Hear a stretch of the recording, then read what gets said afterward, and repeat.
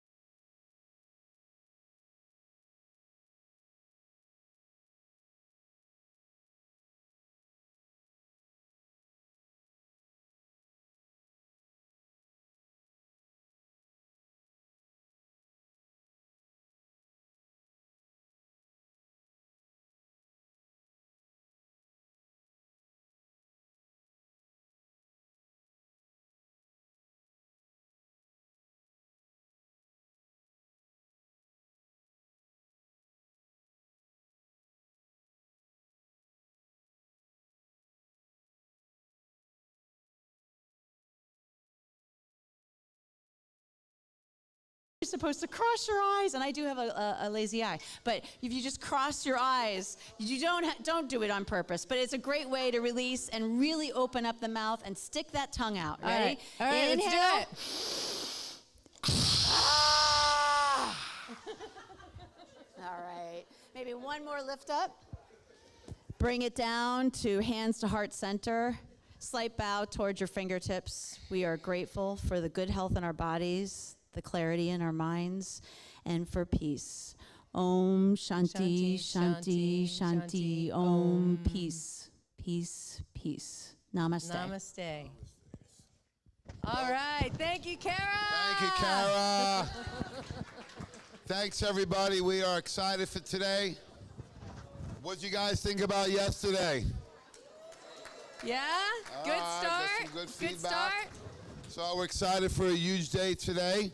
We have a slight adjustment to schedule. So Dr. Bob decided to do what he said was the most well-received presentation in his last 30 years. So he's going to shift gears from stress reset to his top 20 formulations every practice needs. So if you haven't seen Dr. Bob before and you have a seatbelt, put it on. You may need it. He's going to go at warp speed, and he's going to bring his 30 years of clinical confidence to you. So he's going to go to 11 to 11:30. We're going to take a nice break. And then Dr. Patterson's going to bring us home to lunch from 11:30 to 12:30, talking about putting out the fire in the brain and talking about Lyme disease. Take lunch from 12:30 to 2. Where's lunch? Lunch is going to be very close to where we were last night, okay? It's by the grass, not the grassy knoll, don't worry. But it's by the grass. Hey, guys. Guys, come on. Thank you. Okay, so lunch is out by the tent on the grass. And the side of the building, pool. Okay, so if you're with us before, we used to be out by the pool. It's a little busy out there. There's lots of kids and crazy, so we decided to put it on the other side. So again, all you have to do from this room is to walk straight down this hallway, okay, out the other side of the building, and it'll be to your right. Okay? Yep, so after lunch at 2 o'clock, we're going to have Dr. Richard Silver come back again, and he's going to update his presentation on cooling the fire in the cardiovascular system. So really cool, and explain his transition over the years from allopathic to functional. Take a break at 3:30, shake break, and what do we have at 4 o'clock? We are going to have a business builder panel, and we are pulling several of our incredible practitioners up here to talk to you and to share with you some of their trade secrets on how they've built their practices. So I will make sure that we have some pretty insightful questions, but if there's something you've really got on your mind that you want to know, we'll open it up for Q&A. So at 5 to 7, you get a break. Our team will be packing up, led by Rashid and Mikey. These guys do the best pack-up job ever, and close out the event. And then tonight, be out front for the bus, right? We have a bus? We have a couple buses for those of you who are going on the tropical boat cruise. If you've gone with us before, it goes out of the Clearwater Marina, so where that circle was when you first came onto the beach. So we just have a bus to take us all over there, a couple of them. So it'll be out front around 7-ish? I will double check that time and let you know later. I All don't right, know well, exactly we our appreciate departure everyone time. again. It's going to be an incredible day, and this guy's got a really special place in my heart, and if you have seen him speak over the last 25 to 30 years, you know why. He's very generous, you know, one of the most positive people I know, and I rarely will say sweet, especially for a man, but he is a sweet, kind gentleman, and he brings such clinical confidence and conviction. And that's really what he's going to help you learn today, and sharing with you his clinical pearls in clinical practice the last 30 years. He was a top speaker for, all the times I went to the seminars going back 20 plus years. And this is why. So he's got every degree, certification out there. I call it alphabet soup after his name because he said, I live like today's my last, but I learn like I'll live forever. So let's hear for Dr. Bob Rakowski. All right.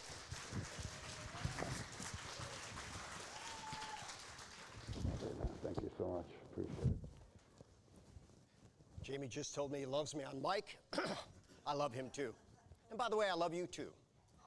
Some of you maybe from a distance. I don't know you well enough, but that's just the way I like to live my life. I want to love everybody. And you don't have to earn my love, but you do need to earn my time. And Jamie has, and Nutritional Frontiers has. And so we're going to talk about the body on fire, and we're going to incorporate the top 20 products and protocols everybody needs to know.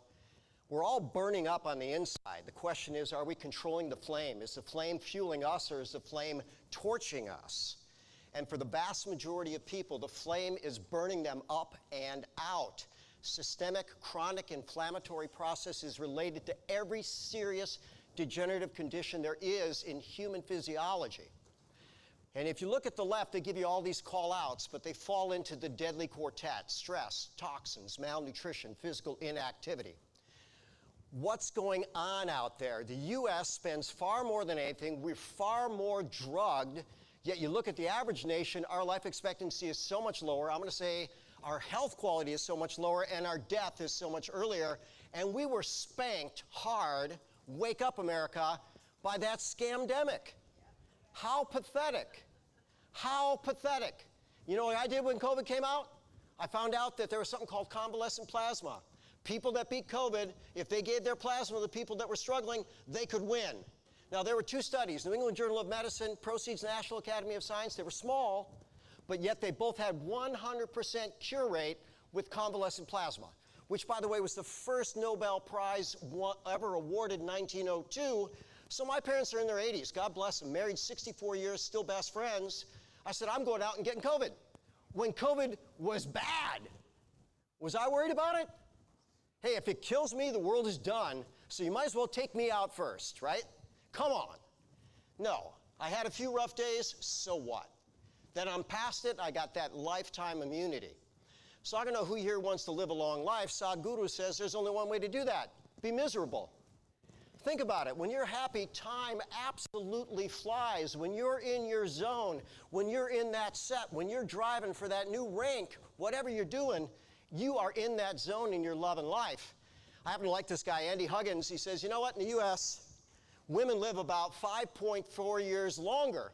He says, so if I start my transition about now, I'm going to get an extra 5 years. Not a bad idea, right? Who is the most powerful person in the world?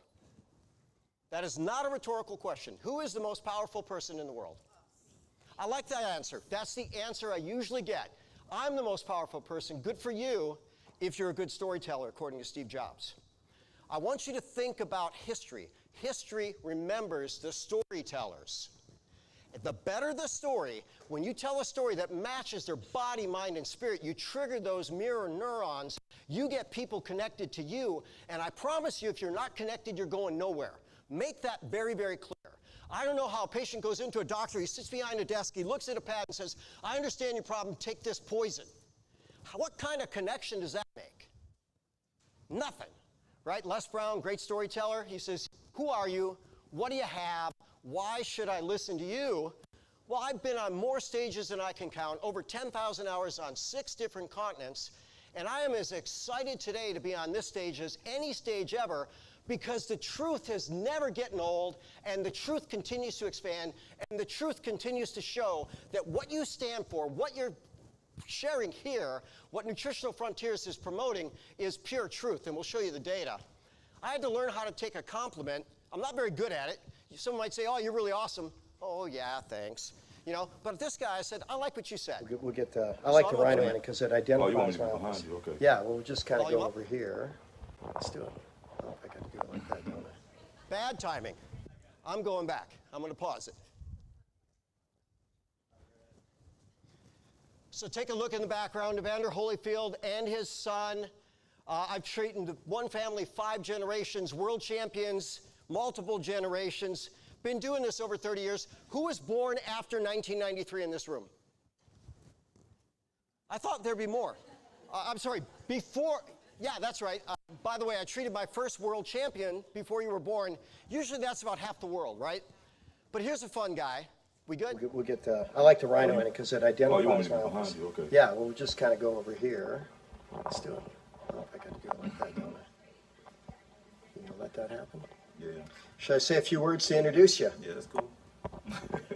Hey, happy, beautiful, amazing day. Dr. Bob Rakowski here, Houston, Texas, with one of my newest friends, Eric Berry, one of the most elite defensive backs, safeties technically in the NFL, top 5 pick, mega player. We're having a lot of fun, but you said something that I really enjoyed today. Yeah, we were talking about some of the toughest quarterbacks in the league, and I brought up Tom Brady, and you asked me why. I said, well, Tom Brady, usually I play against the offensive coordinator, so quarterbacks are taught to do what the offensive coordinator tells them to do, and I said Tom Brady was definitely the toughest because he actually is the offensive coordinator. He can make adjustments on the fly, on the field. He can see what's going on and, you know, pretty much pick you apart. So you got to be on your P's and Q's and your 10 toes at all times. And I compared Dr. Bob as a Tom Brady because he's in the field, he's in the trenches, and he can make his adjustments while he's actually doing therapy and going through your sessions. So I just felt like that was a unique comparison. I think they're pretty much congruent. So, yeah.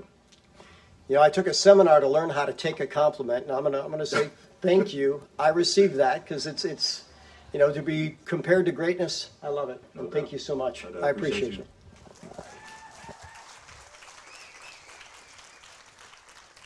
Jim Rohn would say, thank you, I deserve that.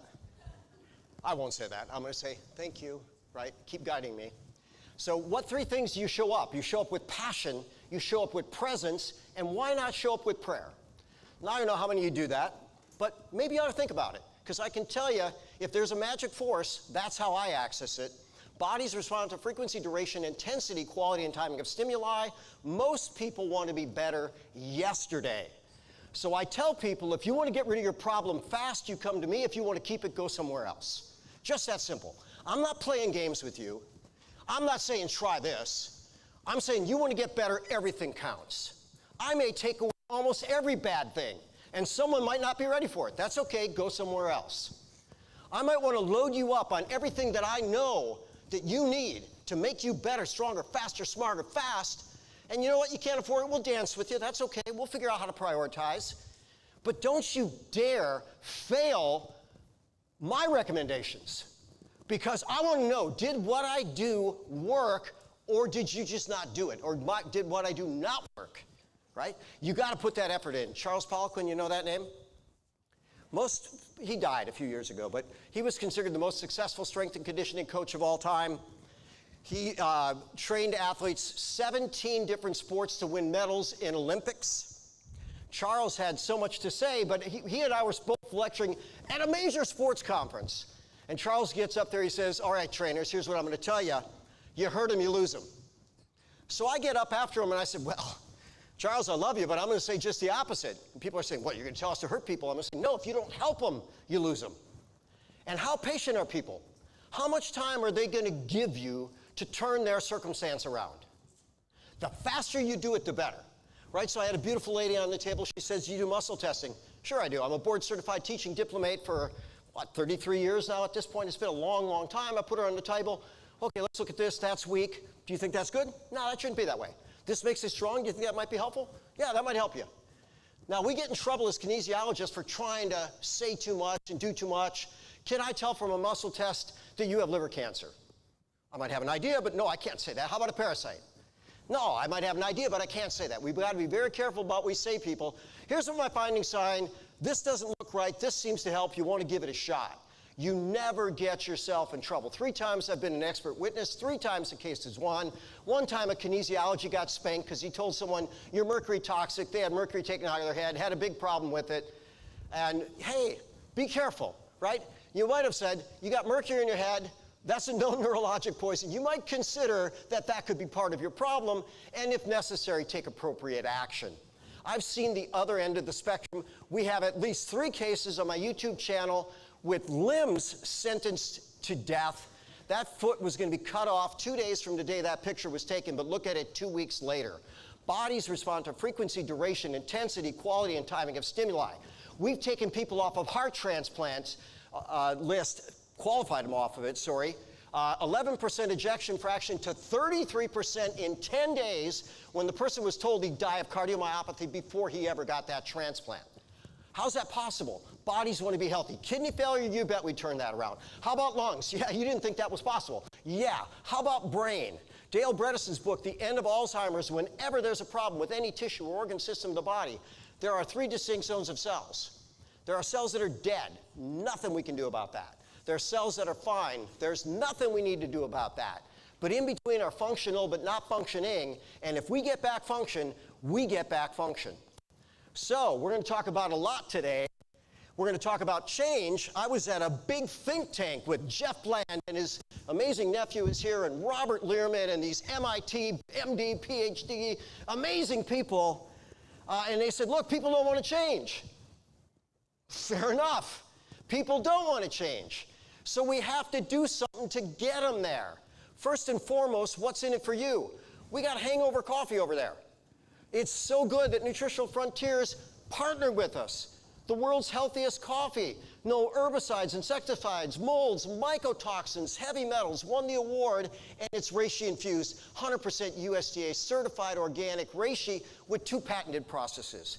Friends don't let friends drink moldy coffee. And when people are fighting for their lives, I say you have 2 choices. Healthy coffee or no coffee. You're not taking away my coffee. Fine, healthy coffee. That's resulted in over 100 million healthy doses of coffee through the world just through my influence and my wife's. Why? Because we're building a team like Nutritional Frontiers that says, I can get behind that. Put it in your body, 100% money back guarantee. Over those 100 million cups, I've given 100% money back guarantee. Guess how many times I've refunded? Exactly 0. Right? Show me the evidence. Just go look. Look around. The 1960s, look around. 2023, look around. And what I'll tell you, in the absence of trauma, bodies break down on the inside before they break down on the outside. And when I took my diplomate exam, they said, explain kinesiology. I said, it's very, very simple. The whole body works together.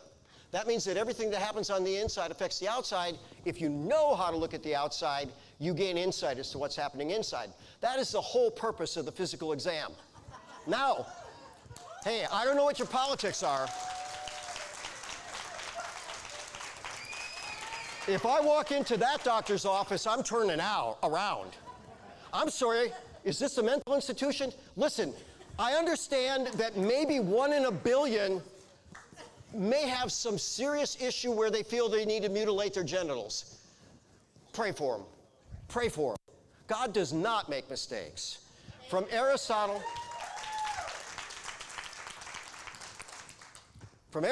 to Elon, we understand first principles. Here's my first law. Healthy bodies don't get sick. So I asked Grok, is that accurate?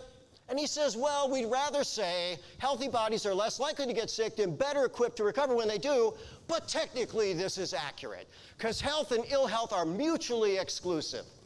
Now, I never met a perfect person, and I never met perfect health, and as Dr. V said, hey, get sick, it makes you stronger. That which doesn't kill you, in a good sense, can make you stronger, that's true. But what are the first principles of health? How many of you can name the 7 first principles of health? Go. Raise your hand. Who? Come on, we're doctors, we're educated, we're taking the world, we're changing it. Hey, I couldn't either. I asked AI. I've been telling people for years, you got to eat right, drink right, think right, move right, sleep right, poop right, talk right every single day. That's my magnificent heaven. We're mental, physical, emotional, spiritual, social, financial, impactful beings. Why not excel in every area of our life? This body is endowed with divine first principles, and if you treat it right, you're going to get the outcome that you want. So what are these first principles? They have a biologic basis. They are hardwired into biology. That means they work everywhere, every time, unchanged by technology. So here they are. Energy is premium. How long do you live without energy? Just curious. It ends that picosecond. It's gone. It's instantaneous. Your energy's done. You are done. How about homeostasis? How about raw materials? How about managing your stress? This one says, I copied it word for word, evolutionary design. Okay, fine, let's evolve. How about your divine purpose? What are you here to do? You're here to serve. That's the rent we pay for our time here on earth. And here's what Zig said. You can have everything in life you want if you just help enough other people get what they want.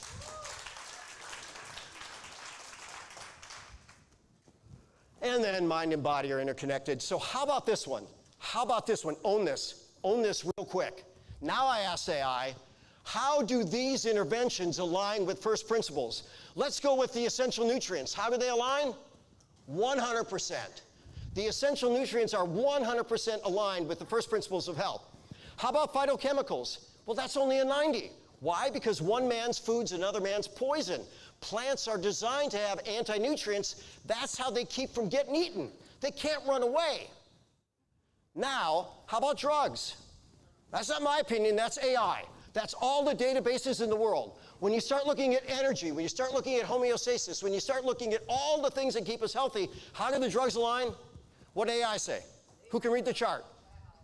Now, we're not against drugs. What are we going to use them for? Lowest dose, shortest duration if you're going to die. If that's your circumstance, take all you need.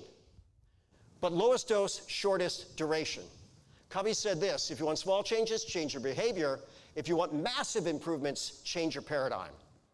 Seth Godin said this, people don't buy goods or services. They buy relationships, stories, and magic. You've got to get those relationships. And Jamie, Nutritional Frontiers, God bless you. You may be the best out there. You may be the best out there. When Jamie said, oh, Bob answered my call, you cannot answer your call 24/7. We hadn't talked in a decade, but I knew he was a man of principle. I'm going to answer that call. Hey, I hadn't heard from him. What's going on with Jamie? So here's 5 stories. I asked AI, what are the top 5 stories right now that are creating paradigm shift in medicine? Who knows about Casey Means Good Energy? Read that book. Read that book. After Dr. V's and Christine's book, right? Put those first on your list. Listen, it's wisdom. When they write a book, you all need to buy it, and you all need to put in your office, and you all need to promote it. Together, everyone achieves more. That wisdom is worth sharing. How about Michaela Peterson?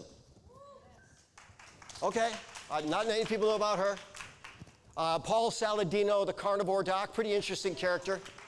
Kelly Brome, she said, psychiatry doesn't work. Why don't we go with natural medicine? And then Dave Asprey, smarter, not harder. So Casey walked away from 5th year head and neck surgery at Stanford when her patient came in for the 3rd time for sinus surgery in her 20s. So she goes back to Stanford. It's in her book. It's in her podcast. She went to Stanford and said, I don't get this. This patient is 26. This is the 3rd time I'm going to cut stuff out of her head. I'm running out of stuff to cut out. It probably ain't getting better. What else do we have? Do we have anything else? And you know what she heard?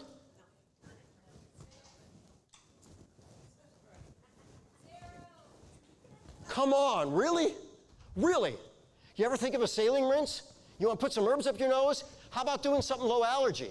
How about changing your gut? How about getting your stress out of, in line? How about taking a nice vacation? How about going to the desert? Did you want to say something, Dr. B? I get a hug from you, so you get the mic. Go ahead. You get as a doctor, oh, it's idiopathic. Well, yes, of course it is. Yes. What's the start of idio? Idiot. That's the start of idio. Idiot. So modern lifestyle screws us up. So mom started out with type 2 diabetes, progressed to pancreatic cancer. That's a death sentence. Then her episode at Stanford, and then finally, this was her conclusion. Doctors are paid to keep us sick. Now think about that. If all you've been done is brainwashed in a certain way, you cannot see. I kid you not, there are people that think there are 78 genders. Okay, there's 2 in animals, there's 2 in vegetables, there's 2 in minerals, but we humans are special. We got 78. Now, I listened to a comedian yesterday. Listen, I don't care if you're an adult and you have a different sexual preference than me. Fine. But here's what he said. There's 2 genders and 76 ways to be gay. That's what this comedian said. Now listen, gay, happy, whatever. If you are loving people in a loving relationship, I love you and the way you interact. Probably don't do it publicly though, right? I'm not going to grab my wife's butt. I have a hard time keeping her from doing that to me, but that's a different story.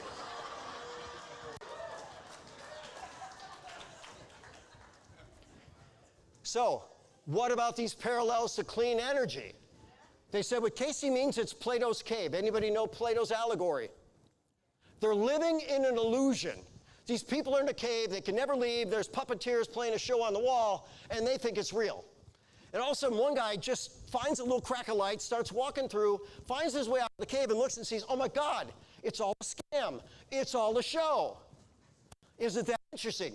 Joe's the best Joe Biden I've ever seen. You know, come on. And then the emperor has no clothes.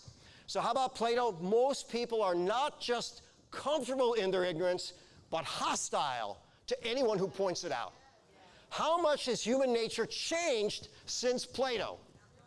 I think we're more sick, more toxic, more depleted, more mentally distorted, so we're even more hostile. I heard about people damaging cars because a guy's trying to cut back spending, right? Terrorist type attacks. When I was doing my COVID updates, until I got a phone call that said, Bob, they may kill you, they may kill your career, they might even hurt your family, okay, I'll shut up. I should have the balls that Judy has. God bless Judy, right? Judy Mikovits. I was so thrilled to have her here. If I have one regret, I should have been louder. I should have shouted from the rooftops. Personally, I didn't want to take that beat down.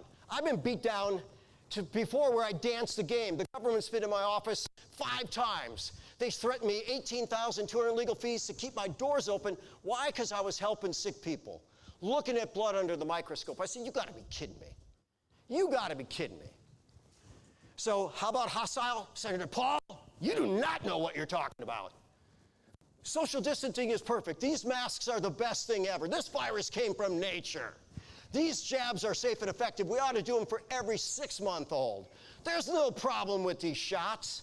Doctors are paid to keep us sick.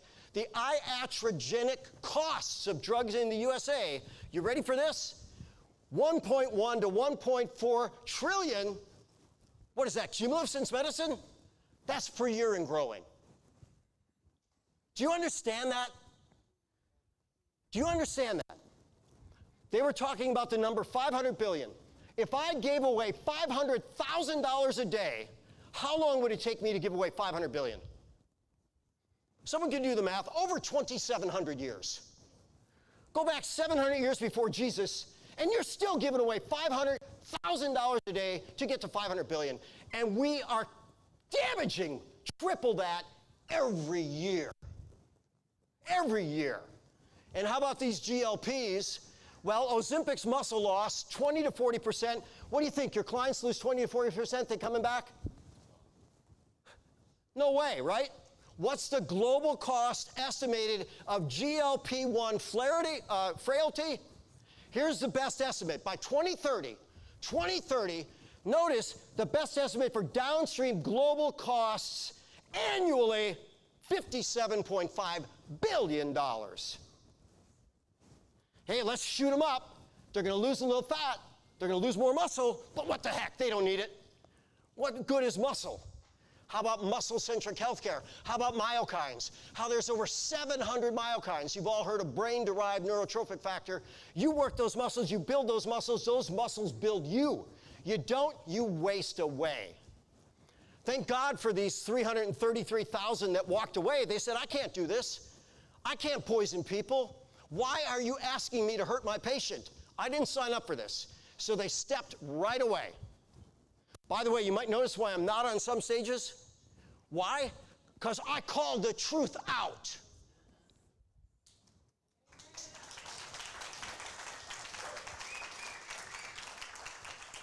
Some crowds I get tomatoes at this point, or worse, but I tend to not attract that audience. I love you guys. So unexplained fatigue or low energy, unintentional weight loss, frequent infections, mood changes, digestive. These are the top 5 signs of failing health.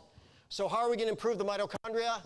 Well, or our energy, improve the mitochondria, improve nutrition, improve stress. Einstein said this, everything is energy, and that is all there is to it. No energy, you are dead instantly. Better energy, I want you to look at the fittest people in this room, and number 1, congratulate them for having that commitment. And then number 2, see if you don't see all this being true in them. And the next question is, can it be more true in you? I promise it can. You are worth the investment of time, money, effort, good nutrition, and good guidance. Sir Richard Branson sat down with one of my fat, out-of-shape 100 millionaire guys And he said, look, you need to get healthy. You need to get fit. Okay, 2 years later, he's finally there. But he said, look, if you want to succeed, you've got to have it. Robin Sharma, one of my favorite authors, the monk that sold his Ferrari, probably his best work, The 8 Forms of Wealth That Money Can't Buy. But he says, don't just get fit to create the energy to change the world. So how's our energy? Well, ATP is going to be there, but you got about 3 seconds of ATP. The lion comes in the back door. Well, you're in the front, so I can't throw you in front of him. I'm getting between him and the lion, right? But there's the story, right? The lion's there, and it's coming towards him, and the guy's lacing up his shoes. He says, you can't outrun the lion. He said, I don't need to outrun the lion. I just need to outrun you. All right, bombed on that delivery, but that's okay. So we got 3 seconds of ATP. The lion comes in, you got 3 bursts near instant energy. Creatine phosphate, you got 3 more seconds, 1 enzyme step to make creatine phosphate into ATP. Then you're going to burn sugar in the absence of oxygen. That's anaerobic glycolysis. Believe it or not, there are 12 different nutrient cofactors. That's going to slow down that energy production, and lactic acid is a self-limiting step.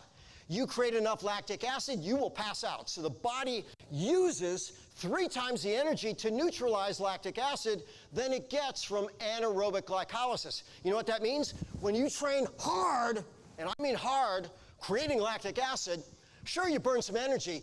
Your body takes 300% more of that to neutralize the metabolic waste. That's why you burn fat when you train hard. It's absolutely beautiful. Then we've got aerobic metabolism. So what's our fuel mix? At rest, 65% fat. At moderate activity, 55%. At HIIT, 10%. So you don't do HIIT to burn fat. You do HIIT to make you a fat burner. Get it? You don't do HIIT to burn fat. You do HIIT to make you a fat burner. And a much better fat burner because your body has to neutralize all of those toxins. There's our mitochondrial nutrition. There is your first protocol. If energy is everything, and Einstein it is, and that's all there is to it, how's yours? Are you eating right, drinking right, thinking right, moving right, sleeping right, pooping right, talking right?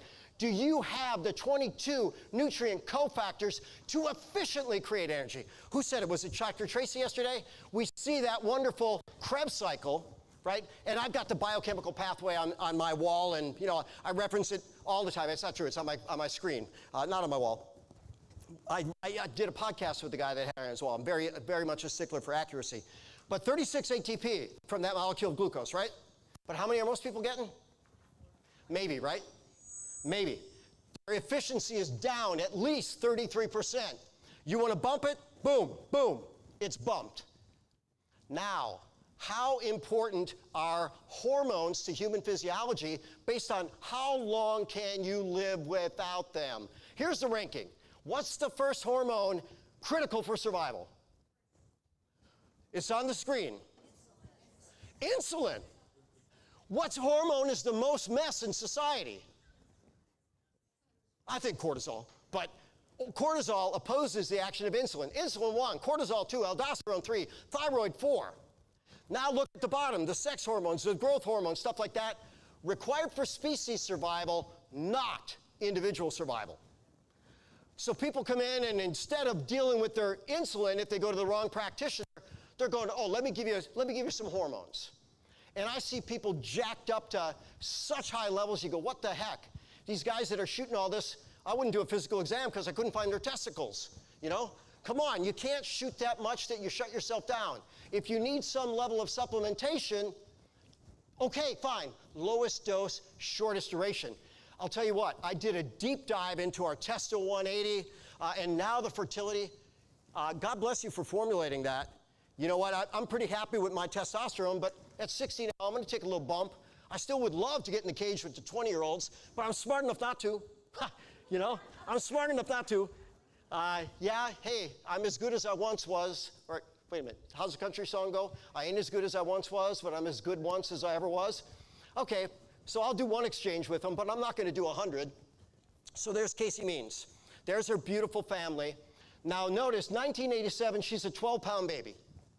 Now you could understand that if his father was 6'9" and 310 and mom was 6'2" and 180, but that's not the case, is it? So Dr. V, 12-pound baby, what's the probability there was some gestational diabetes cooking there? Give me a percentage. Give me a percentage. She's going 100. I'd probably go 99.9999999, right? I don't know, but it's there. It's right up there. Then, diabetes diagnosed 6 years after that?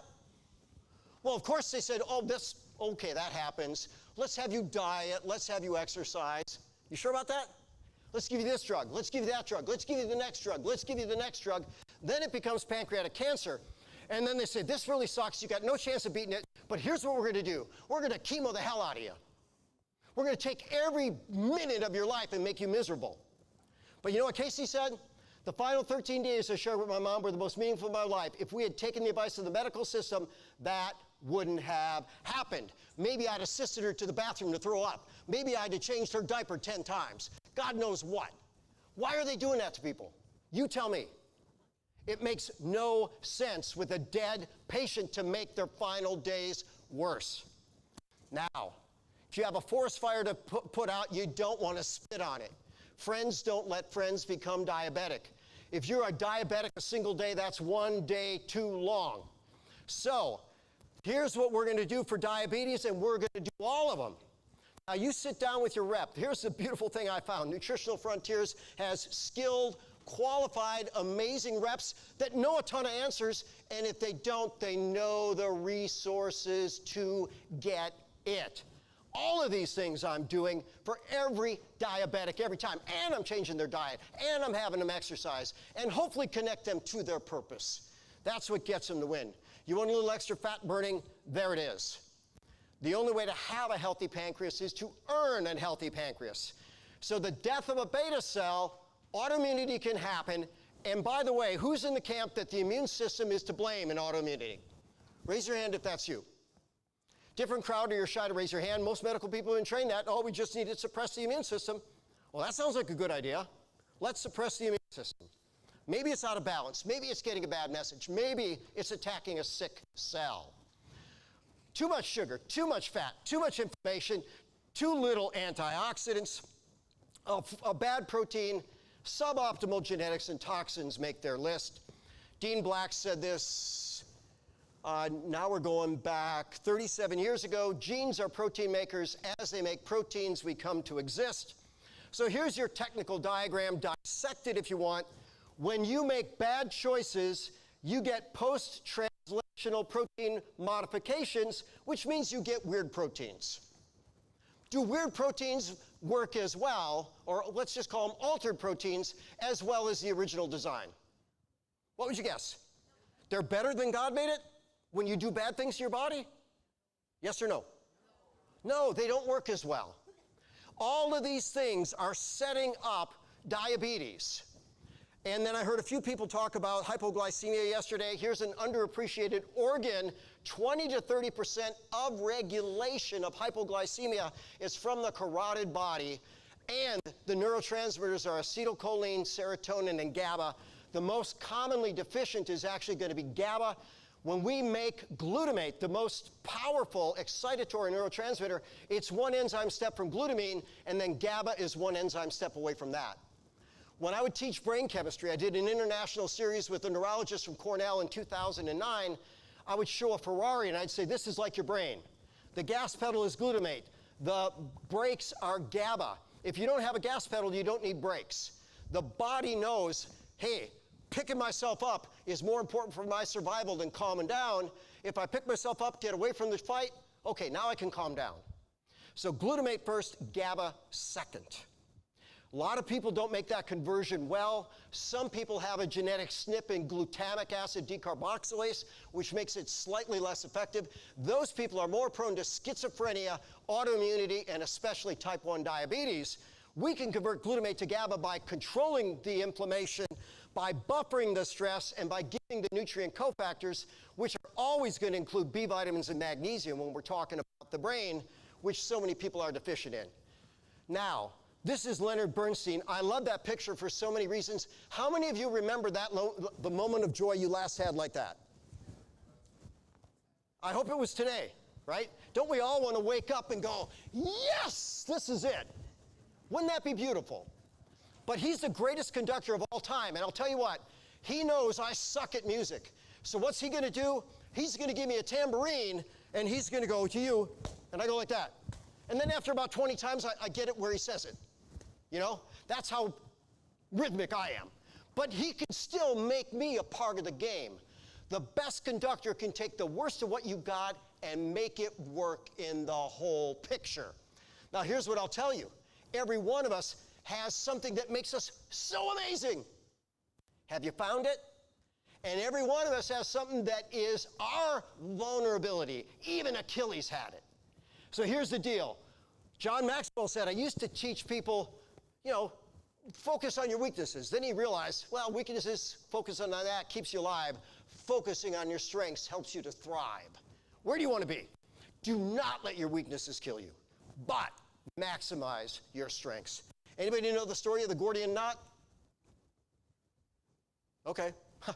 Mythology, right? What are they teaching in school these days? 78 genders? For crying out loud. I kid you not, education sucks. I'm glad they're going around that. But the Gordian knot was the untieable knot. And they come up to Alexander the Great and they says, no one can untie that. Prove your greatness. He says, okay. And he takes a sword and he cuts it right in half.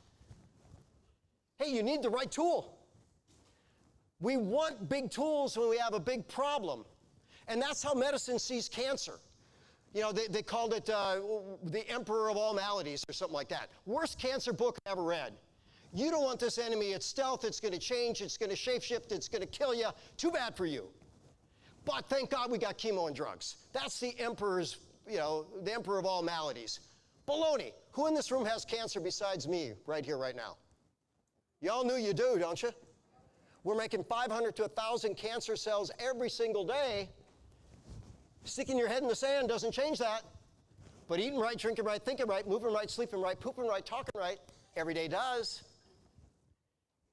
So, perfect storm of cancer.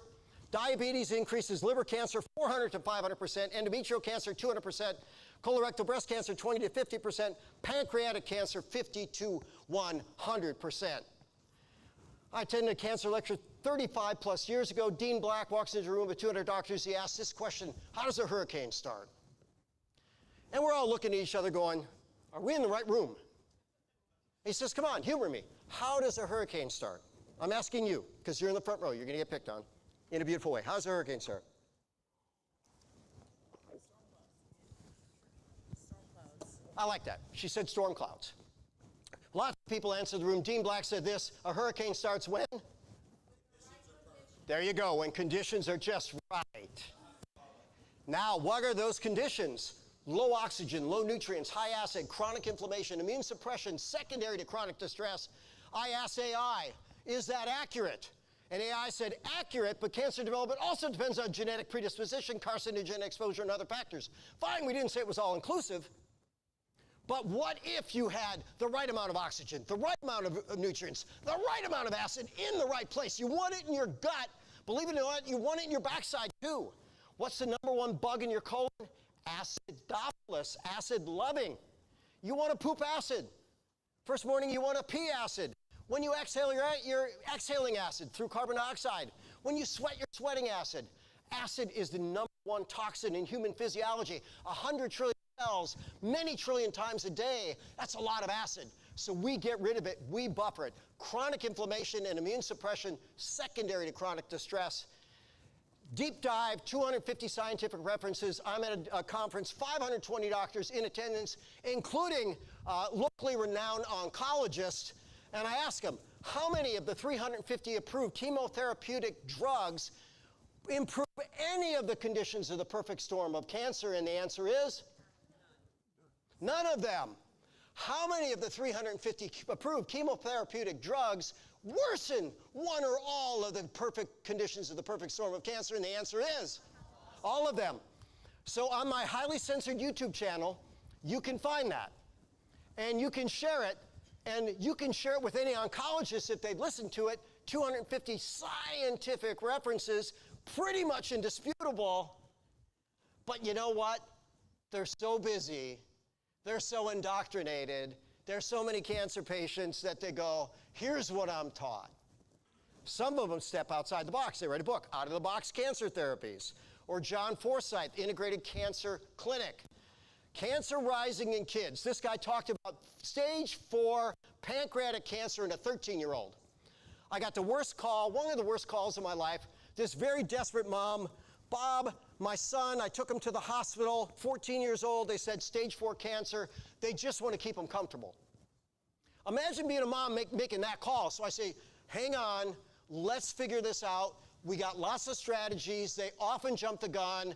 I'll dot the I's, I'll cross the T's. Let's put together a protocol. This boy didn't wake up the next day. 14 years old, died of stage 4 cancer. How does that happen? And this guy says, cancer rising in kids. Well, how could that be? This guy asks, is the COVID vaccine causing turbo cancers? Because here's a cancer scan. Normally this would take months to years. Gets a shot, not just the first, but the second. And 8 days later, his body is riddled with cancer and he dies. So how about this? PubMed 2024, transfected SARS-CoV-2 spike DNA for mammalian cell expression inhibits P53. Anybody know what P53 is? It's your best friend against cancer. When they knock out P53 in mice, 100% of them get cancer. 100% of them get cancer. Did they knock out people's P53? I don't know if they did it intentionally or not, but they knocked out their P53. Now, nicotine, when people were smokers, they got less problems with COVID. Go figure that. You're smoking, you're poisoning your lungs, and you protect yourself against an upper respiratory infection because nicotine binds 30 times stronger to that ACE2 receptor. By the way, it's not the only one too. So does lobelia, so does ginkgo. So what we do is we use either a nicotine patch, I don't recommend that, ginkgo or lobelia. We do that, then we do enzymes every waking hour because the proteolytic enzymes digest the spike protein. And here's what the medical literature says. The potential of enzyme-based therapy is almost limitless. There's your ginkgo. So I checked. Half a ml every waking hour. Why do I do things every waking hour? Someone give me a rational reason. What's the half-life of natural products? What does half-life mean? It's going to disappear. What's the half-life of natural products? 30, 40 minutes in a healthy person, hour 10 in someone less healthy. So how much benefit you got an hour later? Much less. What if we take more? Well, gee, you might kill your patient. Well, it hasn't happened yet, but okay. So I check. All right, what's this blend of herbs? What's the blend? What's the concentration? What's the tincture? Is it safe in that combination? Yeah, a half ml of that every waking hour of the day is safe. Period. End of story. Is diabetes related to the toxins? Of course it is. Is autism related to the toxins? Of course it is. Is cancer related to the toxins? Of course it is. Are GMOs related to the health debacle? Of course they are. You go to that website, every graph looks like that. That's the graph of diabetes and the graph of the release of these genetically modified synthetic frankenfoods that are killing people. Now, it's not you take a bite of GMO and die. That's your first cut. Death by 1,000 cuts. So, if we want to detox, this is what we're going to do. And when I have them detox, this is their macronutrient and only organic vegetables. Period, end of story. Vegetables are alkalizing. They have the fiber, they have the plant nutrients. Then we're going to add the Live Complete. If you add the Remove Complete, take it away from food, take it away from supplements, because it's going to bind literally that crap in your gut and kick it out without it being absorbed into your system. Michaela Peterson lectures on stage at Oxford, a global influencer, turned around a chronic illness. You think, let's share that with the world. TEDx banned it. TEDx banned it. Was there anything flawed in what she said? Did she lie? She dotted every I, crossed every T, delivered it so eloquently, and they just didn't like her message. Juvenile rheumatoid arthritis, diagnosed age 7, multiple joint replacements by her teens. What causes it? Pathogenic and oncogenic insults result in induction of intrinsic immune mechanisms that destroy, I would say, both healthy and unhealthy cells. How's autoimmune going up? Like a rocket ship. There are so many people out there who even have autoimmune conditions without a label. Now, is the immune system to blame? I'm going to tell you no, and we'll show you why. So, here are the stories that most match Michaela Peterson. How about Ignaz Semmelweis? He made this ridiculous idea, a suggestion. Here's what he found. When babies were born at a farmhouse with a midwife, as opposed to being born to a doctor in a hospital, their survival rate was 20x. It wasn't 1.2, 1.3, 1.5, it was 20x. So he said, what's going on here? Are doctors killing babies? Yeah, not intentionally, but yeah, they are. So, hand washing, we certainly want to do that. In the case of Semmelweis, bugs in the wrong place. How about from a corpse to the birth canal of a delivering mom? Imagine that. Can you imagine that? Let me tell you how absurd that seems. I have a friend who's a history teacher. He's in his 60s now. His class is junior high. Who in here knows what a rotary phone is? Okay. Well, he brought a rotary phone. Kelly, how many people in his class could even figure out what to do with it? Absolutely zero. You don't know what you don't know, and you've been conditioned so that you're so blind to even the truth. So he says, look, when doctors are, they do an autopsy, they should wash their hands before delivering a baby. Now, where did he come up with that ridiculous idea? His favorite instructor did an autopsy, was delivering a baby, cut his hand, and died from the same infection that the woman died from, the mother. Killed the mom of a new baby. How'd you like to be that dad? That is beyond tragic. I might take that doc out myself. Not really, I don't work that way, but you know what I mean. Are you kidding me? Right? But, at any rate, so he says, hey, look at this. Here's an idea. Why don't we wash our hands?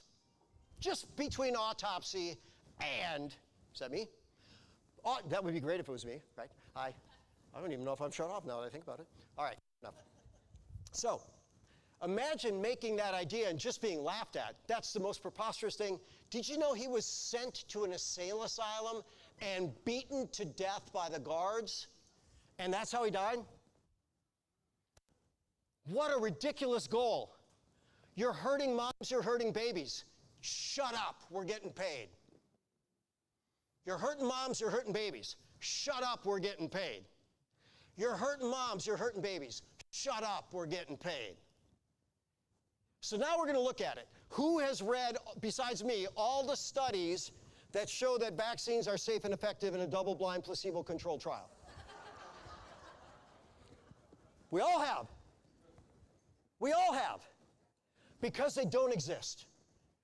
Now, they just took it that this is a good thing. I like the principle. I like the principle of herd immunity. And you know how it started? There was this thing called smallpox.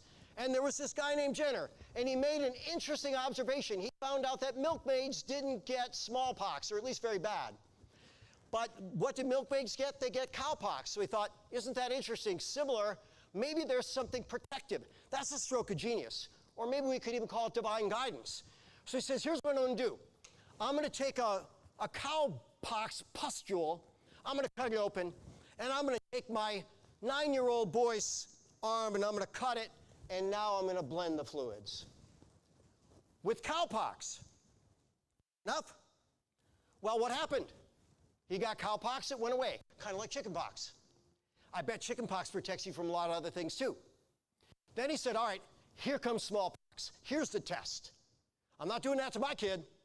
But here it is. Here's your smallpox. Guess what happened? Nothing. Nothing. Nothing. You get it? Nothing. What do they mix? Human fluids that have been trained by an infectious organism. That's what they shared. What are they doing now? Mercury, aluminum, formaldehyde, aborted fetal stem cells, detergent. And they're injecting that for hepatitis B in a boy that is not even 5 minutes old. So my 3 children were born in the hospital. 3 of my granddaughters were born at home in a tub of Kangen water with Mozart playing in the background. God bless my granddaughters, right? But at any rate, ours were born in the hospital. Kelly had 3 C-sections, so we had to meet with the pediatrician, who, by the way, died of COVID, get that. Not very healthy, but with that said, now that was a long time ago. Jacob's 31. But, so we're sitting there, and for the sake of my wife, who, by the way, listens to me, and I listen to her, it's a good trade. Who's right most of the time? 99.9. So I just go, okay, I get it. You're the smart one. I'll be the big mouth. You do the thinking, right? And I'm good at the big mouth. Anyways, so Kelly's sitting next to me, and there's Doctor. I said, Dr. Butani, you know, we had the ultrasound, right? Well, congratulations, you're going to have a son. Oh, thank you, thank you. And of course, we want to vaccinate your son for hepatitis B right away. So I sit there, and you know, I can put on a little show. Can I ask you a question, doctor? Well, of course you can. How does one get hepatitis B? Big smile on her face. That's anal receptive homosexual sex or the sharing of IV drug needles. Big smile. And I do one of these for show, right? I was a backstage chiropractor for WWE 3 years, local events. I know how to put on a show. Right? Doc, did I hear you right? Anal receptive homosexual sex and the sharing of IV drug needles? That's right. What makes you think my son's at risk? He's in utero. If anybody's doing him in the backside, they're going to have to get through me. And they ain't getting through me.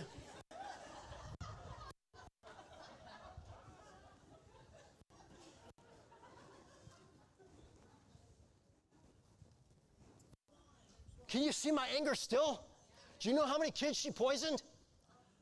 Do you know how many kids she poisoned? Yes?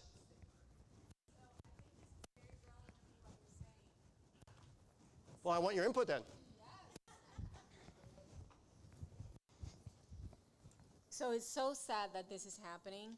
I was in the OR last week, and the anesthesiologist who is married to an internal medicine doctor, their daughter was vaccinated because, you know, they hear their peers, was vaccinated at 12 hours of life. She's 22 years old, and she developed a seizure disorder from the vaccine that is documented. And when they went back, 2 MDs, went back to the pediatrician, said, what are we going to do with this? Oh, I'm so sorry. It is a risk factor. Oops. Shit happened, and it happened to you. Yeah, what was the shot? Do you remember? The hepatitis B vaccine. Yeah, Hep. So, first and foremost, as the doctor said, you don't know how he's going to grow up. Well, I'll tell you what, in my house, he's going to know how to make a good choice. You know? I'll tell you what my parents taught me. There's only one way to lead, and it was Nobel Prize nominating data by example, by example, by example. So my parents married 64 years, still best friends. Hey, has it all been sunshine and rainbows? Who's married? Is it all sunshine and rainbows? Hey, I got the best wife in the world, the most beautiful wife in the world, but guess what? We still have a storm now and then. So what? So what? The storm is preparing you.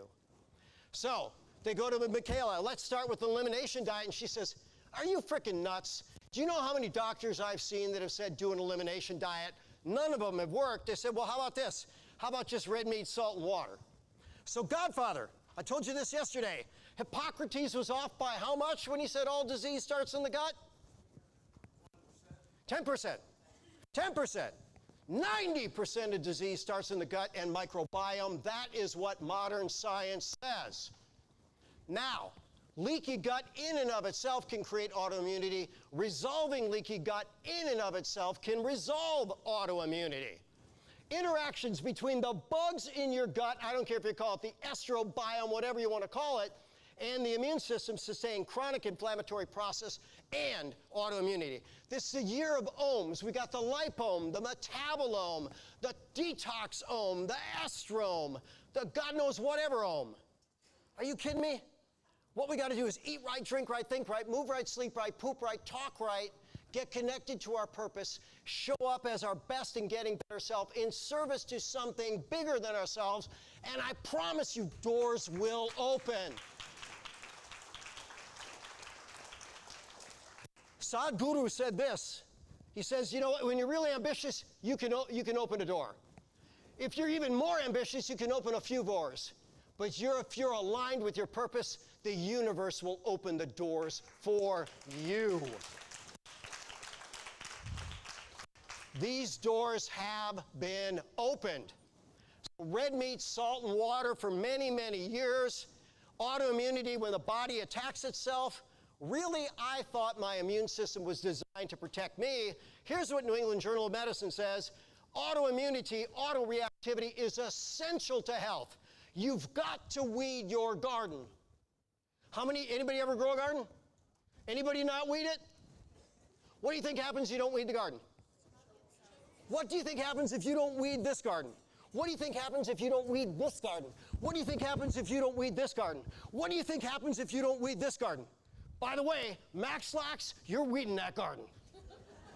Oh my God. Start low. I schedule 3 podcasts. I get the gift from Nutritional Frontiers, Max Lax. What the heck? All right, I try everything before I put my patience on it. 3? Okay, I take 3. Oh my God. 3rd podcast. You okay, Doc? I'm fine. Why do you ask? Are you sure, Doc? Yeah, I'm fine. I gotta go. If the bathroom were 5 feet further, I'm doing laundry. That's all I got to say. Sasha McHale didn't treat her. She might still be here. Treated a family member after she died. I said, what the hell happened? Kevin McHale's Hall of Fame basketball player, his daughter died, as it said, of lupus-related complications. They gave her so damn many immunosuppressants that shut down her immune system, she got a simple bug, and it killed her at 23.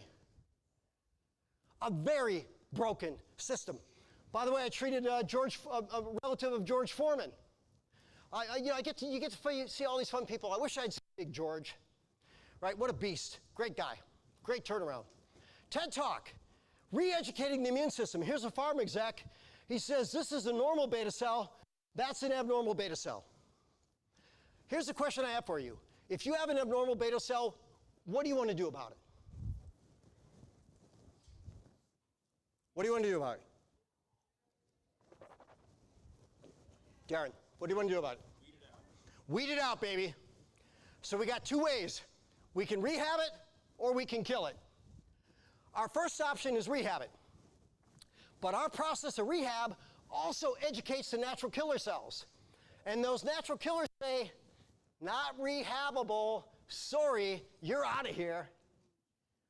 Now, they have a study on reishi and these abnormal beta cells, which were Epstein-Barr infected. Dr. Tracy, how many people have EBV? Probably, right? Probably. So guess what? You infect the beta cells with Epstein-Barr, you get type 1 diabetes. Unless you're on reishi, and in the medical studies, here's what it shows, none of the animals that had their beta cells infected with EBV developed type 1 diabetes. I want you to think about that for a moment. God's pharmacy is indisputable. Bodies respond to frequency, duration, intensity, quality, and timing of stimuli. How many of you drink coffee or tea? How many of you need to be reminded? How many of you plan to quit? That is the most consistent thing that we do. Change your coffee, change your life. That's why Nutritional Frontiers, and Jamie, I'm going to give you a big shout out. I've lectured for the top nutrition companies in the world. Do you know when we went separate directions? When I asked, can I promote anything outside your line? No. Wait a minute, you want me to stand before God and everybody and tell them this is the best and it's not? We're done. What's James open to? Anything that works. Well done. He says we need to re-educate the immune system so that the immune system doesn't kill that abnormal cell. So it can keep making defective proteins and replicating until it becomes so sick that it has a choice. I can die or I can mutate. What are you going to do? Are you going to die or are you going to mutate? You tell me. Mutate. You're going to mutate, right? That's what we all want to do. We want to live longer. Handsome Marine, badly burned, even his mother wouldn't recognize him. Here's the deal. If your cells can't recognize your stuff as yours, it's a foreign adversary. Why will my kidney not work in your body? I got a great kidney. Put it in your body, what's your body going to do with it? Kill it. It's going to kill it. It's just that simple. So what's causing the problem? There's an updated autoimmune formula. We can get a little further. Concordance among affected twins with autoimmunity, celiac is only 60 to 75%. Wait a minute, they got the same genes. One has celiac and 25 to 40% don't of twins. They got the same genes. Why is one having celiac, the other not? There's way more to the game. Whatever your parents gave you, whatever they gave you, say thank you. Now you ask, what do I do with this? I don't know what to do with this, but here's what I'll tell you. Find out what your purpose is. Show up as your best and getting better self. Nobel Prize, sick cells or end-of-life cells is what the immune system takes out in an intermittent fasting state. Journal Carcinogenesis, 1999, published these words. When you starve yourself, your body is going to feed on itself. What are the very first cells to go? Pre-malignant and malignant cells. Your body's not stupid. Is it going to eat your brain? Is it going to eat your heart? Is it going to eat your cancer? Who else has cancer in this room besides me? Listen, I don't want to put that out as a death sentence. We all got it. It's part of life. And when we're healthy, it's nothing. So look at what this is. What causes the loss of immune tolerance? Let's go back to first principles. Okay, some people are vulnerable. Infections, environmental triggers like toxins, chronic inflammation, dysbiosis and leaky gut, hormonal imbalances, defective apoptosis and clearance. Who regulates apoptosis? What's the organelle that regulates apoptosis? Begins with an M. Next letter is an I. Then we got a T. Mitochondria. Are we here in mitochondria? What's the first sign of failing health? Fatigue. How many people are healthy? Here's the odds. Me and Dr. Tracy, the rest of you, good luck. Right? Now that's if we're in a typical crowd. This crowd, thank God, we're all on the same page. So the Deadly Quartet, here's the backstory behind the Deadly Quartet. 1989, Archives of Internal Medicine. I'm in school. Darren, did you know me back then? Was I a nerd back then? Yeah, you can say that. But someone came up to me and said, you were a cool nerd, though. What made me a cool nerd? Man, I was hungry. And I was curious. And I had mentors that told me to look for first principles. And I was as nerded out, geeked out as you could be on that. So when I read the Deadly Quartet, they said if you had a big belly, big insulin, big blood pressure, and big blood fat, you were going to die early. That was the Deadly Quartet. But what's the real Deadly Quartet? Stress, toxins, malnutrition, and physical inactivity. And here's what AI says, weight them. Toxins, 9 of 10 risk, especially cigarettes that'll kill 1 in 2. Stress, they gave an 8 of 10. Insomnia, 7.5 of 10. Poor diet, 7 of 10. Sitting around too much, 6 of 10. Pretty significant factors. So Michaela Peterson beat rheumatoid. And what's the probability that her immune system was re-educated? Because that's what they're saying. You got to re-educate the immune system. And here's what they say. Not likely. the anti-inflammatory effects of the ketosis, no-carb diet, elimination of dietary sugars, modulation of the gut microbiome, that's likely what stopped the trigger of her rheumatoid. So leaky gut can trigger autoimmunity. So what are we going to do for the leaky gut? I have had gastroenterologists as patients. I've had plenty of patients that have seen gastroenterologists. I think in 33 years I can count on one hand, maybe one finger, how many people went to a gastroenterologist and they said, change your diet. Have you had a similar experience?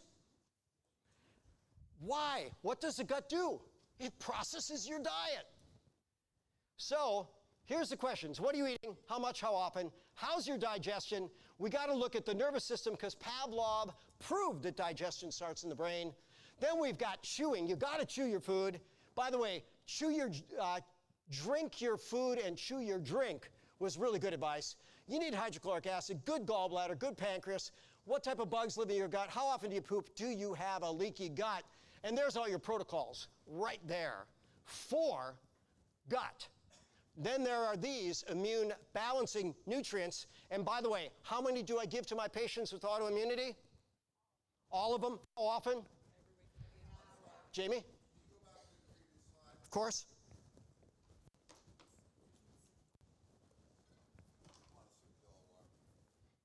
Everybody's getting these slides.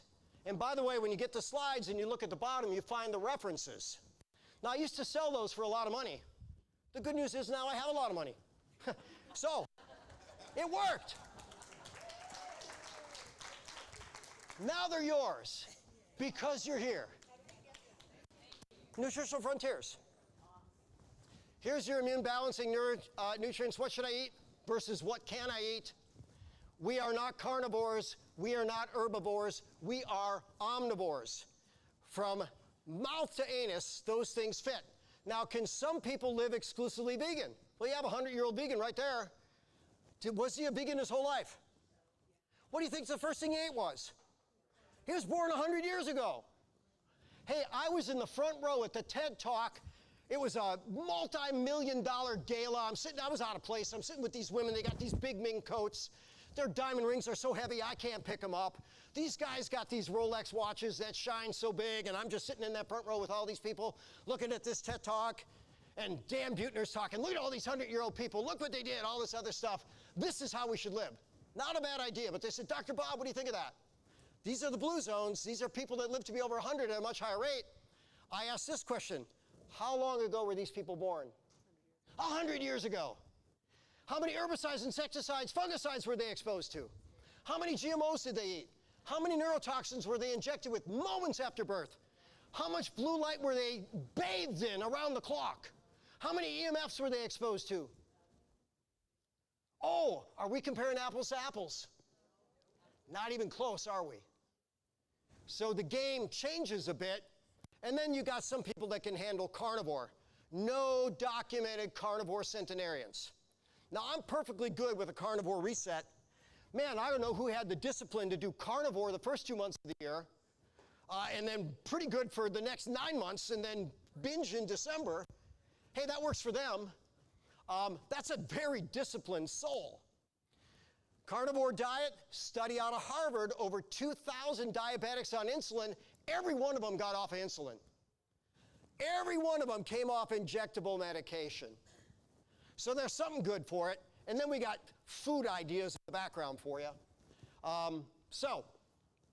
Now, Journal of the American Medical Association, 1995, at every step along the road to malignancy, plant nutrients tend to reduce the likelihood of transmission to the next phase. So we need these plants. Paul Saladino, he was eating a balanced diet. He's got eczema and other things going on. Wrote the carnivore diet, even did an ultra marathon on carnivore, which meant that he was about burning 95% fat and 5% protein. Why protein? Proteins are made of amino acids. Amino acids are in two categories, glucogenic or ketogenic. That means you can make sugar from amino acids, you can make fat from amino acids. Which fats can't you make? Omega-6, omega-3. Those are the essential fats. Where do we find them? In meat. And healthy meat has a good ratio of omega-6 to omega-3. Grass-fed organic beef, 1.8 to 1 ratio omega-6 to omega-3, making it an anti-cancer food. And he was even able to run an ultra on carnivore. Our bodies are profoundly adaptive. And then he said, okay, the experiment worked, but I realize I am an omnivore, so I need everything. So he still eats 2 to 3 pounds of meat a day, even though he stepped away from pure carnivore. Kelly Brogan, psychiatrist, isn't this fascinating? Is she, do you think, the only one that came to this conclusion? Antidepressants don't work. Do you realize that study's been around a long, long time? Do you know how much better antidepressants behave against placebo? Not at all. Not at all. So I had a doctor, he says, you know, I had a patient struggling with depression. She finally, just like that, it went away. I said, what happened? He said, she fell in love. Hey, that'll work. Let me tell you a secret. You don't need anybody else to fall in love. Think about that for a moment. If you don't fall in love with you, who would anyways? So I'm going to encourage you first. And most of all, I will love myself, according to Og Mandino, because when I do, I will zealously inspect all things that I allow to enter my mind, my heart, my soul, and my body. The perfect formula for success. Here's this radical conclusion. Mental health will always be grounded in whole body health. Fire her, get rid of her, censor her. She's a total heretic. How dare her say that? Wow. The brain is the most nutrient dependent, energy dependent, stress vulnerable, toxin vulnerable. I've been teaching this for over 30 years, so I asked AI, is that accurate? AI says, well, the liver might use a little more nutrition, but energy for sure per unit mass, stress likely most vulnerable, but what about the adrenals? No way. We have adrenals that just crank most of the time. Do you know how many cases of Addison's I've seen, adrenal failure, in 33 years? One. Do you know how many cases I've seen of cortisol resistance, which is the analog of insulin resistance? Every patient I've ever treated. And here's the medical literature. Many, if not all, New World primates have elevated cortisol and cortisol resistance. There's your brain on stress. This is what happens to your brain on toxins. Whose brains are being intoxicated the worst at the most vulnerable time? And so autism went from unknown when I grew up to what? You don't have an autistic kid? Keep trying. You know? Come on. Malnutrition, that's what happens to the brain, severely malnourished. That's an actual scan. And Austin Perlmutter, David Perlmutter's probably son. I hadn't met him yet. Have you met Austin yet? Anybody here yet? David's a pretty good guy. Good guy, I'm guessing. He does what? A lot on like environment and its impact on the brain. Yeah, I like David Perlmutter a lot. So there's our stress reset. Calm day. Towards evening, you can take to sleep. The melatonin, the Ganoderma spores. Now, these have 99.9% crack shell nutrient bioavailability. The next closest competitor, 15%. My kinesiology buddies test it. You can find about 95% of conditions show some level of positive response, and in some cases, it's absolutely rock solid. If you're not a kinesiologist, get a cup of coffee. Get the Royal, Reishi, Lion's Mane, Cordyceps. Should have had you all had a cup before, because your brains would be better, sharper, faster, smarter. Now, yes, sir. Yes, ma'am. On the previous slide, what was the supplements for? That's a non-Nutritional Frontiers product. But you can get reishi spores, go to that table, or contact your Nutritional Frontiers rep. Right? Yeah. So, for instance, one of the coffees has one of those in it, right? But if you go with the mocha, it has 6 of them in there. So how many of you are purists? You'd never put anything that wasn't perfect in your body. Raise your hand if that's you. I have a few patients like that. If you're a purist, the mocha has stuff in there, you're going to look at the label and you go, nah, it's got this emulsifier. I don't like it. Okay, cool, don't eat it. If it's not consistent with your value system. I didn't sell any mocha. Why? Because it has sugar in it for over a year. And then I had a woman come into my office drinking a mocha frappuccino piled 6 inches high with sugar. And I said, my God, how many of those do you do? She said, I'm addicted. I drink about 10 a week. I said, try this one. So gave her a mocha, and she said, oh my God, that's too good to be healthy. I said, I promise you it's better than what you're drinking. Hadn't even done the comparison. Half the calories, a third of a sugar, and 1,500 milligrams of board-certified, USA-certified organic reishi. She better off for putting that in her body? She lost 4 pounds the week of Thanksgiving just switching her mocha. Friends don't let friends drink moldy coffee. Friends don't let friends drink toxic coffee. So now, when we have a gut problem, do we have malabsorption? Let's show a show of hands. Let's have a little contest. How many of you people think that malabsorption is a significant enough a problem that if we don't address it first, we can't address malnutrition? Raise your hand if you think that's the case. I think that's the case in the vast majority of people I see. So I am going to seal and heal the gut. I'm going to optimize digestion, and then we're going to optimize nutrition. When it comes to detox, this is our formula there. When it comes to energy, this is our formula there. Spark. John Ratey, I think it's Ratey, not Rady, but Ratey, he says, look, exercise is like a little bit of Prozac and a little bit of Ritalin. Well, that's how he's trained. Here's what I'll tell you. You focus after exercise, and in fact, here's what they found years ago. Learning is 20% faster after intense physical activity. You're going to get that serotonin, that's going to make you happy, and then you get brain-derived neurotrophic factor, which is miracle grow for the brain. So nice quote. Exercise is not an instant cure, but you need to get your brain working again, and if you move your body, your brain won't have any choice. Dave Asprey. I lectured at a biohacking conference last year. I'll tell you what, I think this guy's more on the ball than maybe the high 90th percentile of doctors. What's he telling you to do? Monitor your body. Listen to your body. Hey, we're all deficient in some way. Hey, we're all toxic in some way. What do we do about it? Here's his big 3. Bulletproof coffee, sleep optimization, neurofeedback. So if you want bulletproof, do Dave's. If you want bomb-proof, do ours. Any questions? There's no comparison. People say, I like my bulletproof. Cool, if you want to be that weak. I'd rather be bomb-proof. So here's your reference. Toxicology reports. 90+% of coffee has heavy metals. 70+% have pesticide residues. 50+% have mycotoxins which survive the brewing process. Friends do not let friends drink sick coffee. Period, end of story. Jamie.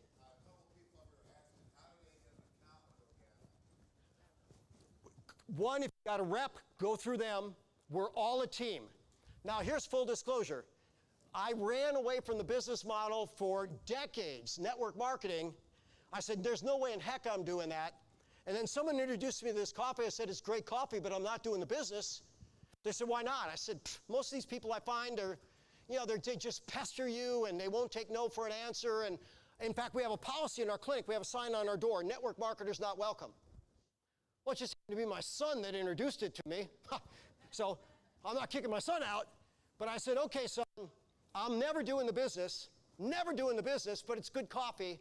He says, Dad, you won't have to do anything. He puts a water boiler in the waiting area, and people walk in. He trains my staff. Hey, would you like a cup of coffee or tea?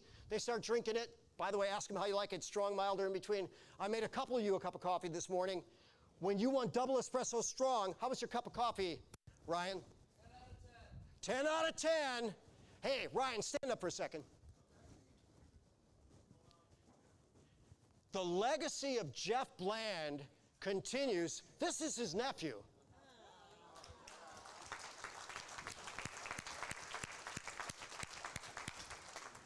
Now, you can stand on your own 2 feet, which is what Jeff trained all of his kids to do.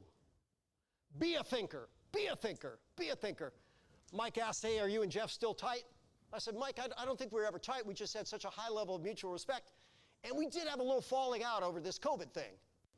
But it's all right. hey, I'll cut anybody a little slack all the time, right? But Jeff Bland, probably, if he weren't here, none of us are here. I'm not here, Jamie's not here. We all owe him an absolute debt of gratitude. Sleep, the shorter your sleep, the shorter your life. We should know about sleep hygiene. Sleep should be a priority for all. Period, end of story. Poliquin said this, nothing gets you more bang for your buck than sleep. Sleep window is a really good idea. When I would teach nutrition seminars, taught a 48-hour series, I'm just curious, and I don't know if we're going to do live events, if I had a 48-hour nutrition A to Z series, let's charge a ridiculous price for it, like $125 a session, how many of you would be there? All right, 3 of you. Probably not going to happen, but maybe we do it online. But nonetheless, when I would teach a 48-hour series, we'd bring in real patients. We'd put them on real protocols. What do you think our success rate was? In years of doing the 48-hour series. This is going to sound ridiculous. 100%. Why was it 100%? Because everybody in that room wanted that patient to get better, including that patient. And when you put together the right protocol with the right attitude, you're going to win. So I had a woman, she says, I haven't slept more than a few hours a night for 20 years. I said, for 20 years? She says, no more than 2 hours a night. I said, all right, well then that's what we're going to give you, 2 hours a night. She says, you're going to give me 2 hours a night? I said, yeah, tonight. So what time do you want to wake up? She says, well, I'd like to wake up at 6. I said, okay, you get to go to bed at 4 and not a minute before.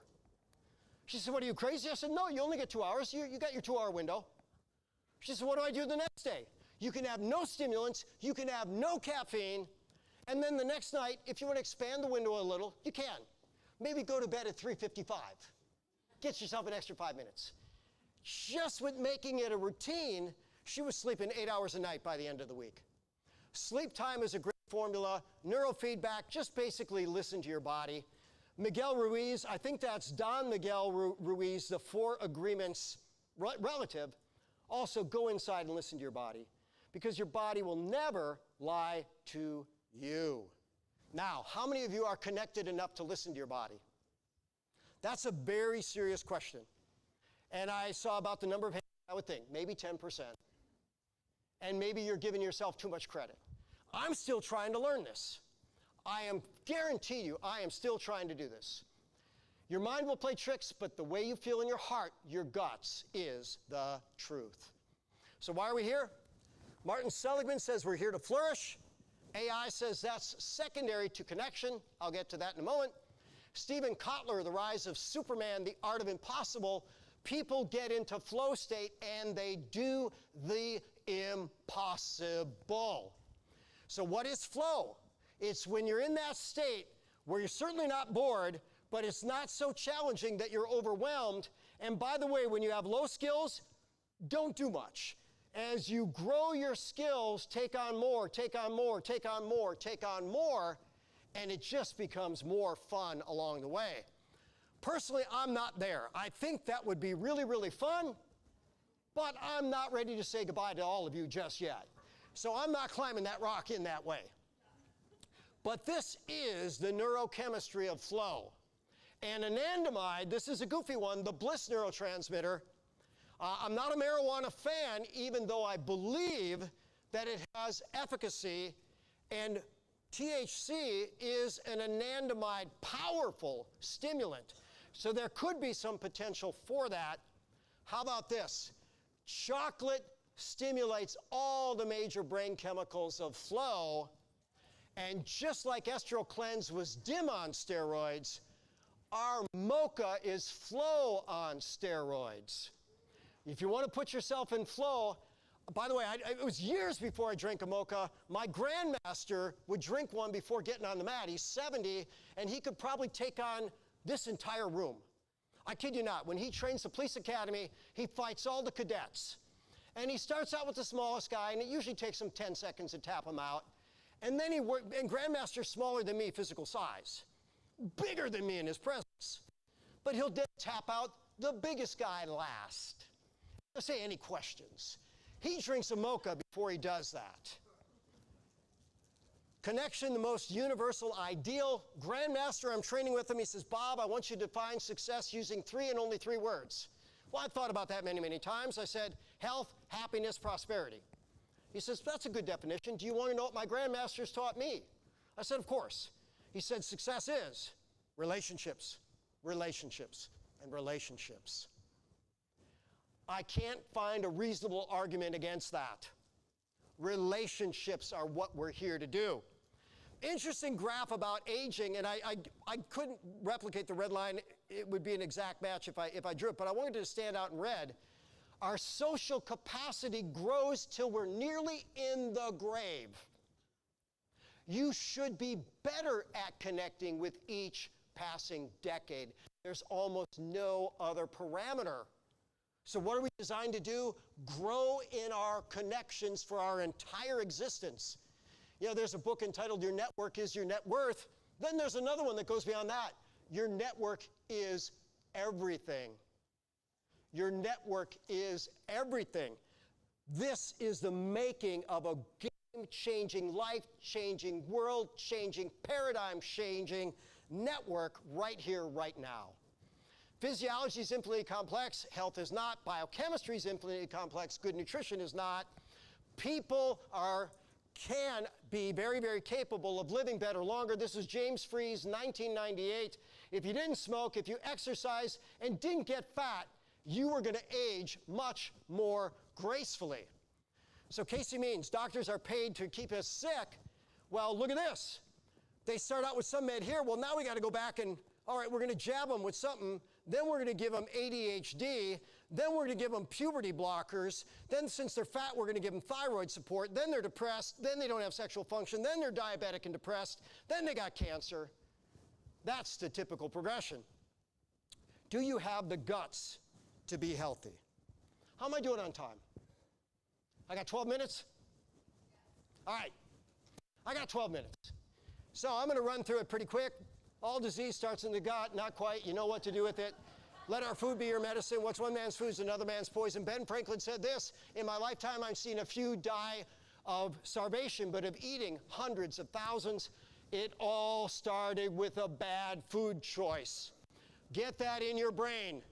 The fall of humanity started with a bad food choice. What you eat, real food, clean food, not too much, not too often, every color, every day, in a way that honors your physiology, your genetics, and your body goals, mostly plants. Jamie, you make the call. Do we open it for Q&A, or do I just go rapid fire? We have enough for Q&A. Q&A. All right, so you got the rest of the slides. Here's the deal. You already got it all. I promise you, you got it all. And here's the strange thing else. You always have had it all. You just didn't access it appropriately. I'm still working on that too. Any questions about anything at all? I'm going to call on you, Billy, because you got a beautiful smile. Any question? Well, I just hyped. NAD. So you got David St. Clair, phenomenal researcher. He says he put his 80-something-year-old dad on NAD after he lost his mother, got the life back. David St. Clair, he's the guy that was touting resveratrol as the next best thing, sold his company for $700 million to pharma, who probably either tanked resveratrol or did something else with it as an anti-aging drug. But he's making mice really old in his lab, and he really loves NAD. So I said, all right, David likes it. I'll do some NAD. So I bought $600 worth of NAD for myself and my parents, and we dosed it like he said. And guess how many of us felt any difference at all? Zip, zero, none. So then I did injectable NAD. Now, I always try on myself first. Guess how much difference I felt? Zip, zero, none. So nicotine adenine dinucleotide, a downstream metabolite of niacin B3. How many people are deficient in B vitamins? Too many. How many people can actually metabolize them properly? Not enough. But if you eat right, drink right, think right, move right, sleep right, poop right, talk right, then I'm guessing NAD is just one of those little things that maybe for somebody helps, but your body should be making it. Am I totally against it? No, it's awful doggone expensive. There's other biomolecules that we should be able to make, like CoQ10, but I'll supplement them, especially on cardiac patients. Lipoic acid, I'll supplement it on diabetic patients. Carnitine, I'll supplement that on diabetic and neuropathy patients or fat loss patients, right? We can make stuff. Sometimes we should take it supplementation. I'm not sold on it. Not even close. How about you? Are you sold on NAD? Okay, good. A comment Yeah. So we are working on an NAD formula. So it's NAD plus, and we added curcumin to it, is a trademark curcumin, and we want to bundle it up with the Super B Complete. So that'll be coming out later this spring. So what Jamie said is, I think there's something to it, but most people need more, and you're probably giving them more, I'm guessing. Yeah, you're not a one-trick pony. I get it. You're very thorough.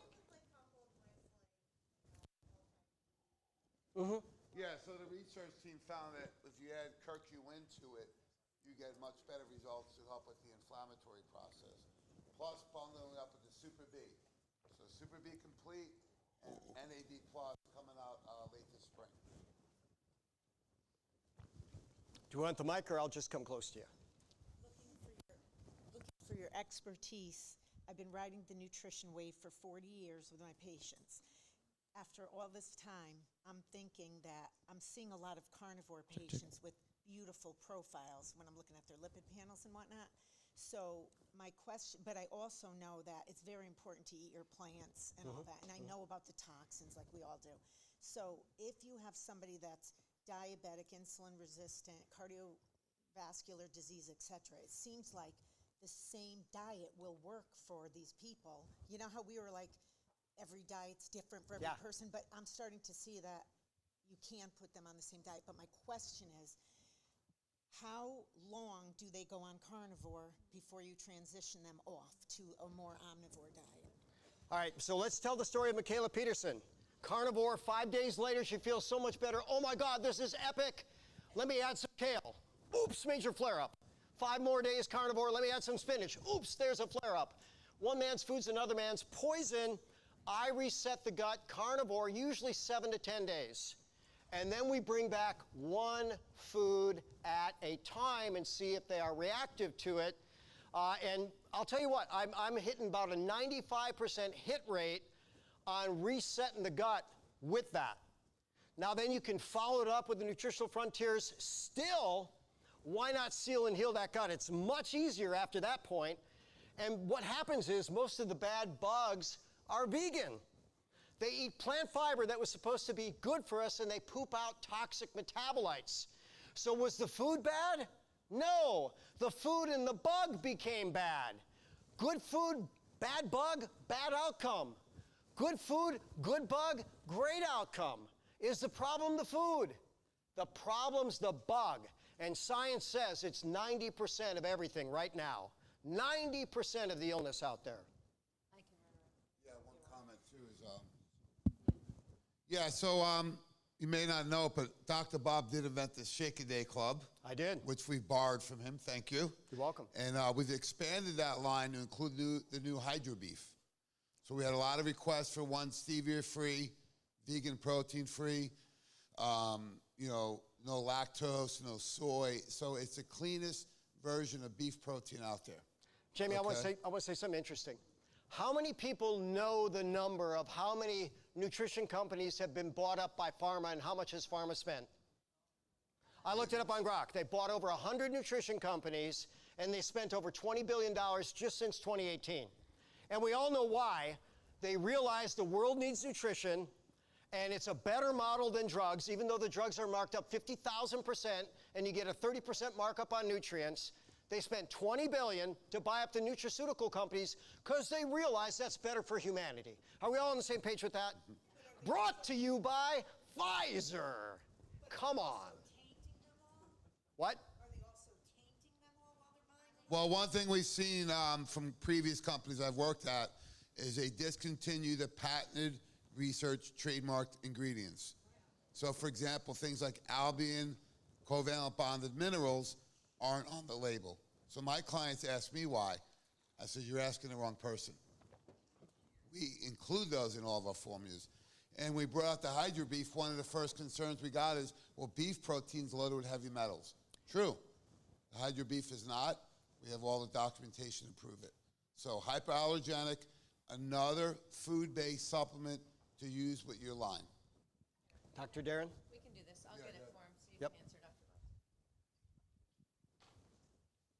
Bob. Bob, could you elaborate a little bit more on the anti-nutrient? A lot of people who, I see some of my patients very few of them that are vegan, and maybe probably by their faith or their religion or their culture.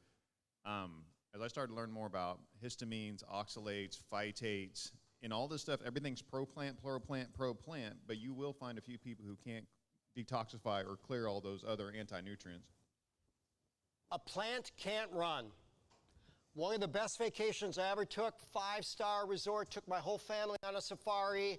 We get up first thing in the morning, we had sex education. Yeah, there's the lions mating. Quite a sight there, you know. Yeah.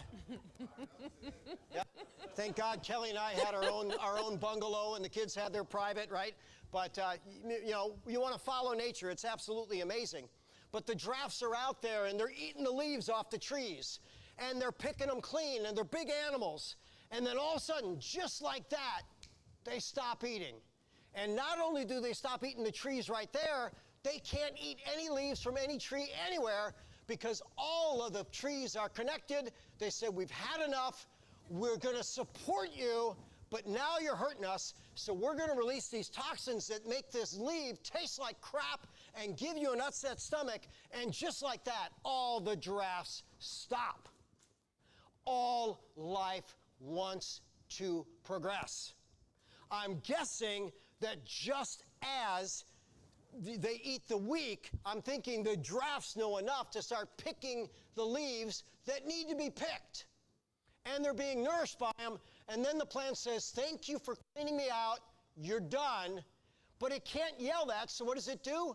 It farts, you know? And you're going to eat that. No. Well, that didn't know what that went over like a lead balloon, didn't it? Yeah, it creates a horrible toxin and says, get out of here, you know? So every plant can do that.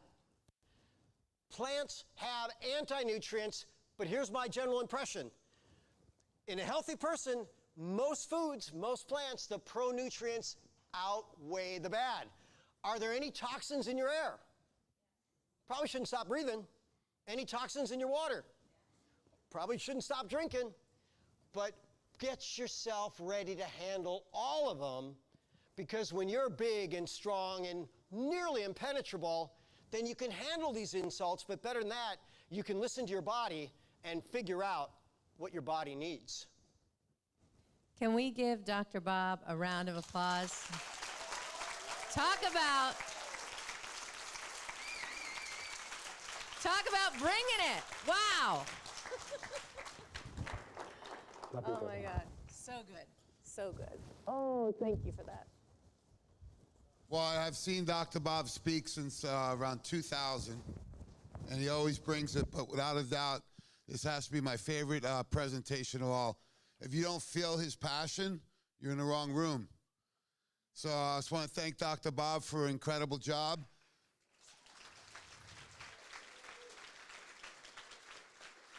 The great thing about our brand ambassadors and speakers is they don't fly in and leave right after they're done. So, of course, we'll let Dr. Bob have his break, but he'll be around all weekend to hang out and share some of his knowledge and ideas.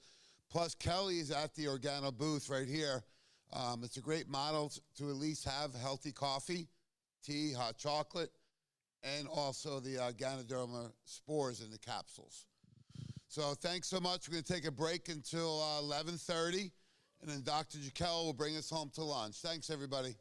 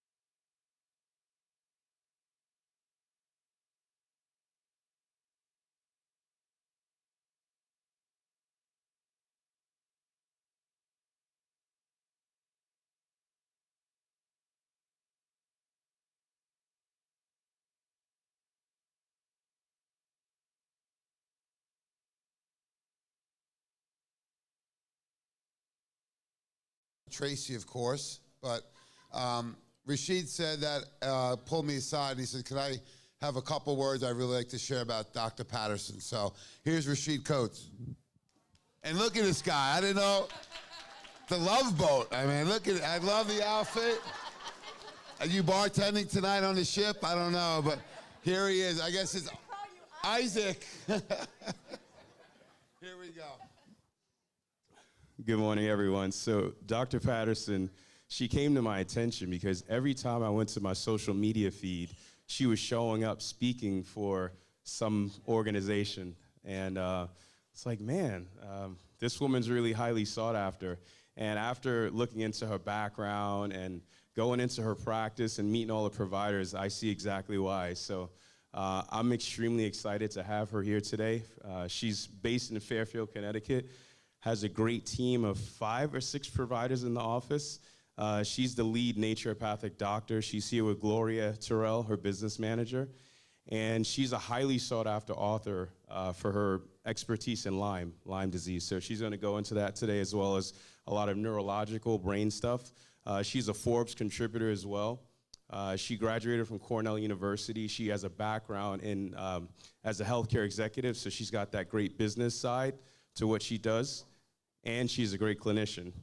So she sees a lot more than just Lyme. She's highly sought after by folks international as well, so you have a lot of people just always coming to her office, flocking to her office for her expertise. So I'm sure you're gonna get a lot of great clinical pearls, and Dr. Jekyll, it's all yours.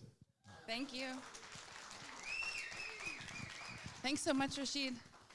Okay, so I did put real quickly, if you haven't had a chance, we created a QR code too, so that you can actually see it. I'll just show that for like 10 seconds on the phone or on your computer.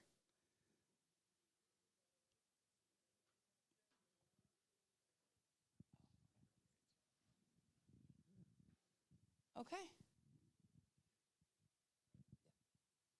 I felt like I was in church this morning, right? It was health church with Dr. Bob, so it was a lot of really good content and energy. So, okay, so what we're going to talk about is brain on fire, neurological dysfunction, and Lyme disease. So I'm going to be having some focus on Lyme disease and tick-borne infections. However, really the focus is about immune dysregulation, inflammation, and its role in psychiatric conditions. So the psychiatric conditions I'll be focusing on today will be anxiety, depression, as well as schizophrenia, and how inflammation influences all 3 conditions. And I love, actually, we'll see as you guys go, as we go through the presentation, the content that the speakers before me had, there's a lot of good overlap in terms of different perspectives by which to look at it. So who am I? Oh, actually, this is my disclaimer quickly. These, information is my own, and through case studies and research. Actually, almost all the research cited has been in the last 5 years, so it's all relevant information. Also on the Medical Advisory Board for Zymogen and Medical Director of Education for Psychiatry Redefined, and also a KOL for Orgex. So who am I? As Rashid already gave a great introduction. I am a nationally recognized naturopathic physician. I've been practicing 16 years. Also a past president of the American Association for Naturopathic Physicians. I'm Amazon bestselling author ×3. One of the most books related to Lyme was Women in Lyme, and the reason I came out with that was because I found there wasn't really any perspective on how hormones and endocrine system get affected with Lyme disease. Forbes contributor, and I myself also had Lyme disease, Babesia, as well as Bartonella. So I had all 3, and 2 of which got reactivated after I got COVID in November 2020. So that was what got me to my next book, because of the fact that my early antigen, which I know Dr. Tracy mentioned, went through the roof. My Lyme turned IgM positive, and I had all of the symptoms over again. And so we did a lot of work to kind of re-engage people on immune function, but also what you see with after COVID, after any infections, is huge increase in mental health conditions. If you look at after COVID, about 1 in 3 people that had long COVID symptoms had cognitive issues or mental health effects as a result. Okay, so So the complex interplay. So what we're going to talk about is inflammation, its role in immune dysfunction, and then its role then related to psychiatric conditions. Okay, so the agenda, so we're going to talk about Lyme, tick-borne disease. I want to see, I know we're going to have different backgrounds of information as it pertains, or background in Lyme disease, impact on inflammation and neurotransmission, as well as neurocircuits. We're going to talk about the relationship between autoimmunity and psychiatric conditions. We're also going to talk about things like treatment resistance. So the higher the level of inflammation, the more infections, the decreased ability to respond well to medications. And that's why you'll see with some patients, they need to keep increasing the medications that they're on, or they need to add more. And so we're going to talk about that. And then therapeutic strategies and what biomarkers are related. So how many of you guys have a focus here or work with patients with Lyme disease and tick-borne diseases? Okay, good. So we have about a quarter. Okay, so hopefully today this gets you at least to look at it, and I'm going to talk about some of the issues with testing and the numbers of people impacted. So we have about 500,000 people every year that are diagnosed, but we actually think that number is much higher because if you look at testing by way of conventional testing, about 58% of the tests are actually false negative. So you typically are going to have to do more of the Lyme literate labs, and the reason is with this test, they usually test for something called B31, Borrelia burgdorferi, but there are actually many different subspecies. In fact, NIH got a grant for over $30 million 2 years ago just to do the research on these higher increasing rate of ticks and all of these subspecies that were coming up. So if you're doing a test through Quest or LabCorp and you're only testing for one subspecies, that they might not show up. Also, there's regionality to it. So you have things like Borrelia fzella, which is more in California, and Myomete, and all these different strains that can be regional that don't get picked up in the test. So one of the reasons I think the warming climate has increased emergence, it's doubled since 1991, and in the past century, the number of new infectious diseases each year has quadrupled with yearly outbreaks. So the normal transmission time is 36 to 48 hours, but certain viruses like Powassan virus can transmit as quickly as 15 minutes. So the reason I want to note that is a lot of people will say, oh, I went out for a hike, I found the tick, I removed it, so I'm good because it's only an hour or two, but it's actually been shown to transmit faster, within 4 hours. So that's just a note, especially when people don't think they have it. So making sure if they collect it, rather than freaking out and throwing it away, if they can collect it, you can actually send it to the local health department or some of these tick-borne companies testing to actually find out if you're positive. So this is just a regional map, and the reason I wanted to show this was because many people think of Lyme disease like it was found in Connecticut, that it's only in Connecticut, New Jersey, and New Jersey, Massachusetts. But as you can see, the map on the green, that is not the case. You have it throughout the country. Almost all 50 states have it, and that's one of the reasons why I end up seeing patients throughout the country for it, because many of the doctors just don't even work that up. They don't even consider it in their diagnosis because they don't think it exists there.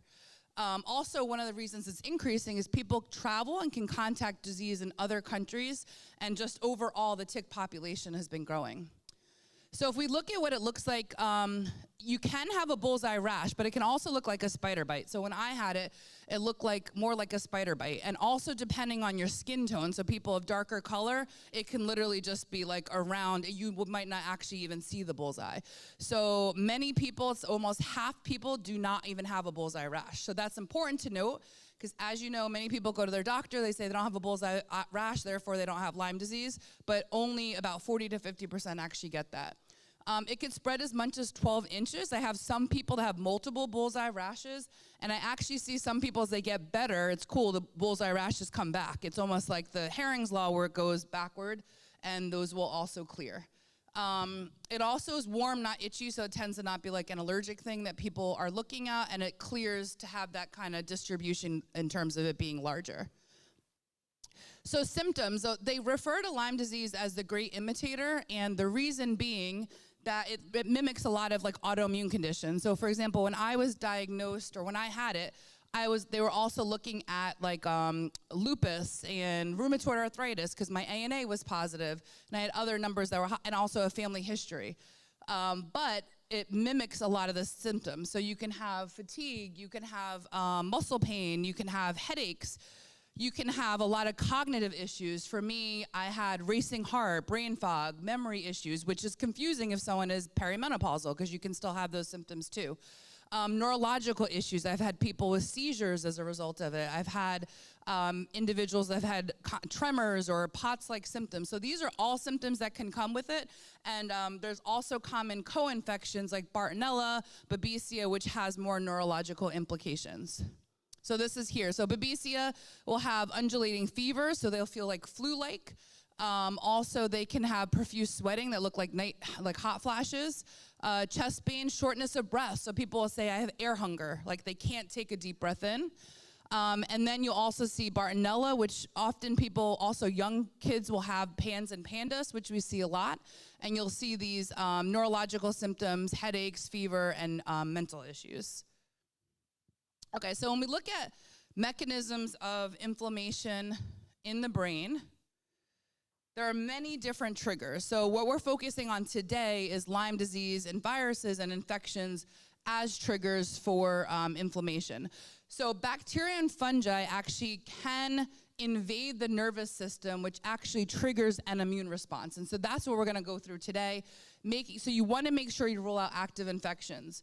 The other reasons are autoimmune disorders. So for autoimmune disorders, actually most people with an autoimmune condition have 2 chronic and persistent infections. So you have a patient with autoimmune conditions, want to make sure to look at infections because most will have 2 chronic infections that have not been addressed and have shown to help to initiate other autoimmune conditions like EBV with lupus, Proteus in EBV with rheumatoid arthritis. So Hashimoto's. So you'll see sometimes if you're working with a person, you get rid of the infection, you'll see sometimes those autoimmune markers will actually go down too, or clear. I've had many patients with rheumatoid arthritis. We work with them, they never got worked up for Lyme, treat them for Lyme, and never again does their rheumatoid factor show positive and they're off their medication. Traumatic brain injury, so obviously that's another one, TBI. Chronic stress, so chronic stress actually dysregulates the HPA axis. It causes an issue with the immune function and promotes inflammation, and particularly implicated in depression and anxiety. The toxic exposures that have been connected are lead and mercury and air pollution, like arsenic. So particularly for your patients that are in urban areas, air pollution can be an effect. Ischemia, stroke, obviously metabolic disorders, as the chronicity as well as aging. These are all reasons to trigger up neuroinflammation. So what happens? So you have the blood-brain barrier, and basically the blood-brain barrier helps to separate the brain from peripheral circulation. It's this kind of armor to keep things out. So it's composed of things like the glycocalyx, the endothelial cells, parasites, and what's called the astrocytic envelope. And the barrier, if it becomes leaky over time from constant neuroinflammation, constant triggers with things like infections like Lyme disease, you'll have these tight barriers, just like how you have in the gut, that get weaker. And so for the most part, 98 to 100% will stay out. But the more and more damage to the brain and the tight barrier of these endothelial cells, you'll see that the barrier becomes more permeable. So blood-brain barrier disruption can cause ion dysregulation, edema, and neuroinflammation. And the ApoE4 genotype that we look at a lot for Alzheimer's is shown to be linked to localized blood-brain barrier leakage as well. So this is just a schematic here of what that looks like. So on the top, you have the healthy state of a brain and how it should look. You have the white blood cell traffic going through, solute leakage. This is from systemic inflammation, and then eventually structural damage. So what happens is, again, these higher levels of systemic inflammation, particularly with chronicity. So the most important thing is the significance of it. It's highly acute, and if there's a chronicity to it, it creates permeability with the blood-brain barrier, and it increases these lymphocytes, which causes this infiltration of these innate immune cells. And endothelial cells also respond to inflammatory mediators. So you have interleukin-1 beta, you have interleukin-6, tumor necrosis factor, and cyclophilin that go up due to these signal changes and direct damage to the blood-brain barrier. So in terms of infections role, so there's infections connected outside of Lyme for things like viral diseases and anxiety and depression. You'll see influenza A, you'll see varicella zoster, HSV, HIV and AIDS and hepatitis C. Those two have been connected with like Parkinson's and Alzheimer's. COVID-19 infection, you'll see, that's why we saw that increase in mental health, particularly for adolescents. And tick-borne diseases have shown symptoms in studies of significant anxiety and depression months and years post-treatment, and even worse for women. About 83% of the individuals, chronic Lyme symptoms are women, if you look at the Lyme the data. And the challenges, in sometimes in healthcare, women's current concerns get dismissed and maybe not fully looked up as it pertains to tick-borne disease, and might look at it just as mental health or some other things rather than a continuation of actually getting these infection. PANS and pandas, so this is a one that happens with kids, triggered up by strep or mycoplasma or Bartonella, which is a neuropsychiatric syndrome. That's something we see in the office where all of a sudden there's an acuity where a kid will have OCD, tics, anxiety, insomnia, mood, behavioral regression, where overnight the parent will say, my kid, I remember my first case, they were like, my kid went into the shower and they came back, it was like a different kid. They were scared of the soap, they were scared of food they ate. You'll see like weight loss, restrictive eating, and it'll often be after an infection. And then parasites and bacterial can contribute to mental illness. So you have Taenia sodium and Toxoplasma gondii are also connected with schizophrenia. Okay, so what actually happens? So we have the activation of microglia. So we have astrocytes, but you'll see is activation of microglia is the hallmark of brain pathology. So their work is brain macrophages, so they come in to like clear out basically the debris. The challenge is, inflammation is good, but the challenge is if it's constantly getting tapped into and needed to clear out inflammation. So if there's this chronic activation, it's going to become, less like successful in clearing it because it's having too much work to do, basically. So it's expressed along the wide array of immune receptors. So we have PRRs, and then we have what's called PAMPs, the pathogen-associated molecular patterns, and the TLR, which is the toll-like receptors. And it also is expressed microglia on neurotransmitters like GABA, glutamate, dopaminergic, and cholinergic receptors. And again, those pro-inflammatory and anti-inflammatory cytokines that are impacted, IL-6, interferon, tumor necrosis factor, IL-1 beta, IL-10. IL-10 and IL-4 are actually anti-inflammatory, so you'll see that those numbers will go down, and IL-10 actually helps to increase up dopamine. So when you see there's inflammation, people's IL-10 will go down and their dopamine goes down as well. Okay, so this is just here quickly. So infection of any type, there's an increase in neuroinflammation by the altered presence of endothelial 1. So you'll see this higher, I talked about the blood-brain barrier being composed of those endothelial cells. You'll have an increase of what's called endothelial 1, which helps to maintain, again, that barrier of the blood-brain barrier. And then these are some other infections. So you see, I can never say this one, Porphyromonas gingivalis, which is a dental, this is one of the ones they actually use that have been connected with things like dementia in high amounts in people's mouth. And so that's one that's in the oral cavity. And so these are some other infections. Chlamydia pneumoniae also has an issue with actually altering the blood-brain barrier as well. Okay, so the most important thing, as I mentioned before, is intensity and the chronicity.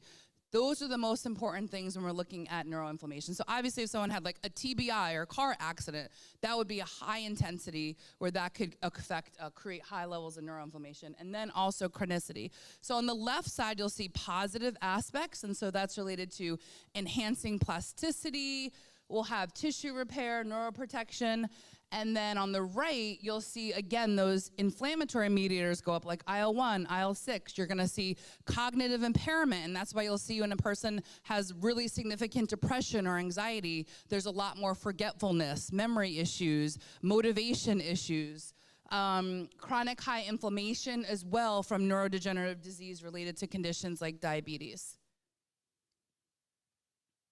Okay, so you have this regulation of these signals. So the microglia are responsible for many different, like basically intracellular cascades. So we have glutamate, GABA, cholinergic receptors. We have production of pro and anti-nociceptive factors.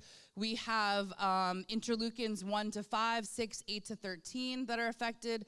Toll-like receptors 9. And then we also have things like interferons and tumor necrosis factor. There are key biomarkers that we'll go through, which are the most important ones when you guys are testing. Okay, so neurotransmitters play a role in peripheral immune function and immune cell recruitment, so bringing the immune cells to the actual area. So inflammation, when you have inflammation, it actually decreases the release of dopamine. So dopamine release is decreased, and when you look at a lot of mental health conditions like schizophrenia, depression, you'll have lower levels of dopamine. If you look at things like ADD and ADHD, there's typically an imbalance with things like dopamine. So dopamine is actually an anti-inflammatory and effect on the microglia, and as I mentioned before, IL-10 actually helps to enhance it. And what you'll also see is this alteration of GABA and glutamate. So GABA is anti-inflammatory, protective, as we know, good for anxiety, but high levels of glutamate are actually excitatory, they're more excitatory, and so they'll actually over time cause neuronal damage and neuronal dysfunction if it's in high amounts. So what you'll see with inflammation as this ratio of GABA to glutamate actually gets altered, and it's more predominant in things like glutamate.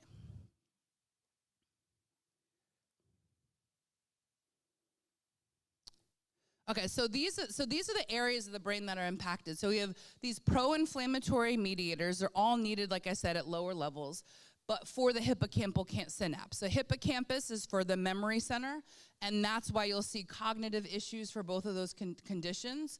So IL-17, interferon gamma, and interleukin-1 beta cause an impairment and disconnection of that network, which is more anti-inflammatory. And then IL-4 and IL-10 actually help to repair. It helps with synaptic plasticity, help with repairing and restoration of network.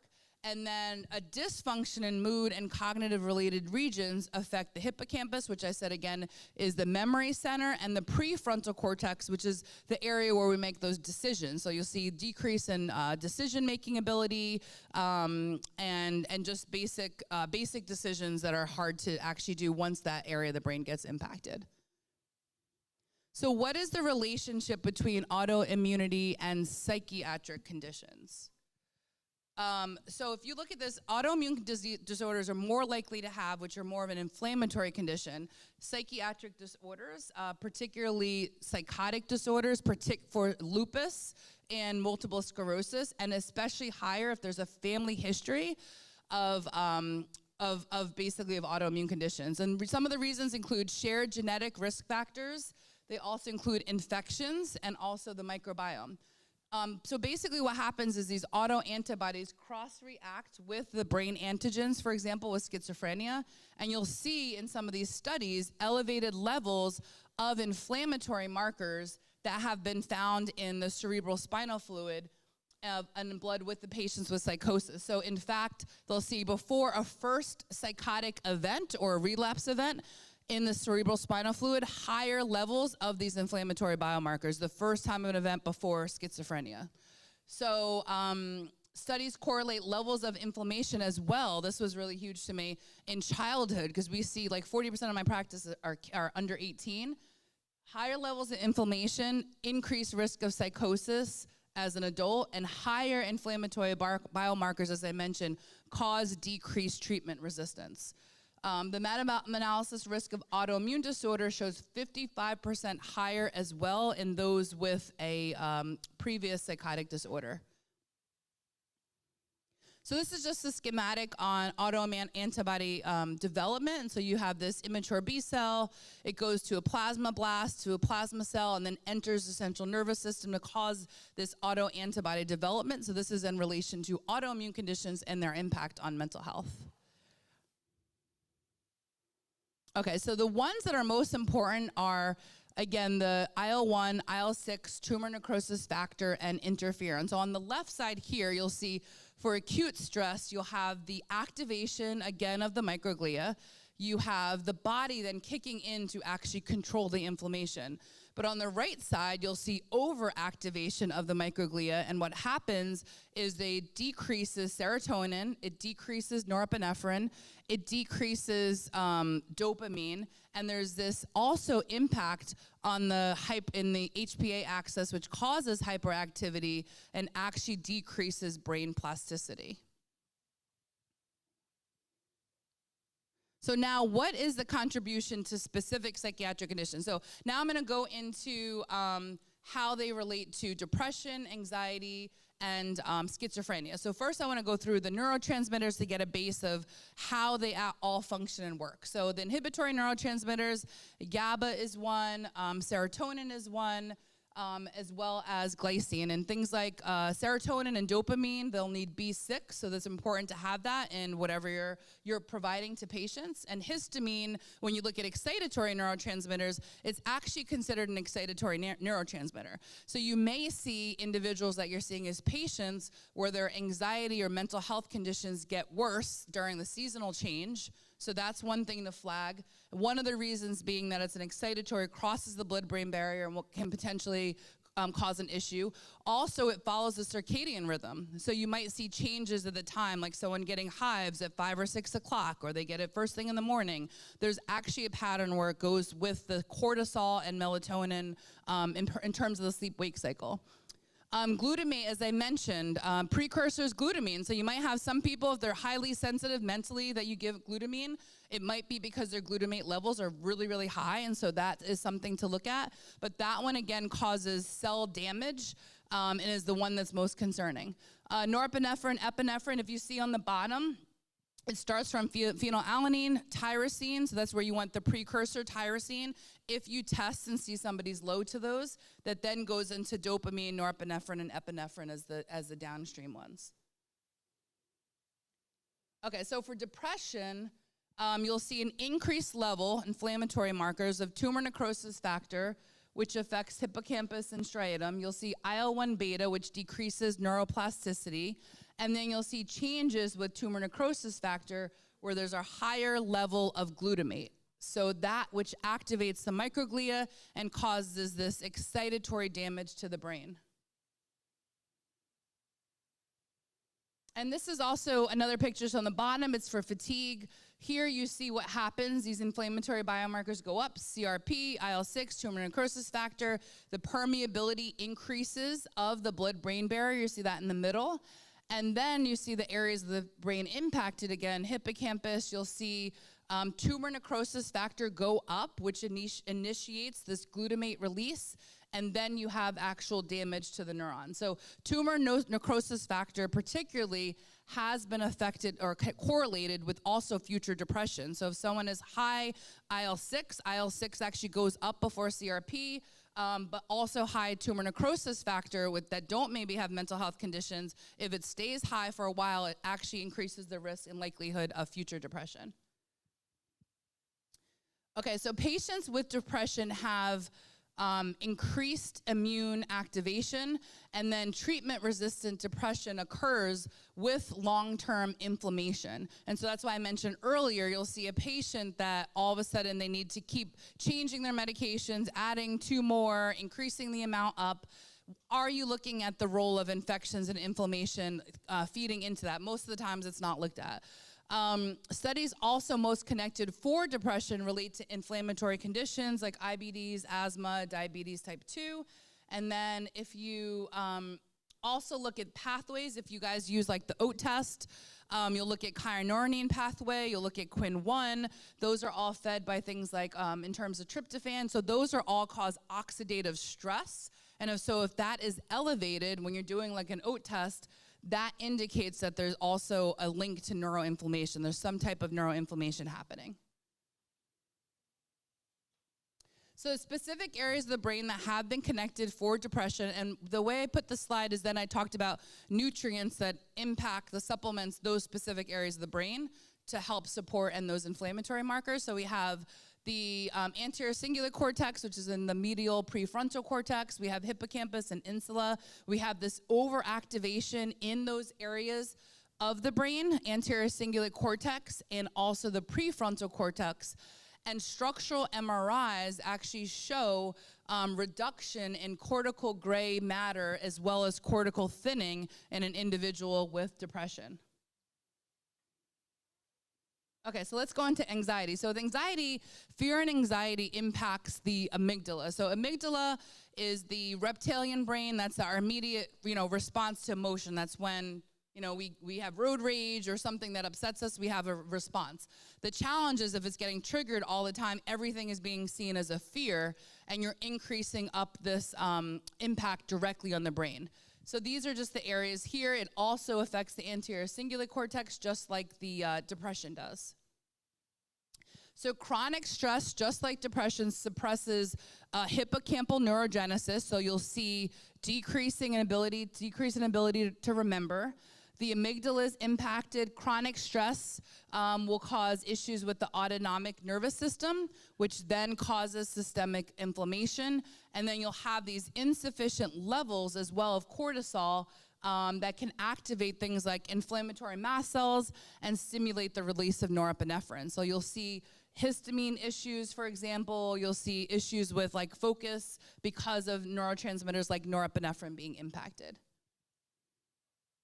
So what they know in the studies is that CRP increases for anxiety, followed by IL-6 secretion for those with generalized anxiety disorder, panic disorder, as well as agoraphobia. You'll see a decrease in IL-2. You'll see a decrease in IL-4, which I mentioned is actually protective. And then you'll see an increase in tumor necrosis factor, which leads into increasing glutamate. Now, for schizophrenia, there's shown an altered metabolism of tryptophan and also synthesis of glutamate, GABA, and dopamine, more connected with dopamine. And as I mentioned with schizophrenia, the first psychotic episode has shown a decrease in the studies in IL-10 and IL-4, which I mentioned again are protective and anti-inflammatory. Those markers will actually go down, and you'll see an increase in IL-6. This is for a first psychotic episode. Also, IL-6, tumor necrosis factor, alpha, and interferon gamma have been also connected with higher risk of subclinical psychotic symptoms. So this is just showing the redox dysregulation, oxidative stress, the relationship between glutamate, like altered glutamate and GABA balance, and also dopamine, which results in ultimately these psychotic symptoms. So there's a huge interplay between stress and inflammation in the brain. NF-kappa B, COX-2, and MMP9, which is also connected with things like connective tissue, rheumatoid arthritis, is stimulated through the ROS signaling and astrocytes. We have this reduction in glutathione levels, and then the negative symptoms may be correlated with dysfunctional glutamatergic pathway that is modulated by the NMDA receptors. Okay, so these are some for you guys to know, and I'm going to give you a link at the end of some tests that you want to look to work up for patients. So these are the ones that you can do in labs that are most key for inflammatory biomarkers. So we have IL-6 again, we have CRP, IL-10, IL-12. ESR will go up too, but it usually follows up after CRP. And the studies show that CRP levels, because they usually have a range that's actually even higher than 3, but CRP levels greater than 3 has been shown in individuals that are 25 to 40% of individuals with depression. So their CRP will often be greater than 3. As I mentioned, higher CRP levels have been connected with treatment resistance for antidepressants, as well as poor clinical outcomes for schizophrenia. You'll see also TNF alpha levels significantly higher in patients with treatment-resistant depression. And you'll also have this dysregulation of the JAK-STAT pathway, which helps to modulate inflammation in our body. So what do we do now? I said a lot, and now what we're going to do now, and I'm going to talk about some products that I commonly use. So as I mentioned, histamine tolerance, that can play a role, especially if you see some seasonality to it. And there's growing research on pollution's impact on inducing inflammation and oxidative stress on the brain. So much so that they've shown even short-term exposure to air pollution had an increased risk of outpatient visits for depression and hospitalizations. So short-term exposure to air pollution, increasing rate of outpatient visits for depression. Heavy metal exposures, cadmium, mercury, lead, chromium, sulfur, and arsenic. I mentioned arsenic is often in things like air pollution. Vitamin E and zinc actually help to ameliorate that anxiety due to heavy metal exposure. And also toxic mold. So many of our patients have mold too. Many patients with Lyme disease will have mold added onto that. Has been also linked to anxiety, depression, and also having cognitive effects.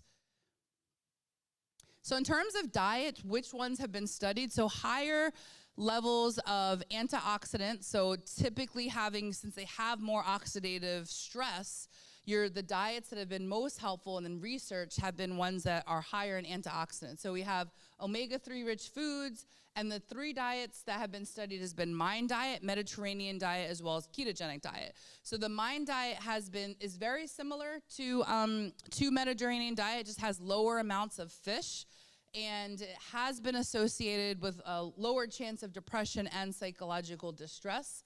Mediterranean diet has also shown to have protective effects on anxiety and stress, and ketogenic diet has been shown to help with neurotransmitter function and brain metabolism, as well as helping with, obviously, with lipid profiles, weight loss, etc.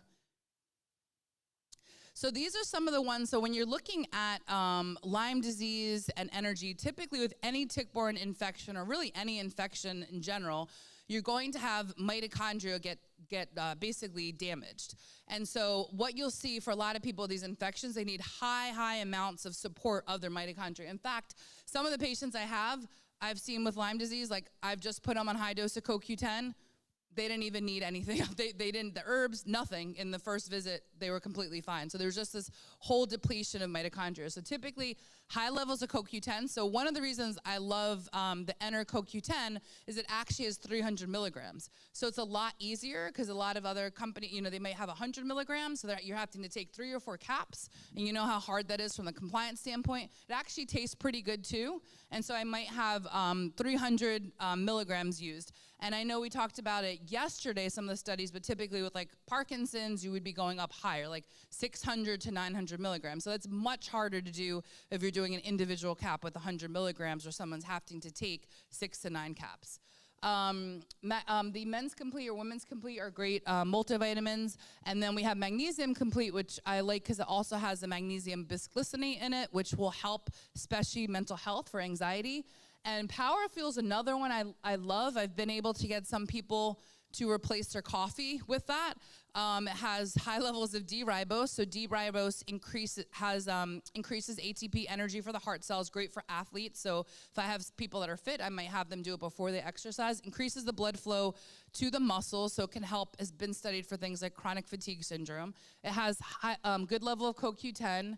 DMG has all the amino acids, things like L-carnitine, L-arginine, rhodiola. So rhodiola we'll talk about later, but that also is a great adaptogen for physical stamina. So Power Fuel's great, so I'll have them do that 1 or 2 times a day. It has a lot of like the amino acids we need, and also a lot of things for mitochondria support. Okay, so for sleep, I know we've talked about sleep, but for sleep, when we look at mental health, there's actually a bi-directional relationship. So much so, the studies have found that insomnia during adolescence is a significant predictor of later adult depression. So, and you'll see that with my kids with PANS and PANDAS infections, or my kids on the spectrum, where there's a lot of disruptions in sleep. It actually is a huge predictor of future depression. Also, not even that, also PTSD, and also is even connected to suicidality when they're older. And as we know, that's one of the higher causes of death, especially for like young, pretty much like teenagers up until 21. Also, factors increase social connectedness. So I know we talked about, I think Dr. Tracy was talking about hugging, connection with people, individuals. We talk, and that's really important in terms of having a community and network, because when they did the studies of the blue zones, One of the big pieces, one of the factors was they're just having a community and a family that they're around at houses where there's multiple, let's say, families in a house. So that allows more positive coping and increased intervention for early help, because the more connection you have, the more likelihood you're going to be able to get help sooner. And actually, decreased social support has shown to be an antecedent for schizophrenia. So think about, like, how do you guys incorporate that in your practice? I know for us, we just got a new building. We have, as you said, like 9 doctors. And one of the biggest things, we had conference room and we basically have these groups so that people can connect either virtually or in person.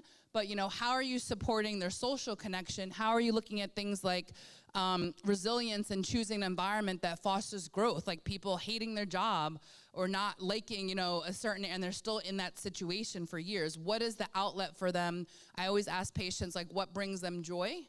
So is there something that can be incorporated every day if their current environment does not foster growth as a positive factor, because that is a huge factor as it pertains to mental health. Resilience and choosing an environment that fosters growth, purpose in life, and these also come up in things like the blue zone. Like, if you look at those studies, like in United States, it's like you retire and then you're done. In other countries, they're continuing to, in the blue zones, continuing to be active, passionate part of the community. So having a purpose is hugely important for your entirety of your life, especially for even things like dementia, anxiety, and depression. And then mindfulness-based stress reduction has also been heavily studied in terms of meditation. Okay, so this is some other lifestyle stuff. So forest bathing. So I think this is kind of neat. So this is a study conducted in Japan where they did forest bathing for 3 days, and they actually studied their blood and urine, and they were sampled on days 2 and 3 of the trip, but then they also sampled it in 7 and 30. What they found was on the day that they actually were forest bathing, the natural killer activity was much higher. So their immune system was stronger, and this actually showed its effect even 30 days after the trip. So the importance of, grounding, being outside, actually study here and showing its benefit on actually the immune function. So sauna, I know we've talked about sauna, and I want to talk about cold plunge because I know that came up, I think, yesterday. So sauna, this study was in Finland that showed over 2,000, it was all men though, but just as a factor. So 2,000 men studied over 25 years. So it's a big, pretty long study, over 2,000 men. And they actually did the sauna from 1 to 7 times per week. So we have the sauna in the back if you guys haven't had a chance to do it. And the temperature was, on average with the studies, anywhere between like 150 to 170 degrees. And the more frequent they did it, about 20 to 30 minutes, the lower levels of CRP, and also the decrease, there's an inverse relationship with mental health conditions. So the more frequent they had sauna as a regular and consistent basis, the decrease in CRP levels, and also future risk of psychotic disorders.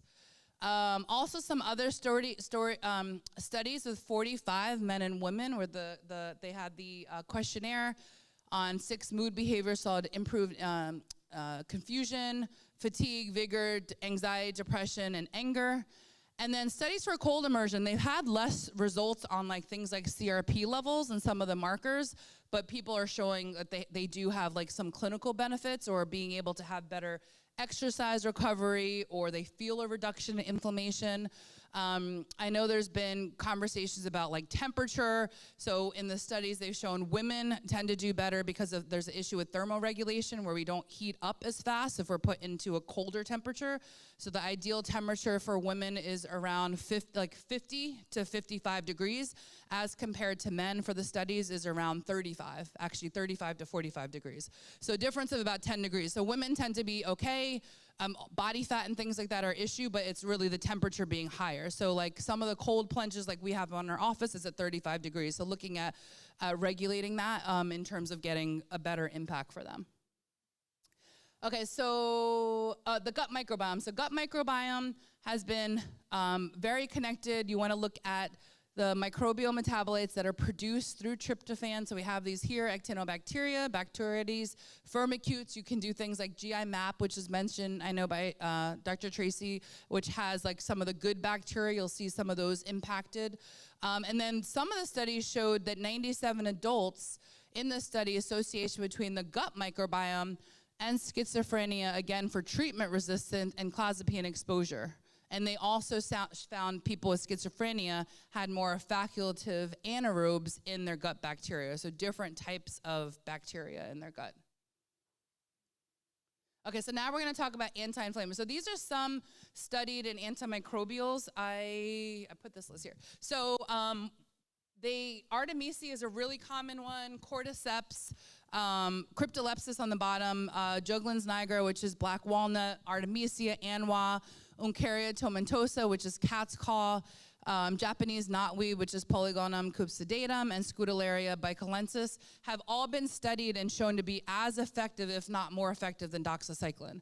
So in many studies, so this is, and also really good for stationary phase, which is like slow growing. So this is great for people that have long persistent Lyme disease. And also one of the other formulas, so microgon has things like lomatium, usnea, black walnut. So those are all antimicrobials that I look at when we're working with patients. And the other thing that's really important to address with any infections, especially Lyme disease, is what's called biofilm. So Borrelia species has these persisters. So interestingly, the most common antibiotics like doxycycline that are used will get it into what's called slow growing form, meaning it's then harder to treat as a result of being on those antibiotics. And a lot of them are also yeast forming. So you'll see like higher levels of candida and yeast after someone's on antibiotics long term. So you need to look at things like Saccharomyces. And so it'll actually, significant antibiotic treatment helps to convert it into motile replicating, which is more favorable for growth. So it's actually harder, and that's why you have to keep changing up the antibiotics frequently. So you want to make sure people are in biofilm, which actually helps to take away those colonies to be able to make the antibiotics or the supplements or nutrients that you're giving them more effective. So stevia is one that's been studied to be equivalent to triple combination antibiotics and helps to eliminate both log phase spirochetes and persisters. And some of the essential oils that have been studied, oregano oil, cinnamon bark, garlic, and clove for stationary phase and biofilms as compared to daptomycin. So nattokinase plus, for example, is something for biofilm. So what they'll call them is like biofilm busters. And so that has some key ones, rutin, nattokinase, serrapeptidase. So those are very common ones to nattokinase especially. So what's great about this blend is it includes other things like bromelain and serrapeptase to help with the biofilms. Okay, so we look at anti-inflammatories. That's really hugely important for infections and for mental health. The most studies actually for turmeric, I always knew of when I first started looking at turmeric, like for cancer and for just pain, but it's actually been heavily studied for depression. There's more studies on it for anything for depression.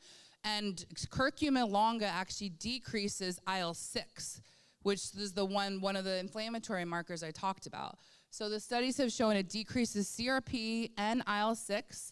And also studies have shown regular dietary consumption increases stress resilience by 4.5 times. Flavonoids, there's 11 studies shown that demonstrate a significant effect on depression and anxiety with symptom reduction for greater than 8 weeks. And then ginger. So I love to look at things where we can combine it together. Ginger not only helping with pain and inflammation, but also helping with things like your serotonin, helping with having a favorable profile to serotonin levels, and also helping with histamine. Uncaria tomentosa, which is cat's claw, that is helpful to protect against oxidative stress and inhibition of TNF alpha and activation of NF kappa B. So again, I mentioned these are all the biomarkers I was talking about earlier with the presentation. So cat's claw is one, and it's also great if you have a patient with an autoimmune condition like a rheumatoid arthritis. Borage oil. So borage oil is something I commonly give for individuals like drier skin or perimenopausal women.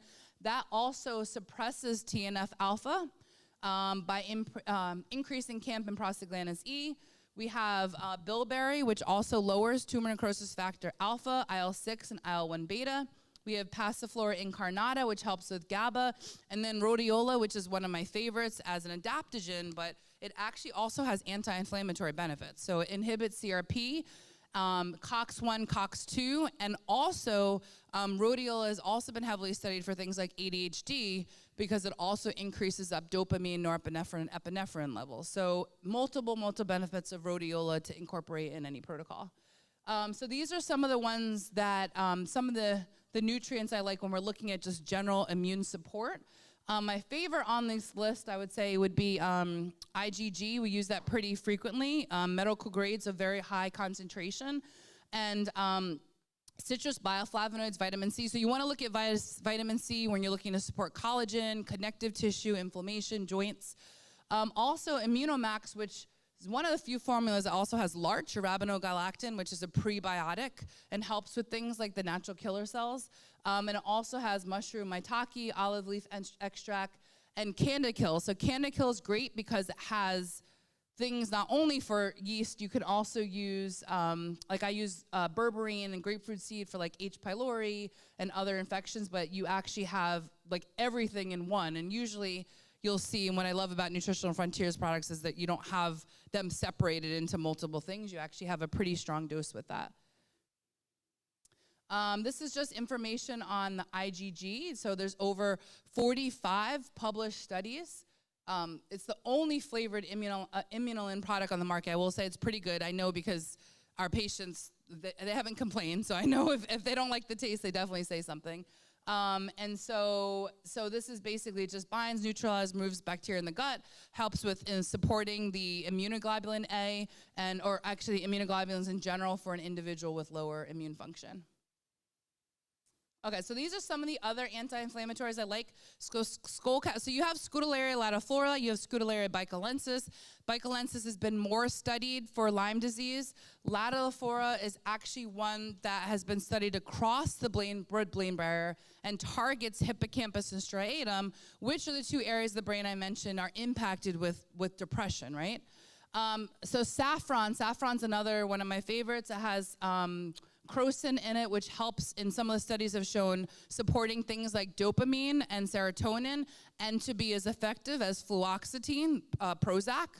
So looking at that, but not only does it help with having a profile similar to it, it also helps to regulate the expression of SIRT1 and 2, and NRF2 downregulation, NF-kappa B, which helps with decreasing the glutamate, and then also inhibits COX-2. NAC is a common one used for OCD, and I use this a lot for some of the kids I have on the spectrum. It controls the NMDA synaptic receptors and helps also in studies with schizophrenia if there's higher levels of oxidative stress. We also have omega-3 anti-inflammatory benefits, and those are high in antioxidants, rich in CRP levels. And we look at CBD, the one that has been connected with improving depression and anxiety have been CBG that work against the CB1 and CB2 receptor, and also impacts COX-1, COX-2, and then serotonin receptors as well. Okay, so this is some information. So SPMs, which are great, especially when we're looking at inflammation, because the omegas work, but SPM is better at targeting and regulating inflammation. Calm Day has the GABA, pantothenic acid. So you look at when it looks to anxiety, B6, B12, folic acid, brain poo. So Bacopa, phosphatidylserine, and choline. These are great, especially for my patients that are having like brain fog. Phosphatidylserine and choline are also been studied, especially phosphatidylserine specifically, to decrease cortisol. So if I have someone with high cortisol levels, I might, like at night, I might put them on this because it also improves the quality of the sleep. Phosphatidylserine and choline also help with brain plasticity. So that has been studied for dementia as well as ADHD, but helps a lot with my patients like this kind of formula for things like brain fog.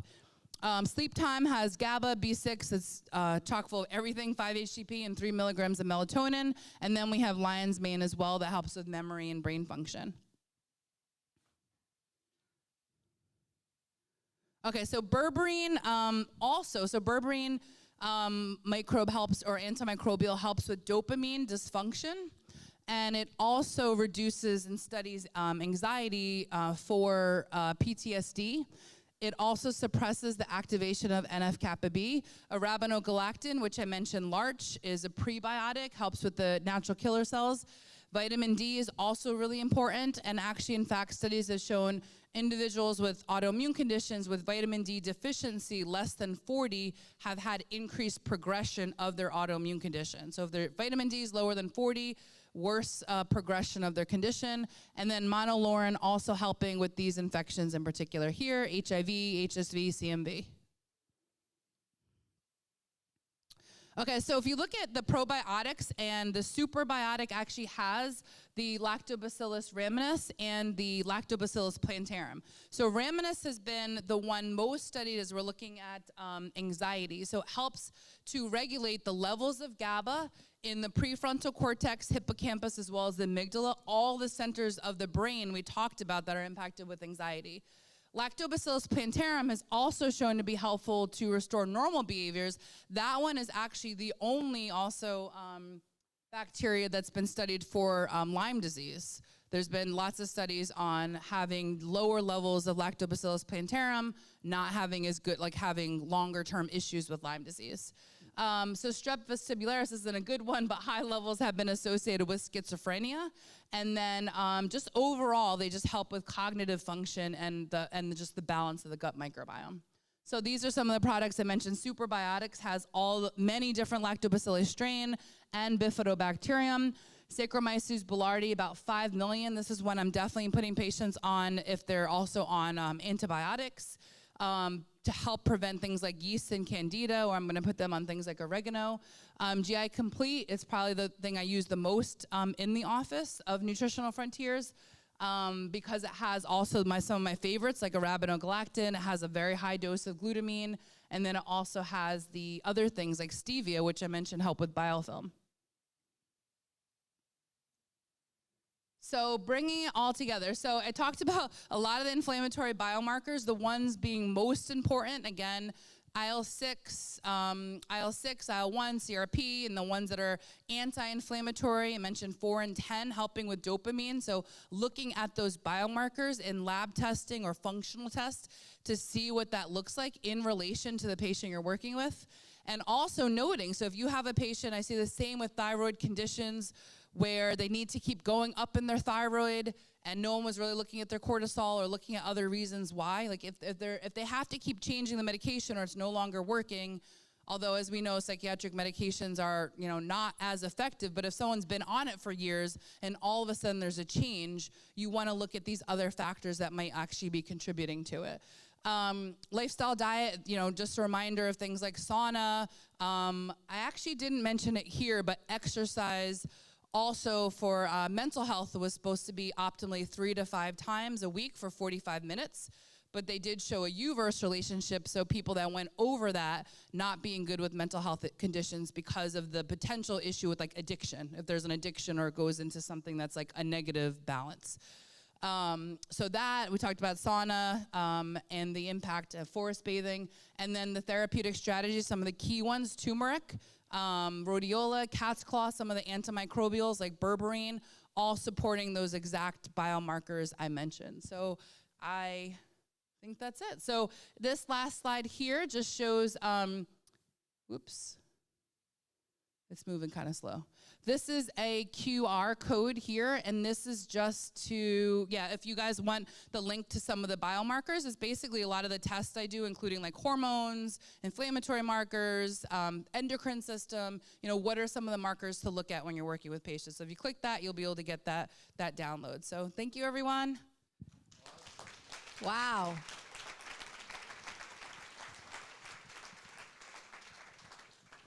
Before you leave, do we have any questions for Dr. Jacal? I had a feeling. Hold on. There was so much good information. Thank you. And just so you know, we will have all of the presentations sent to you next week with a link. I know some of you have asked for them ahead of time, and it's quite a challenge to get our presenters to give us their presentations in advance. Hint, hint. So one of the things that we do is we provide a link afterwards so that you'll have access to all of those, okay? And I know, Dr. Bob flips through about 200 in about 30 seconds. So here we go. Hey Hey, thank you very much for your presentation. A question, I have experienced along with you just a lot of uptick in Lyme, as we talked about, with especially long COVID, and just really difficult to treat afterwards. You know, I treat it with the Cowden's protocol, and then I'll treat with doxycycline. But can you give me some information with like methylene blue? I've found that methylene blue has really been helpful with a lot of my patients, especially long-term, and just keeping them on that. And what's your experience with that? Yeah, so we've had patients on methylene blue. It's great for the mitochondria, so that could be supportive. It's one of the reasons what you just talked about, COVID, and then the infections, why I did that other book, Long COVID, because myself, when I got COVID, all my infections turned positive as though like I just had it. So for many of my patients, I kind of go super high dose on immune function, like vitamin D, I'm going up to like 30,000.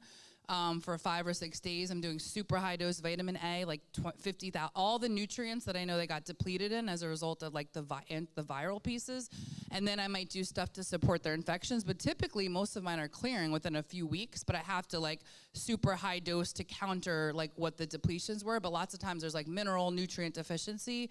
As a result, iron was a common one too if you test iron and ferritin by itself, because ferritin is also an inflammatory marker. So you'll see that go up right after COVID and then drop down to nothing, and that's why they're tired and no one tested the iron levels. So I found personally it was a lot of like nutrient and mineral deficiencies that we had to kind of reestablish at a high amount.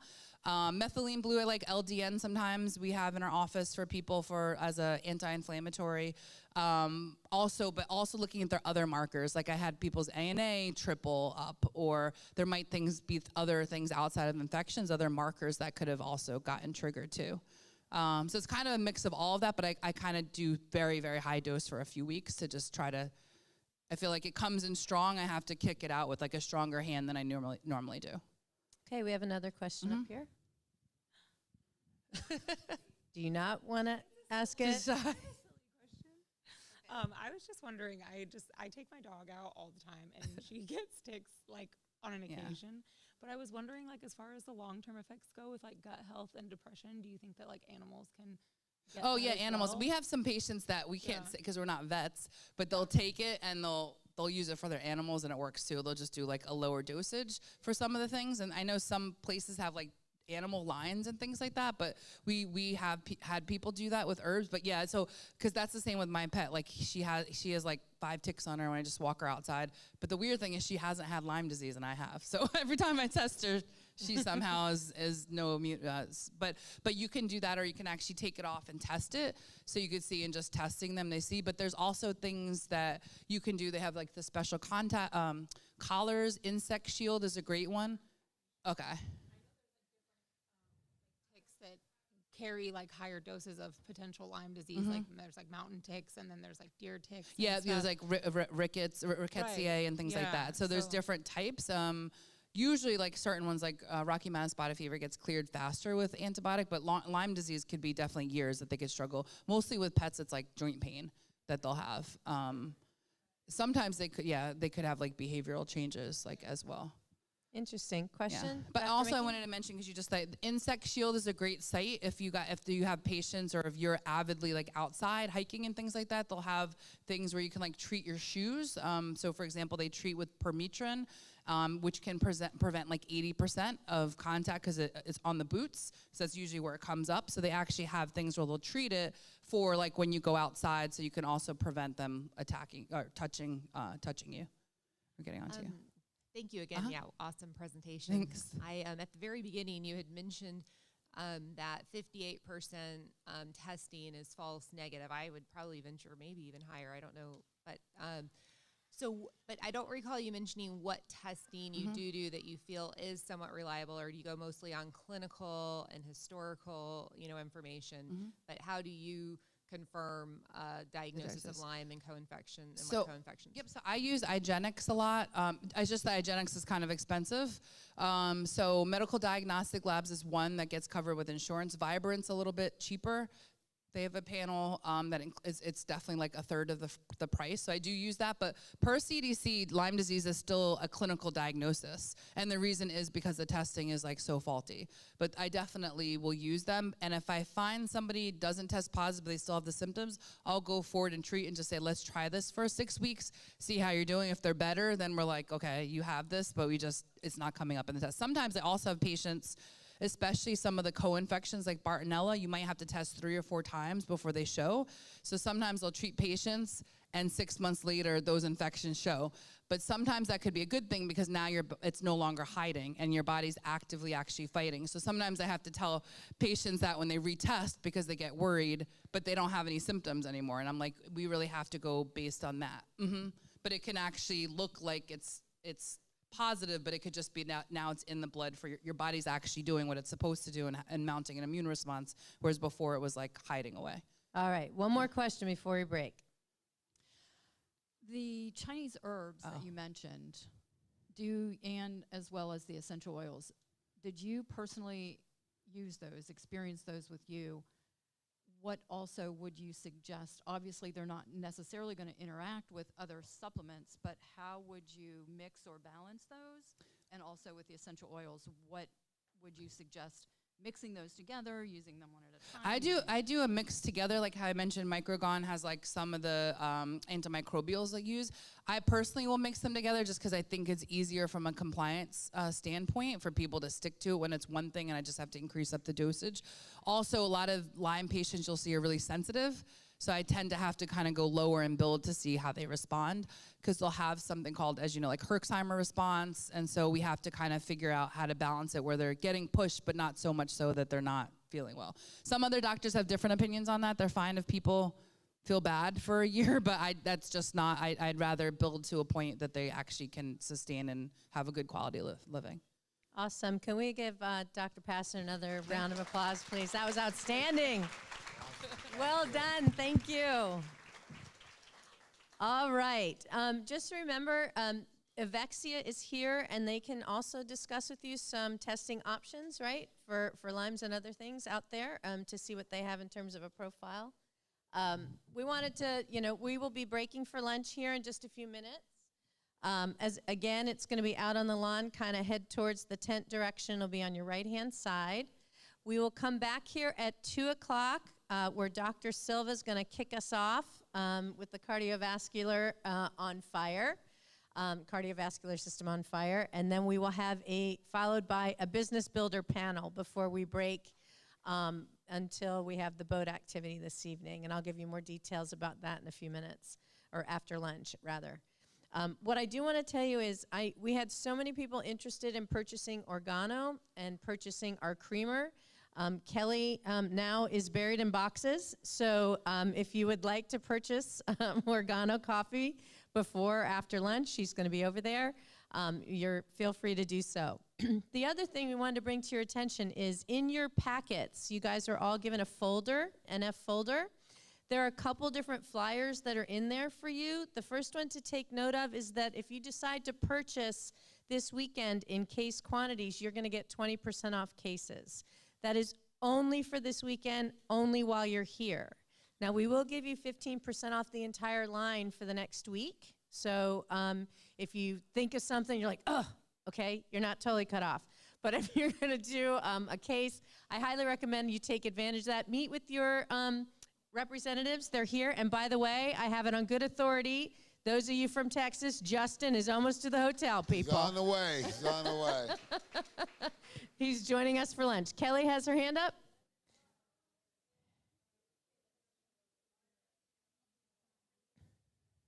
Sure, you can pre-order, back order. We Yes. take any kind of orders. Yeah, Yes. just so just meet with your representative or certainly stop by the table outside. Jamie? Well, I just want to thank you again. Oh, what a great morning it was. So let's break bread together. Enjoy the company. We can help you create orders during lunch. And we'll see everybody at 2 o'clock. Thank you.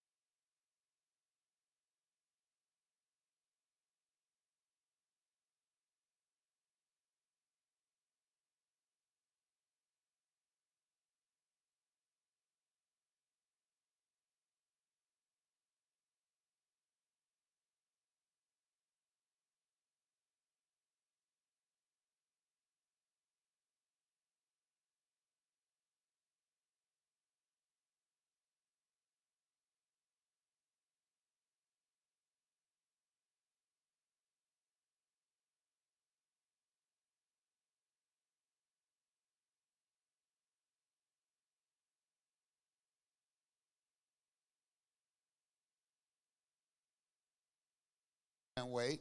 And I'll do a nice sunset cruise tonight. So our next speaker here tonight is, without a doubt, you know, he is the epitome of the journey of the healthcare professional. When I first met Dr. Silva, he was practicing upstairs in a very humble office. And me and Rashid met with him for a few hours. And he had incredible ideas and vision. And he was still new to functional medicine, but here we are about 10 years later. 10 years. And he's been following through on all of his dreams and visions. And, you know, he taught me something at that meeting. Oh, thank you. He said, never confuse has not with cannot. I said, what do you mean, Doc? He goes, just because I haven't done it doesn't mean I won't and I can't. So we all got to remember that. In sports, you see the people go, oh, they got the monkey off their back, or they can't win the championship, right? Just means they haven't won it yet. Right? It doesn't always happen the first year, or first 5 years, or 10 years. Somebody asked me outside of lunch, well, how long has Nutritional Frontiers been around? Anyone know? 16 years, yeah. So the overnight sensation takes 20 years these days. This world of immediate gratification doesn't exist, but when you have the hard work, discipline, and consistency, and as Dr. Silva said, you got to be hungry and focused.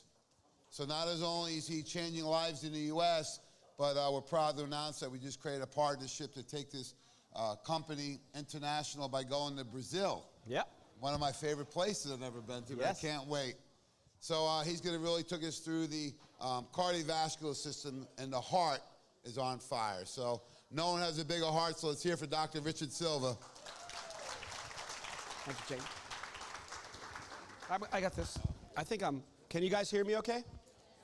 Yeah, I usually don't have you could ask my wife, I don't have a problem with being heard. I have a big mouth from New Jersey. I'm originally from New Jersey. I moved to Florida about 29 years ago because we had 3 really bad winters when I was in medical school in New York. I went to college at Rutgers. I went to medical school in New York in Stony Brook, the DO side, and I'm an osteopathic physician. One thing that's cool about being an osteopathic physician is there's 2 main principles. You don't have to be an osteopathic physician, but you can still use these 2 main principles that we learned in school 30 years ago. By the way, there's not much that I still use today that I learned in school 30 years ago. I kind of changed pretty much everything that I do.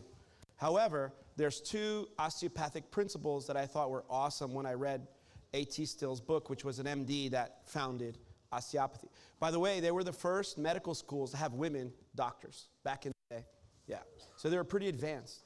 Number 1 is that the body is a single unit. I think Dr. Tracy, Dr. Bob, Dr. Peterson, we all hammered home today. They did an excellent job, all of them, on hammering home the idea that the body is one piece. It functions as one thing. We may divide it in terms of studying parts of it, right? Like studying the brain or the heart.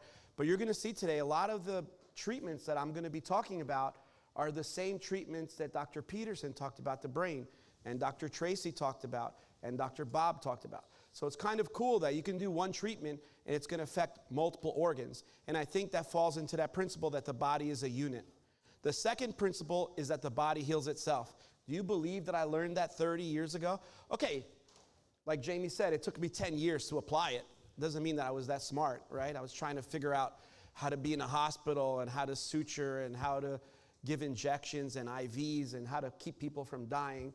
One thing that I noticed, though, is that my treatments, and I told this to Jamie, my treatments were ineffective in chronic diseases. So I'm kind of like a pain in the ass. I look up everything and I make sure everything is 100% and the patient's on the best version of everything. And then I was thinking to myself, why isn't this working? I have the patient on insulin, right? I have the patient on metformin. I have the patient on a good diet. They're not getting thinner. They're getting sicker. Their livers are getting sicker. Their pancreas is dying. They're getting cancer. And they're getting their legs chopped off and they're blind. So I became interested in metabolic diseases because my dad died of a heart attack, kind of young, at 64. And I noticed that this is the #1 killer, so I said, okay, you know, if I'm going to be a doctor, I kind of have to know how to fix the #1 killer. It makes a no-brainer, right? You should know how to fix the thing that kills the most Americans. And I noticed it wasn't just in America. I went to Brazil, I went to Spain, I went to Portugal. They were dying of the same things at different rates. France eats way more fats than we do, yet they have a lower heart, and they smoke. Everybody smokes. 10-year-olds smoke over there. Yeah, I was like shocked. And yet, they don't die as much of heart, and they drink tons of red wine, right? So I said, something's not right here. And then I started noticing that, wait a minute, why are we giving insulin to type 2 diabetics? That makes no sense to me. So I tried to study this thing, and I said, it makes no sense to do that. They have too much insulin. They're insulin resistant. What does that mean? And then I heard testosterone resistant, and this resistant, and that, and hormone resistant, estrogen resistant. I said, what's up with all this resistance? Why is the body resisting? There's got to be a way, because I went back to the body is a unit, and the body heals itself. So if you give the body the proper raw materials, then the body will heal itself, okay? So that's the premise that we're going to work on today. And I decided to go in a different angle this afternoon. Since we had so many phenomenal speakers already, I didn't want to say the same information that they said, so we're going to go in a much more practical way. So I like cars, and they used to have this motto back in the day, shows how old I am, back in the day, that if you win the race on Sunday, you sell the cars on Monday, right? So that's why the companies did Formula One and NASCAR, so they would win the races on the weekends, and then on Monday they would sell more cars because people would want to buy the cars of that won. So we're going to do the same thing. We're going to learn some principles on Saturday that you guys can apply in your office to your clients or patients on Monday. Direct application, okay? Without fear, because you're going to understand it. So I'm Christian. I always like to start off my lecture with a Bible verse. I think this one's really appropriate for this weekend. I try to pick one that's going to be appropriate for the weekend, not the same one every time. So this is Proverbs 16:3. Commit to the Lord whatever you do, and he will establish your plans. And I can tell you, yes, thank you. And I can tell you, the Lord does not fail. If you put God first in your practice with your patients, he will deliver 150%. If you look at my story and you look at Jamie's story, it's proof. So we put this with every patient. I don't care what religion they are. It doesn't matter. God doesn't need religion to work, right? He just needs faith. So the opposite of faith, by the way, so faith, right? Believing in something that you can't always see and prove and touch and feel. So the opposite of faith is fear.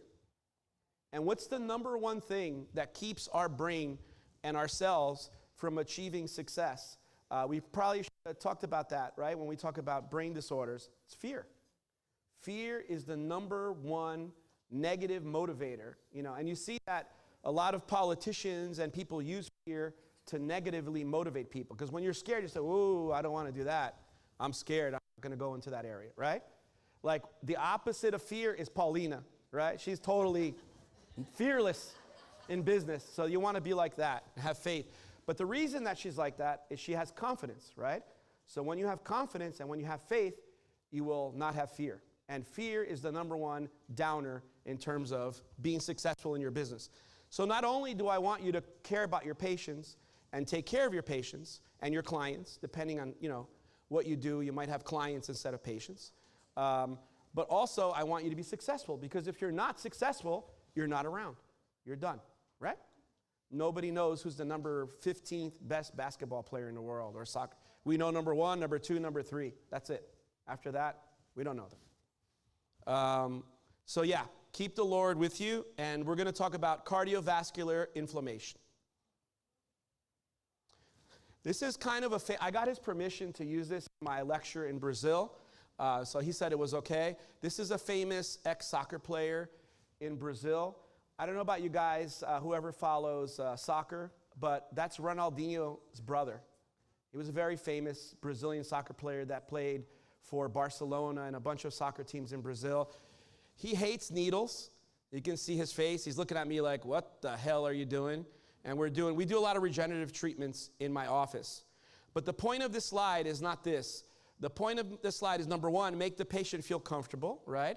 And number two is you're going to say, well, Dr. Silva, how do I know in my practice, whether I see patients or clients, that I can apply what you're talking about, what we talked about today, right? How do I know?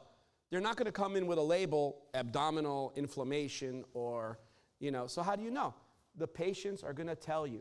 85% of the diagnosis comes from what they tell you. So you have to pay attention to what they say. You can have questionnaires, as long as you go over them. To have a questionnaire that you never look at doesn't really work. So I like to always take 3 or 4 minutes, introduce myself, talk about what we do, and then I'm going to use the symptoms. I'm going to show you how to use the symptoms to show them what they have and how you treat them. Because you might throw a word at them, metabolic disorder, prediabetes, syndrome X, obesity, that might not stick. They might not know what inflammation is, So if you tell them, what are your symptoms? Why are you here today? What brings you in today? The guys always say, my wife, right? When I say, what brings you in today? My wife. Okay. So then you got to get the wife. What are your symptoms? What's going on? So look, these are some of the things they tell me. I have fatigue. I wake up in the morning, I'm tired, or at 5 o'clock in the afternoon, I have to lay down and take a nap. I have headaches. I have erectile dysfunction. I have back pain. Erectile dysfunction is actually a pretty good thing to get patients in your office. So if you treat that, and we're going to go over that today, then that's a good revenue source because guys will actually get out of bed and go to the doctor for that, Also, if they have blood in their pee, they come and see you right away. So certain things, doesn't matter if they're scared, they'll overcome their fear and they'll come and see you. ED is actually a really good one. And we know that it's more of a symptom than a separate disease, which we're going to talk about today. Back pain is another big one, right? Guy can't go to work, he's having back pain. Usually his glutes and his hamstrings are shut off. He's having knee pain, he's having low back pain. He probably has an extended belly. He probably has metabolic syndrome. We're going to show you where the back pain and muscle pain comes in and why you can treat that as a bonus with your patients. Gas, burping, right? Usually the wives will drag the husband in. Yeah, my husband's burping. He's got gas. He snores all night long. I can't live with this guy. You got to fix him. This guy's terrible. So those are all symptoms, right? Brain fog is a common one for females, especially perimenopausal, like 35 to 45 years of age. But we have guys with brain fog too. When I hit 40, I had fatigue, I had brain fog. So I have a photographic memory. That's why you'll see a lot of pictures in my slides. But I started forgetting names of medications and mechanisms, and I said, wait a minute, I'm only 40 years old. What the heck is going on here? And I realized that I had metabolic syndrome or prediabetes, right? So that was another reason I had to get good at this stuff, because I actually had it, right? And had to fix myself. Joint pain, weight gain, infertility, depression, anxiety. Abdominal obesity is a good one. Maybe not total obesity, but just abdominal area, right? The body's like, it's here, stupid, right? It's right here. We're showing you. That's where the inflammation is. Bloating, gas, vomiting. So I like when Dr. Bob said to listen to your body. That's really true. And one of the things that we can do with our patients that makes you a better provider and makes them like you more is get them. I know personal trainers are really good at this, but as doctors or providers, we have to be good at this.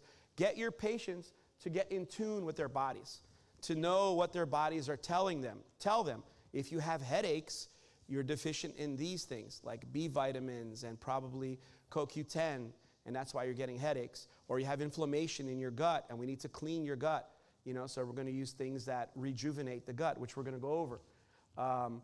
Itchy skin and rashes are another one, right? So your intestines, the way I want you to think about this, your intestines are your skin turned inside out. So if you take your skin and turn it inside out, that's your intestines. So this is basically the same thing. And your skin is amazing. When I first got CBD oil in our office, you only absorb about 6 to 8% CBD oil in your gut, but it absorbs 125% through your skin. So that's crazy, right? Now they improved it a little bit. You can get up to 16% oral, but the skin is 125% absorption. So it goes to show you, sometimes your skin is better than the oral route, And I heard some of the doctors today mentioning the rectal route, even though it could be a little erratic, the absorption, but rectal absorption is also very high.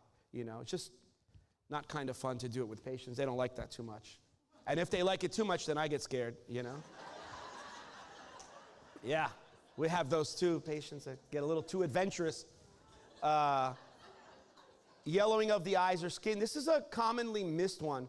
I've had patients that have gone to specialists, cardiologists, GI doctors, which, by the way, we do work with allopathic doctors. We work with specialists. You just have to kind of get them used to you.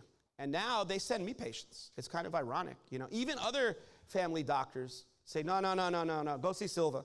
That's a vitamin thing. You got to get that fixed. You're bad. He's good at that. Just go see Silva. He's going to go over your blood work. And a lot of these guys will come in with blood work too, like Dr. Tracy said. You don't always have to repeat all the blood work every time. You can save them some money, go over some basic blood work, which we're going to talk about today, and get a lot of information that you can start treating the patient right away. Then you bring them back for the micronutrient, the GI map, and all that. You don't always have to start with all that stuff up front. Some patients, I'll be honest with you, they come there prepared, they have a stack of papers, and they want everything. So in those guys, you could be more adventurous. You can start heavier with them. But not everybody's like that. So you kind of have to feel out the patient. Shortness of breath is a big one. I went to Brazil, and we're going to be bringing a new herb that was extinct in the Amazon jungle, and this guy like brought it back to life from the extinction list. I didn't even know there was an extinction list for plants. I thought it was just for animals. But apparently they have an extinction list for plants too. You know that we only know 2% of the plants in the Amazon and only 4% of the animals. So basically, we don't know, right? We don't know anything. And this new substance, we're going to test it out, and it's supposed to help with shortness of breath and making you walk and exercise better and giving you energy, and it works for inflammation. So hopefully next year we'll have some new things to announce. Bad breath and gum disease is another one that we overlook because we're busy, right? So you could always ask the partner, how's his breath? You know, so, oh, I don't want to kiss this guy, you know what I mean? Or this, yeah. Or how are there, you know, when you go to the dentist, oh yeah, the dentist gets scared and tells me that I need a deep cleaning and my gums are bad. We heard with Dr. Peterson today about certain bacteria in the gums that can cause, you know, brain disorders and heart disease. So the gums are like a specialized area. They have their own bacteria, and we need to know about that when we treat our patients because that can be important. So the diagnosis, of course, is inflammation, and we need to do detox and redo the inflammation. So I told Jamie that I was going to start with a cannon right out of the gate. So before, I used to go over all this stuff and then put all the vitamins at the end. But I feel like the vitamins are the superstar of the show. So when you go see, you know, LeBron James play, you don't want him benched for 3 quarters and then put in at the last 10 minutes of the game. So I want to put some of the ones that I love that are, I take these, by the way, myself, my family, and I want to put them right up front so we can start talking about this while we talk about some of the definitions and things that we're going to talk about today. So number 1, I know Dr. Tracy talked a lot about this and Dr. Peterson, SPM. So SPM is specialized pro-resolving mediators. And what this does, it goes down the pathogenesis of many disease lines. It's omega-3 based, but it's much better for pain relief and inflammation than regular omega-3. And I use anywhere from 2 to 6 pills a day on patients that have these issues. So you can use a high dose. And that goes into something that Paulina said.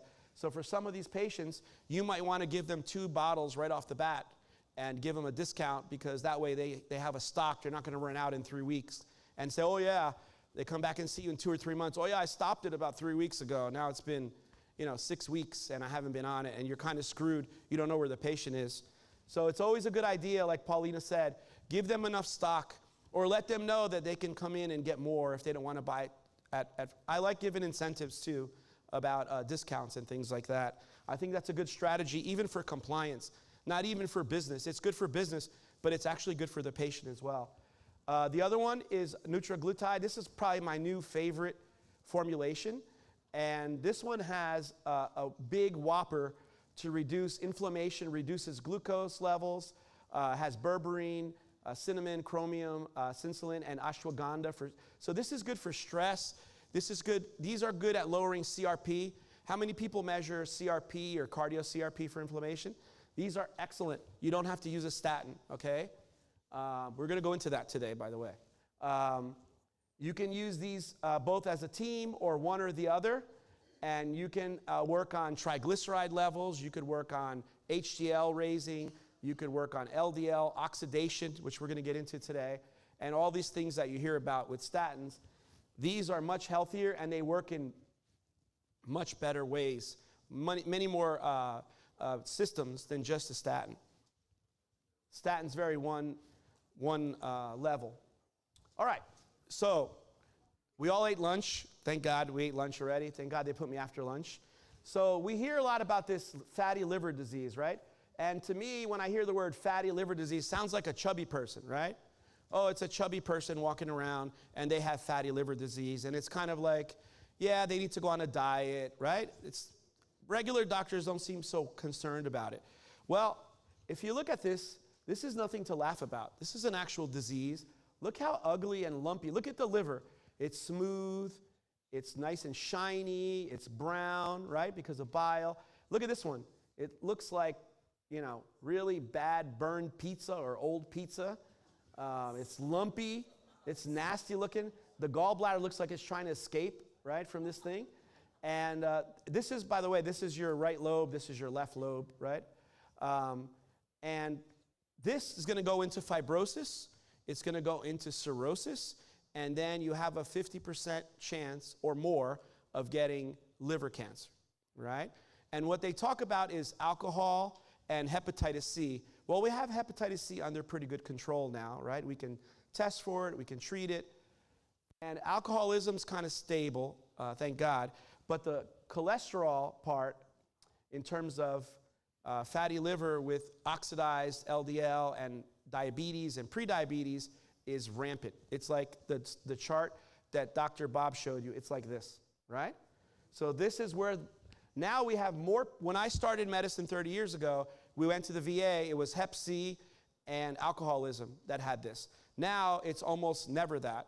It's type 2 diabetes or prediabetes, right? So I just wanted you guys to have this picture in your brain. You could get a copy of my slides. You could actually have this in your office and show your patients. Oh, you think this is something, mellow or nice, and you just got to cut Twinkies out of your diet and soda. It's way more serious than that, okay? Way more serious. All right, let's get some definitions down in the next 2 minutes, and that way you guys have some basis before we go into treatment. So,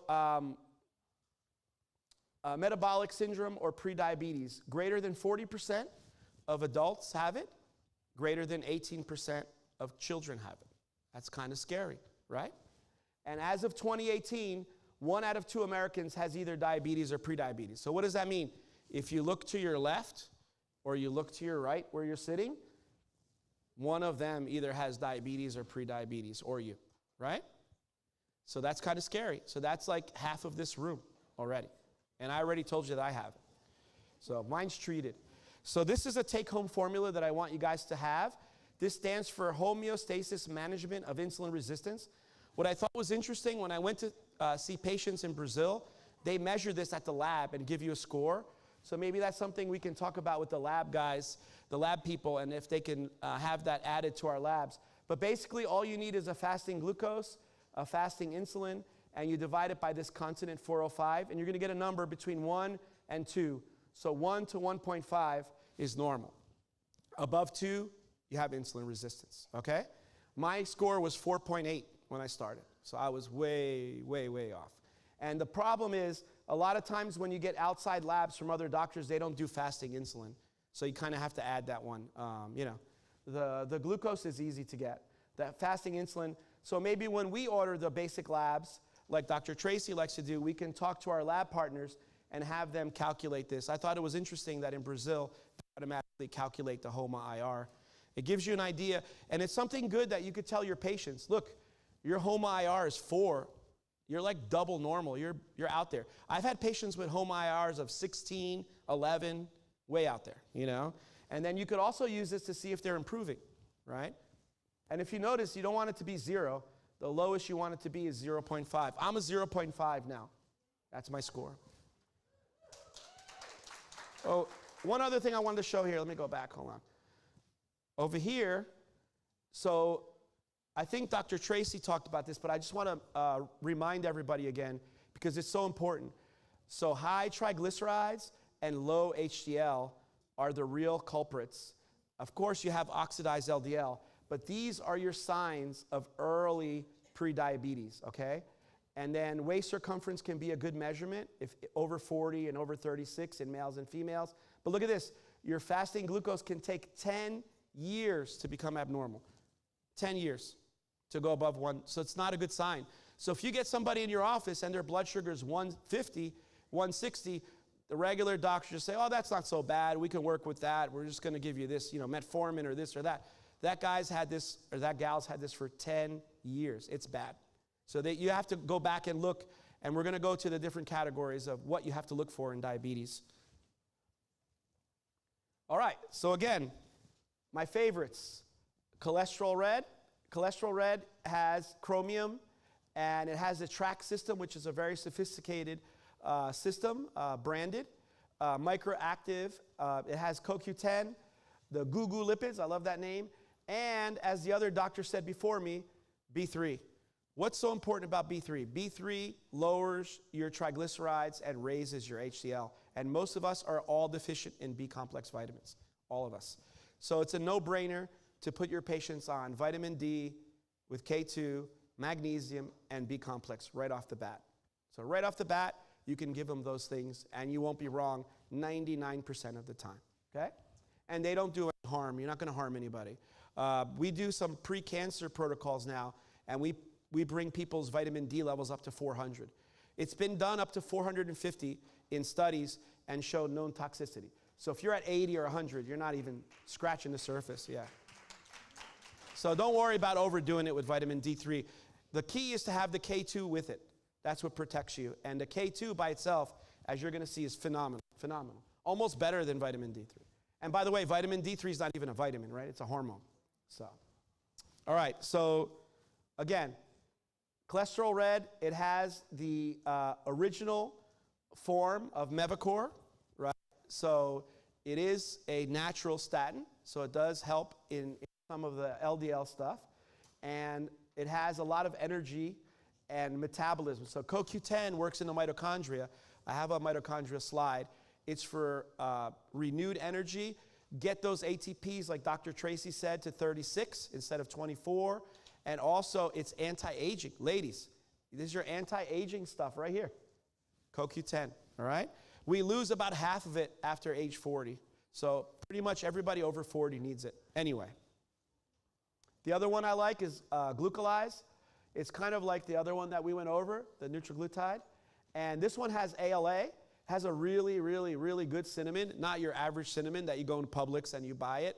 This cinnamon is going to lower your blood sugar much better than regular cinnamon. And also the alpha lipoic acid is like a natural metformin. So it makes your body absorb the sugar into the muscles. We're going to go over glucose metabolism today, and I'm going to show you the difference between glucose and fructose. So glucose is used by every cell in your body. Fructose is not used by any cell in your body. So fructose is not usable. It has to be converted in the liver like whiskey. So when you eat glucose or you give your kids juice, it's like giving them whiskey. The only difference, it doesn't go to the brain and make them crazy. But as we know, sugar is like cocaine for kids. It does make them kind of crazy. So the dosing for Cholesterol Red is 2 to 4 tablets a day. You got to be careful in some patients that might be sensitive to it, so you start slow and titrate up. Glucolyze is the opposite. I usually start high, like 6 tablets a day. I think Dr. Len was mentioning that. 2 in the morning, 2 in the afternoon, 2 at dinner, and then you can titrate down once they improve. But you kind of want to get this in their system kind of quickly and have some of these anti-inflammatory properties. And the chromium and vanadium are going to give them energy.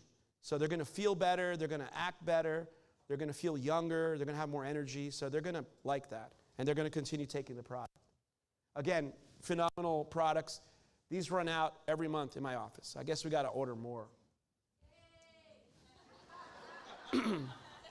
Yeah. The Super Shakes, they're so big. We have a huge room where we put them in now. And then we have all these, I think we're up to 5 display cabinets now. And we still run out of everything. You know, now we bought this open rack to put all the shakes. And I went there, I passed by there before we came, and I said, order more now. And then we're going to probably have to order more again. So we just can't keep them in stock. And then people come by and buy them while I'm not there or while I'm seeing patients. The people are already on them.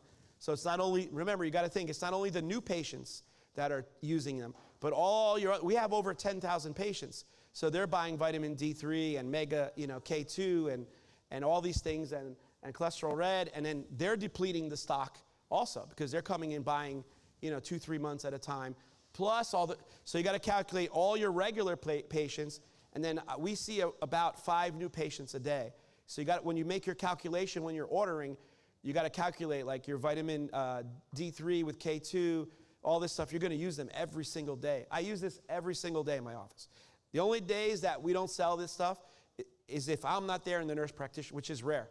So we pretty much sell this every day. Okay, the other definition that I don't really like too much, but we're going to use it because this is the official one that you should know. Diabetes type 2 would be fasting over 125. We use 110. And a postprandial over 200. We use 140 in my office. And remember what I said, you missed the boat by 10 years. It's not your fault, the patient's coming in late, but you got to put it in your head, you're 10 years behind on treatment and testing. Not like, I joke around, I say if you're dating somebody and you catch them cheating on you, what do they always say? Oh my God, you caught me cheating, it's my first time. It's not the first time. You're not that good. Or, we get ladies come in the office, yeah, I cheated on my husband one time and I got pregnant. I'm like, wow, that guy's really good. He got you pregnant in 5 minutes, huh? It's not the first time, okay? That story's, I don't make them feel bad, but same thing. If you're running, by the way, if you're running around with a I think Dr. Tracy said this, but if you're running around with a blood sugar over 140, you're causing brain damage. So that's brain damage, brain damage, brain damage. So all these people that are walking around with fastings in the 140s, 150s, and their doctor tells them that's okay, it's not okay, all right? You want to be below 140 at least. So these definitions I actually like. This is the hemoglobin A1C. So hemoglobin A1C is derived from the red blood cell. It's actually a marker of inflammation, not a blood sugar marker, okay? It was adapted for that because in the machines, they secretly had hemoglobin A1Cs when they were doing the research, and they figured out that, for example, a hemoglobin A1C of 6 is a blood sugar of 120. Every point that you go up, so if you go from 6 to 7, you're increasing it 30 points. So you can calculate a hemoglobin A1C to the blood sugar just by going to 6 and then going up 30 points. So if they're 10, you're going to add 120, so they're 240, right? Their average blood sugar is 240. But it's actually a measurement of inflammation, which is what we're talking about today. How much percent of blood sugar is attached to the red blood cell. So if you have a hemoglobin A1C of 6, that means you have 6% of the glucose attached to the red blood cell. And we know that red blood cells live for about 3 to 4 months. So you don't want to do a hemoglobin A1C every month. You can do a fructosamine level. That's another test that measures blood sugar and fructose. That one you could do every 2 weeks. But the hemoglobin A1C is probably not accurate to do it, more than every 3 months. You're not going to get much info. So just remember that over 6.5 is type 2 diabetes. My average in the office is 9 to 10, 10 and a half. Patients come in, they're 9s and 10s. And then under 5.7 is normal, okay? It's under 100. And then in between, we call that I don't use metabolic syndrome. I just go ahead and say, you have pre-diabetes. Because if you don't treat it, you will get diabetes, right? And all the bad things that we're going to talk about. So you kind of scare the crap out of the patient. And again, they're going to have elevated triglycerides, low HDL, under 50. They're going to have the triglycerides are going to be over 135. I use 100 as the normal. By the way, I'm more strict. A lot of labs will use 150. The definition for metabolic syndrome is 135. I use 100. And you want to have a ratio of 2 to 1. So triglycerides to HDL, 2 to 1 or less, okay? So anything more than 2 to 1 is bad. Same thing with your omega-3, omega-6. You want the omega-6, omega-3 ratio to be 2 to 1 or less. The average American, by the way, is 20 or 30 to 1 in omega-6 to omega-3. So, not even close, not even close. So if you put somebody on SPM or omega-3D, don't feel bad because you're going to be right 99% of the time, okay? And you could always get the labs to corroborate that. It's super rare I get somebody with a really good triglyceride level or a really good blood sugar level or a really good vitamin D level unless they're super fit. The average person walking in, they have some degree of prediabetes. Like I said, it's 1 out of 2. So You're going to be right almost every time. All right, so this is what I wanted to get to. The definitions are kind of boring, but we need to go over them really quick. So this is what you need to know. So type 2 diabetes or cardiovascular inflammation, it's the same thing, because this is all goes into cardiovascular. It's macro and microvascular. So macrovascular, damage to your blood vessels, oxidation, that the other speakers were talking about. So if you have diabetes, this is something cool that you can tell your patients. I mean, it's not cool, but it's actually a good thing to tell your patients, is that diabetes is already equivalent to 1 heart attack. So if you have diabetes, you're equivalent to 1 heart attack. And what's the most common way to die if you have had a heart attack or a stroke? Another heart attack and another stroke, right? So that's called primary prevention, secondary prevention. So you're already on secondary prevention when you're diabetic. So think of a diabetic person, they already had a heart attack, figuratively, right? By risk.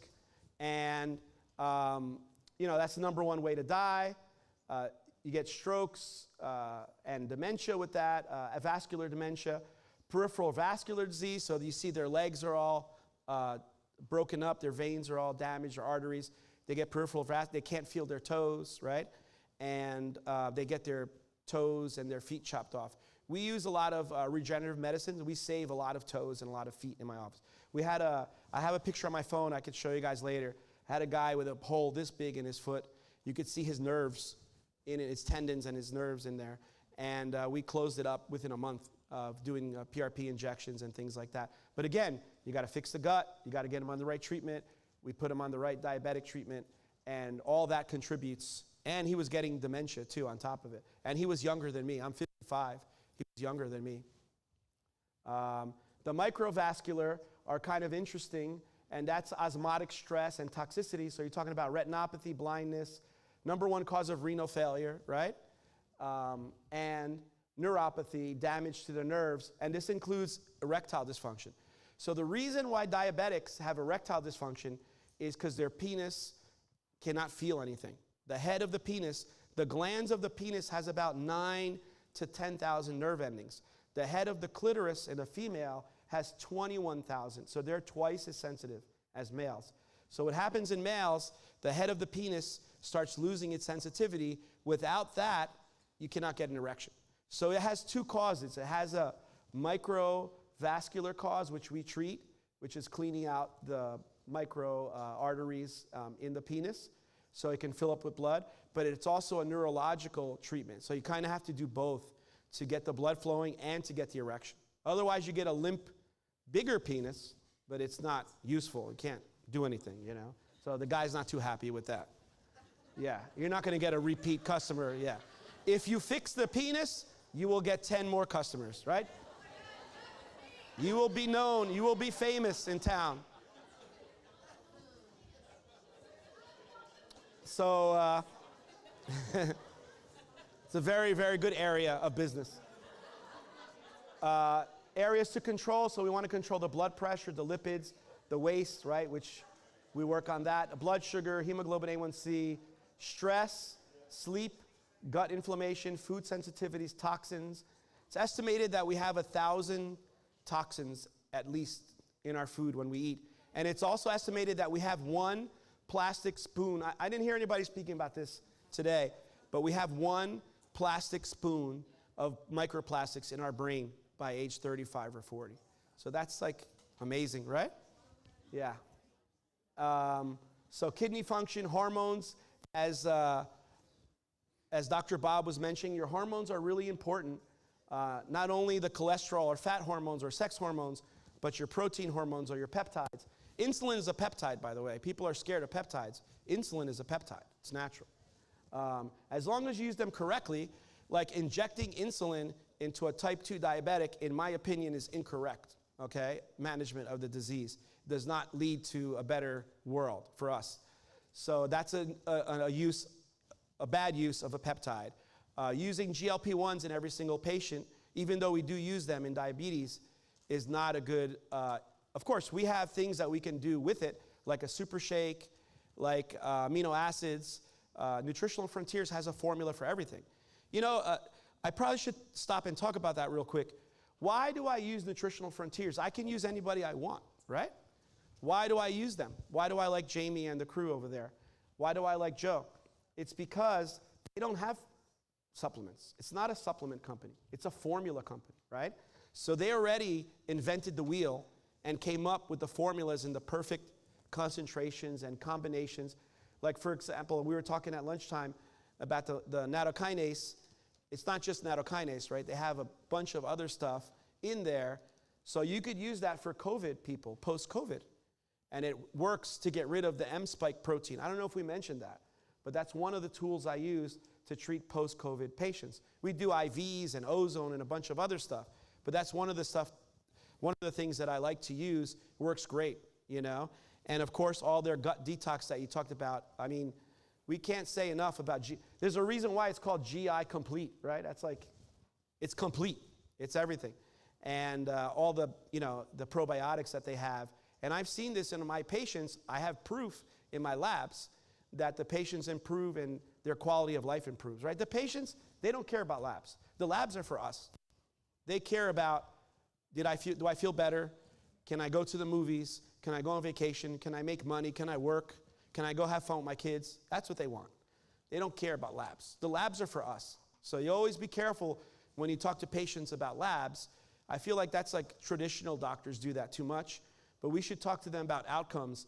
And Nutritional Frontiers, in my opinion, for the last 10 years we've been using them, I get good outcomes with them because they're formulas. They're not just, can you imagine you tell the patient, give them a list, all right, you're going to go to the store, you're going to buy B1, B2, B3, B4, B5, B6, D3, K2. They wait. Yeah, there's no way they're going to do that. And they're going to come home with like 16 shopping bags of, you know, and okay, you need 4 different types of shakes. You need a detox shake, you need a veggie shake, and there's no way they're going to do that. Number one, they're never going to buy it. Number two would be a fortune. So in my opinion, Nutritional Frontiers is a bargain. I tell them, if I made you go to Whole Foods, and let's assume they even had it there, or Amazon, and buy all this stuff, because each formula has maybe 10 or 12 things that are important, you're going to go broke. You're not even going to be able to buy it once for 1 month. And this way, we have the formula set up. You take them. They're easy to take. And by the way, I'm going to share this with you guys today. I got this rep that came into our office. He happened to be Brazilian, and he was from New Jersey. And he told me, I want you guys to try this later with the supplements, is you take the supplements, you wet your mouth, you take a little sip, you put the supplements on your tongue, and you bend your head down, and they will automatically be swallowed. You do not have to swallow pills. So for all your patients, and I want everybody to try this later when we have a break, get 2 or 3 pills, put on your tongue, make sure your tongue is moist, and put your head down, and you'll automatically swallow, because they float in water. So as soon as you bend your head down, your body will automatically swallow them without any effort and not scratching of your throat. So that's a tip you should share with all your patients, your family members, your colleagues, and it's a much better thing for us when our patients can swallow capsules, right? And I didn't believe him, by the way. I went and I tried it. I should have believed him. He's a nice guy. But I kind of skeptical, so I did it. All of us, we ran out of the room in the kitchen and we took some supplements and took some water, and lo and behold, it works. All right, so now we get into some pictures. Enough of the words and definitions, right? This slide is really cool. It's from a functional medicine GI group. It's listed in my bibliography, so you guys can look them up. And so look at this. The blue is glucose. The red, which is bad, is fructose. So you look at sugar, right? You eat sugar. And sometimes we eat it, we don't even know. I love when the patients come to my office, I don't eat any sugar. I'm 0 sugar. Right? Come on. That's ridiculous. So anyway, there's a lot of sugar in a lot of foods, like ketchup, for example, right? And sometimes it's high fructose corn syrup, like in Coca-Cola, which is 50 times worse than table sugar, right? So look at this. Table sugar is 50% glucose and 50% fructose. So the glucose has its own a pathway. It's called GLUT2 and GLUT5. GLUT stands for, it sounds like a bad word, right? It stands for glucose transport tube.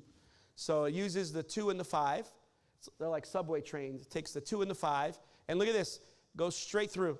So you eat glucose, goes to every single cell in your body uses glucose for metabolism, right?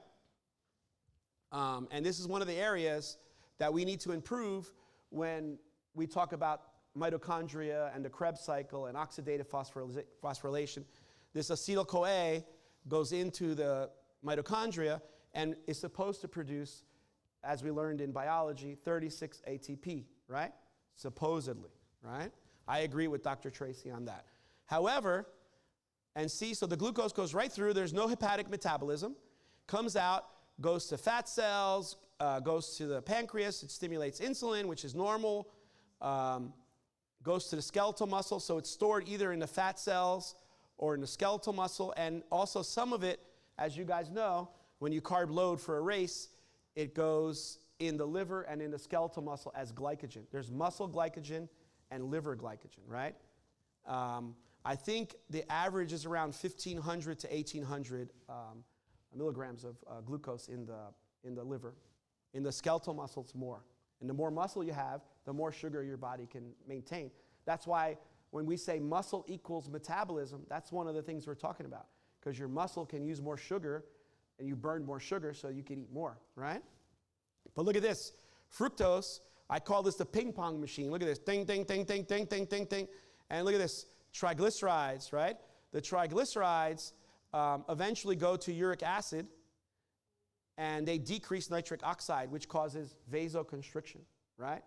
Who are the humans that have the most nitric oxide on the planet? Pregnant women. They have nitric oxide levels of 5,000. Dr. V was here, could corroborate that. In medical school, the reason I know this, because in medical school, they make you jab pregnant women to learn how to do IVs and draw. Isn't that mean? I was thinking about that. That's kind of mean. But the reason is because they have the fattest veins. They have the biggest veins, and arteries. So it's easy, right? And they can't run away because, yeah. The skinny ones get away, you know what I mean? Yeah. The pregnant women, they're kind of stuck. They got an IV, right? Can't run away. So this is a very bad thing, and we're going to go over how to increase nitric oxide in your body. Nitric oxide is one of the only nutrients that's a gas. So it's kind of cool, right? It's not a solid. And over here you see the GLUT2 and the GLUT8. You see the fructose going in, right? Fructose is metabolized by different enzymes, but it's just like alcohol or whiskey in your body. So it's very toxic to your body. And you're going to see in the next slide, it causes something called de novo lipogenesis. So when you eat glucose, even though, let's say, eating too much glucose may not be healthy, but glucose is needed in your body. Glucose is an electrolyte. Did you guys know that?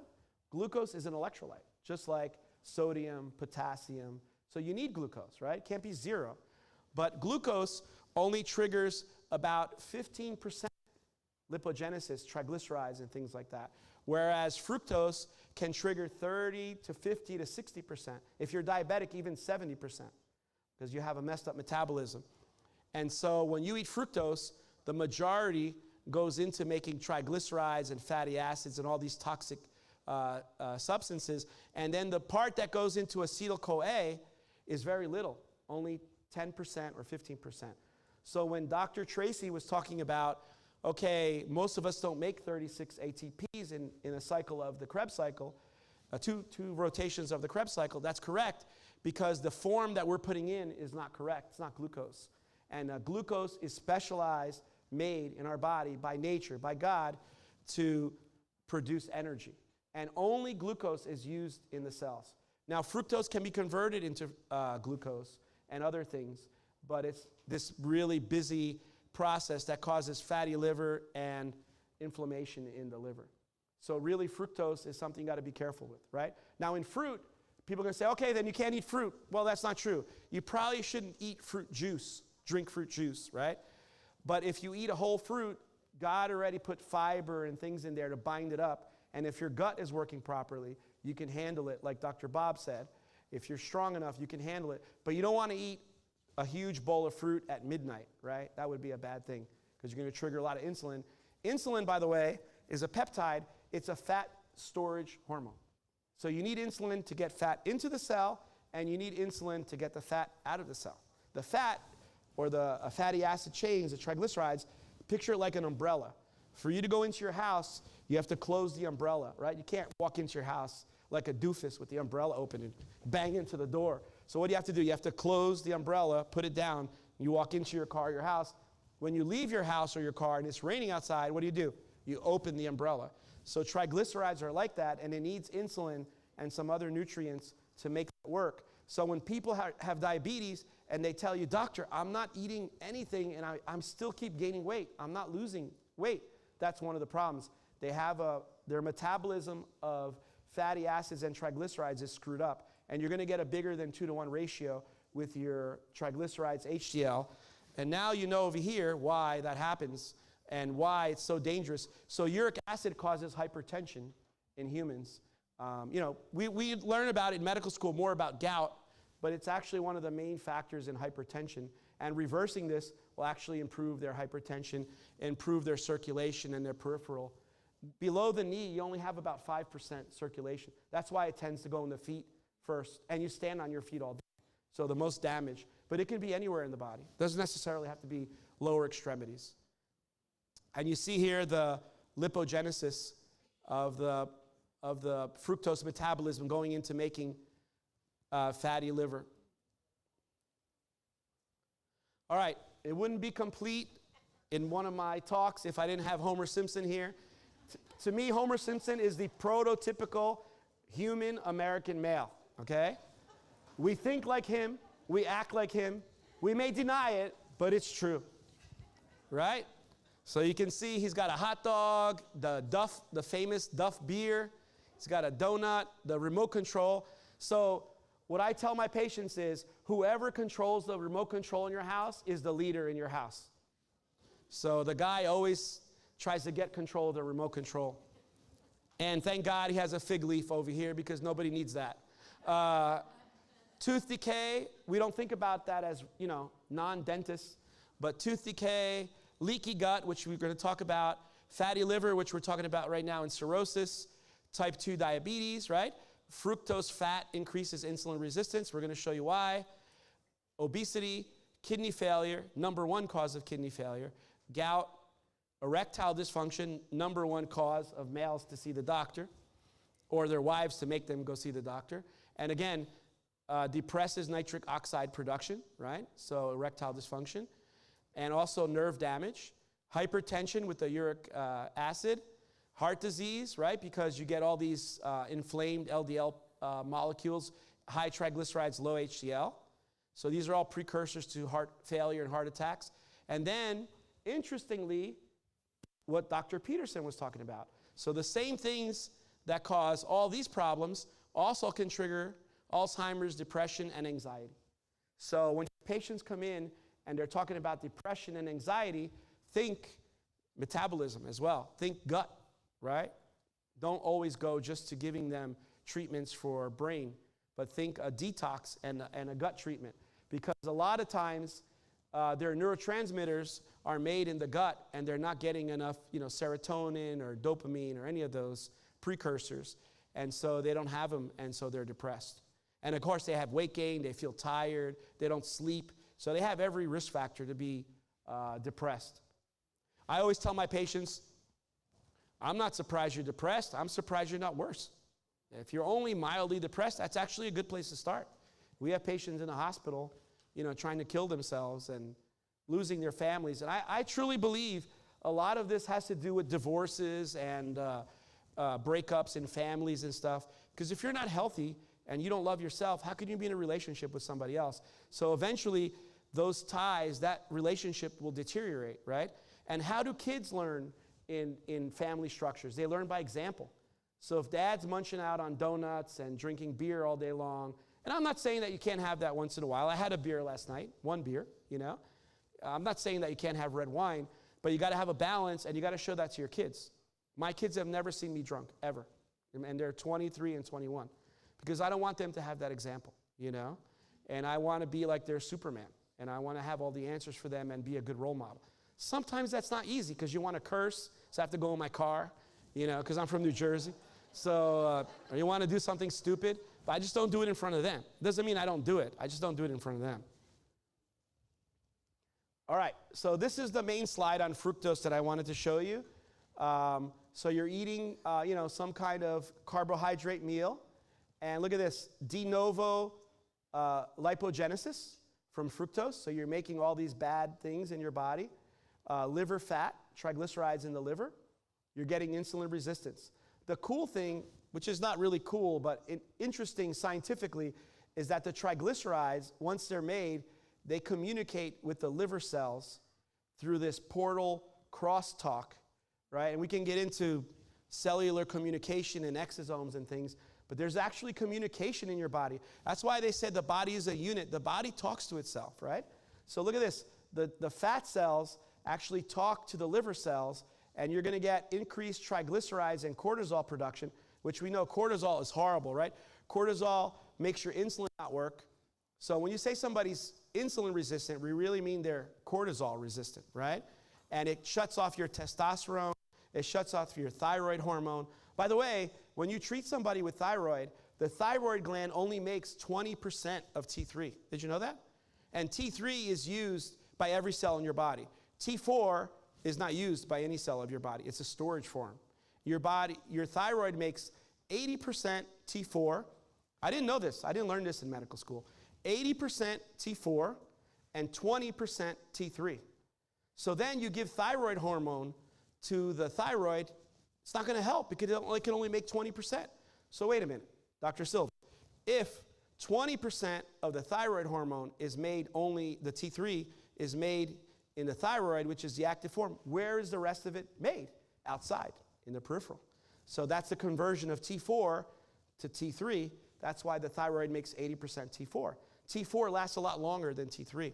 That's why. And then your body converts it to T3 as needed. However, if you're missing B complex, if you're missing vitamin D3, if you're missing magnesium, if you're missing K2, specifically B3 and B6 are important, what are some things that are going to happen? You're not going to convert T4 to T3, which is the active form. And then you have doctors ramming patients with thyroid hormone instead of giving them supplementations, like a thyroid complete with iodine and all that. They don't have the raw materials to convert T4 to T3. They actually poison their thyroid. You can actually damage somebody's thyroid like that. Because and by the way, what is TSH? TSH is not a thyroid hormone. We can have this discussion all day, right? LFTs, what is the liver function test? It's albumin and cholesterol. It's not ALT, AST. Those are inflammatory markers. See, it always falls in our court. We always win. So one thing good about our team, if you guys join our team, we always win. We're smarter than they are, right? So ALT, AST are inflammatory markers, right? If you have a red glass of wine, your ALT, AST will go up a little bit. That's okay. But your real function, liver function, is cholesterol production and what was the other one that I said? Cholesterol production. Yes. And also, you don't know this, but cholesterol is needed to convert vitamin D in the skin. So if you don't have enough cholesterol, so when I worked in the VA, in the beginning of my career, I said to myself, wait a minute, these veterans all have really low cholesterol, like 150. What does that mean? Well, it's because their livers were damaged. They weren't making cholesterol, right? And some of the clotting factors also are liver function tests. And albumin is the other one, right? We do pre-albumin and albumin to assess nutritional status, right? I bet Paulina uses albumin and pre-albumin in her labs to assess nutritional, if the person's getting enough protein and how healthy they are. But it could also be used as a liver function. If your liver makes albumin, it's the number one protein in your blood. And if you don't have enough and the person has a good diet, they probably have some liver issues going on, right?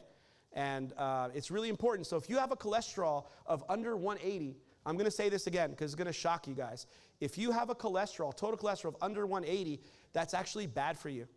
If you have a cholesterol of under 150, it's pathological. You're actually dying slowly, right? That's what aging is, right? Aging is dying really slow. So anti-aging or rejuvenation or regeneration is reversing or slowing the aging process, so you're not really dying anymore. So I think Dr. Bob made a really good point about that today.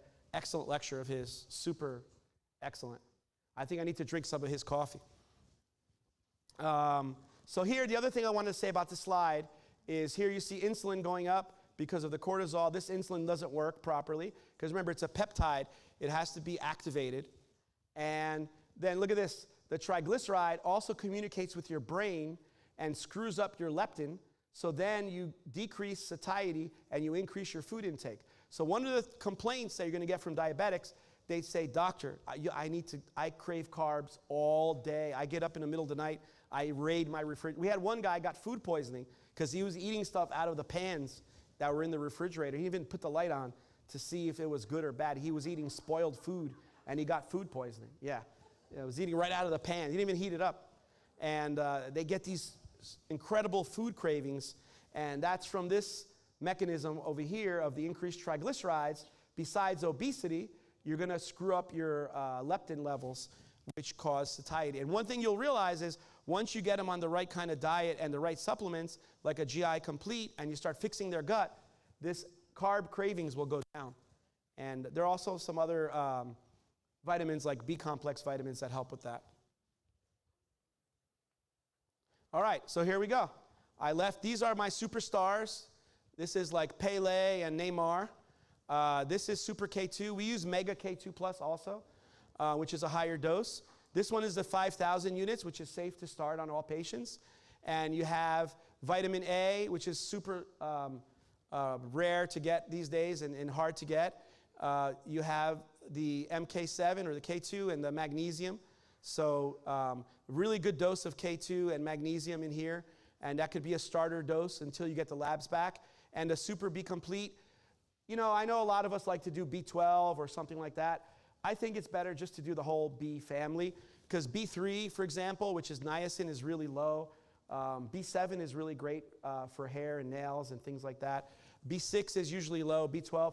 And the other thing is they might have a methylation defect for metabolizing B vitamins, like B9 or B15, which are no longer, it's folic acid and stuff, they're no longer called those anymore. But this is a good thing to start 1 tablet twice a day. You can start 1 or 2 a day. I personally take 20,000 IUs of vitamin D3 every day. So I take 2 of the megas every day. And my vitamin D level is not even 100. It's like 80. It's barely normal. And I take 20,000 every single day. I even bring it with me when I come to conventions and stuff. So think of B12 as kind of like the forgotten vitamin, in my opinion. So look at this. K2 also helps in the mitochondria, getting those ATPs with energy, magnesium, and K2 with vascular repair and damage control. So these are really potent for helping vascular repair, anti-inflammatory. And again, vitamin D is not a vitamin, it's a hormone. It was named wrong. So I call it hormone vitamin D. I put the word hormone in front of it. You can't change it, but we can call it hormone vitamin D. All right, so let's look at diabetes now. These are some of the nutrients. I put this, you're gonna get this slide, so you don't have to write this down. But look at this. Magnesium helps in foot ulcers. I think Dr. Bob mentioned this, but L-carnitine, we use that for diabetic neuropathy besides all the cardiovascular benefits. It also makes the insulin more sensitive. Glutamine is like a natural GLP-1. Glutathione, I call that the acai of the body. It's the most potent antioxidant of the liver. So if you have people with these liver issues, like that ugly picture that I showed you, glutathione and NAC you can use to rejuvenate. We do this in pill form, we have injections, we have IVs, we have all kinds of renditions. Alpha lipoic acid is like a metformin in terms of it makes your skeletal muscle absorb more glucose. Zinc, we haven't talked about zinc really that much this weekend. Zinc is really important for inflammation in autoimmune and viral illnesses. So zinc is needed in the synthesis, storage, and secretion of insulin in the pancreas. Zinc is really important for pancreatic damage and beta cell damage. And we probably don't get enough zinc and magnesium in our diets, right? And I don't know if you guys know this, but zinc and magnesium also help regulate progesterone. So if you have a person that have low progesterone and you want to regulate that, make sure their magnesium and their zinc are being supplemented. And I see a lot of people giving a lot of progesterone around, but they're not using the base materials, the micronutrients. Of course, vitamin D is the number one. And look at this, vitamin C lowers glycosylated hemoglobin. So this is one way to lower your blood sugar with vitamin C. Who knew that? Vitamin C is beneficial in lowering hemoglobin A1C. So that's something you guys can add on in your practice. Nutritional Frontiers has excellent vitamin C. We use it every single day in my practice. It's buffered. It's excellent. Doesn't cause any problems. And then, of course, before I turn the page, CoQ10 or ubiquinol protects the kidney from diabetic damage and also for the mitochondrial repair in the mitochondria. All right, here's my mitochondrial slide. I promised I'd put one in. I want to do a whole lecture on this one day, like for an hour. We can talk about anti-aging and repair and mitochondrial function, and maybe we'll count all the ATPs for Dr. Tracy. But you can see, like, just for an example, apoptosis and mitophagy, like we were talking about today, oxidative stress, inflammation, metabolism. And so what are some of the things that cause mitochondrial decline? Basically, American lifestyle, poor diet, sedentary lifestyle, toxins, lack of sleep, chronic stress. Does that sound familiar to your patients? Yes. So like I said, almost anybody walking in off the street to see you guys, you can apply these things because they have it. You just have to educate them. And they're going to be like, oh yeah, this is me, right? And now I do the opposite, right? I have a great diet. I exercise. I try to limit my toxin exposure or do detox. I try to go to sleep early and get sleep. And I try to limit my stress. That's one of the reasons why I come here and do this, so I don't have to stay in the office every day, do something different. Some supplements, B-complex, magnesium, CoQ10, ALA, L-carnitine.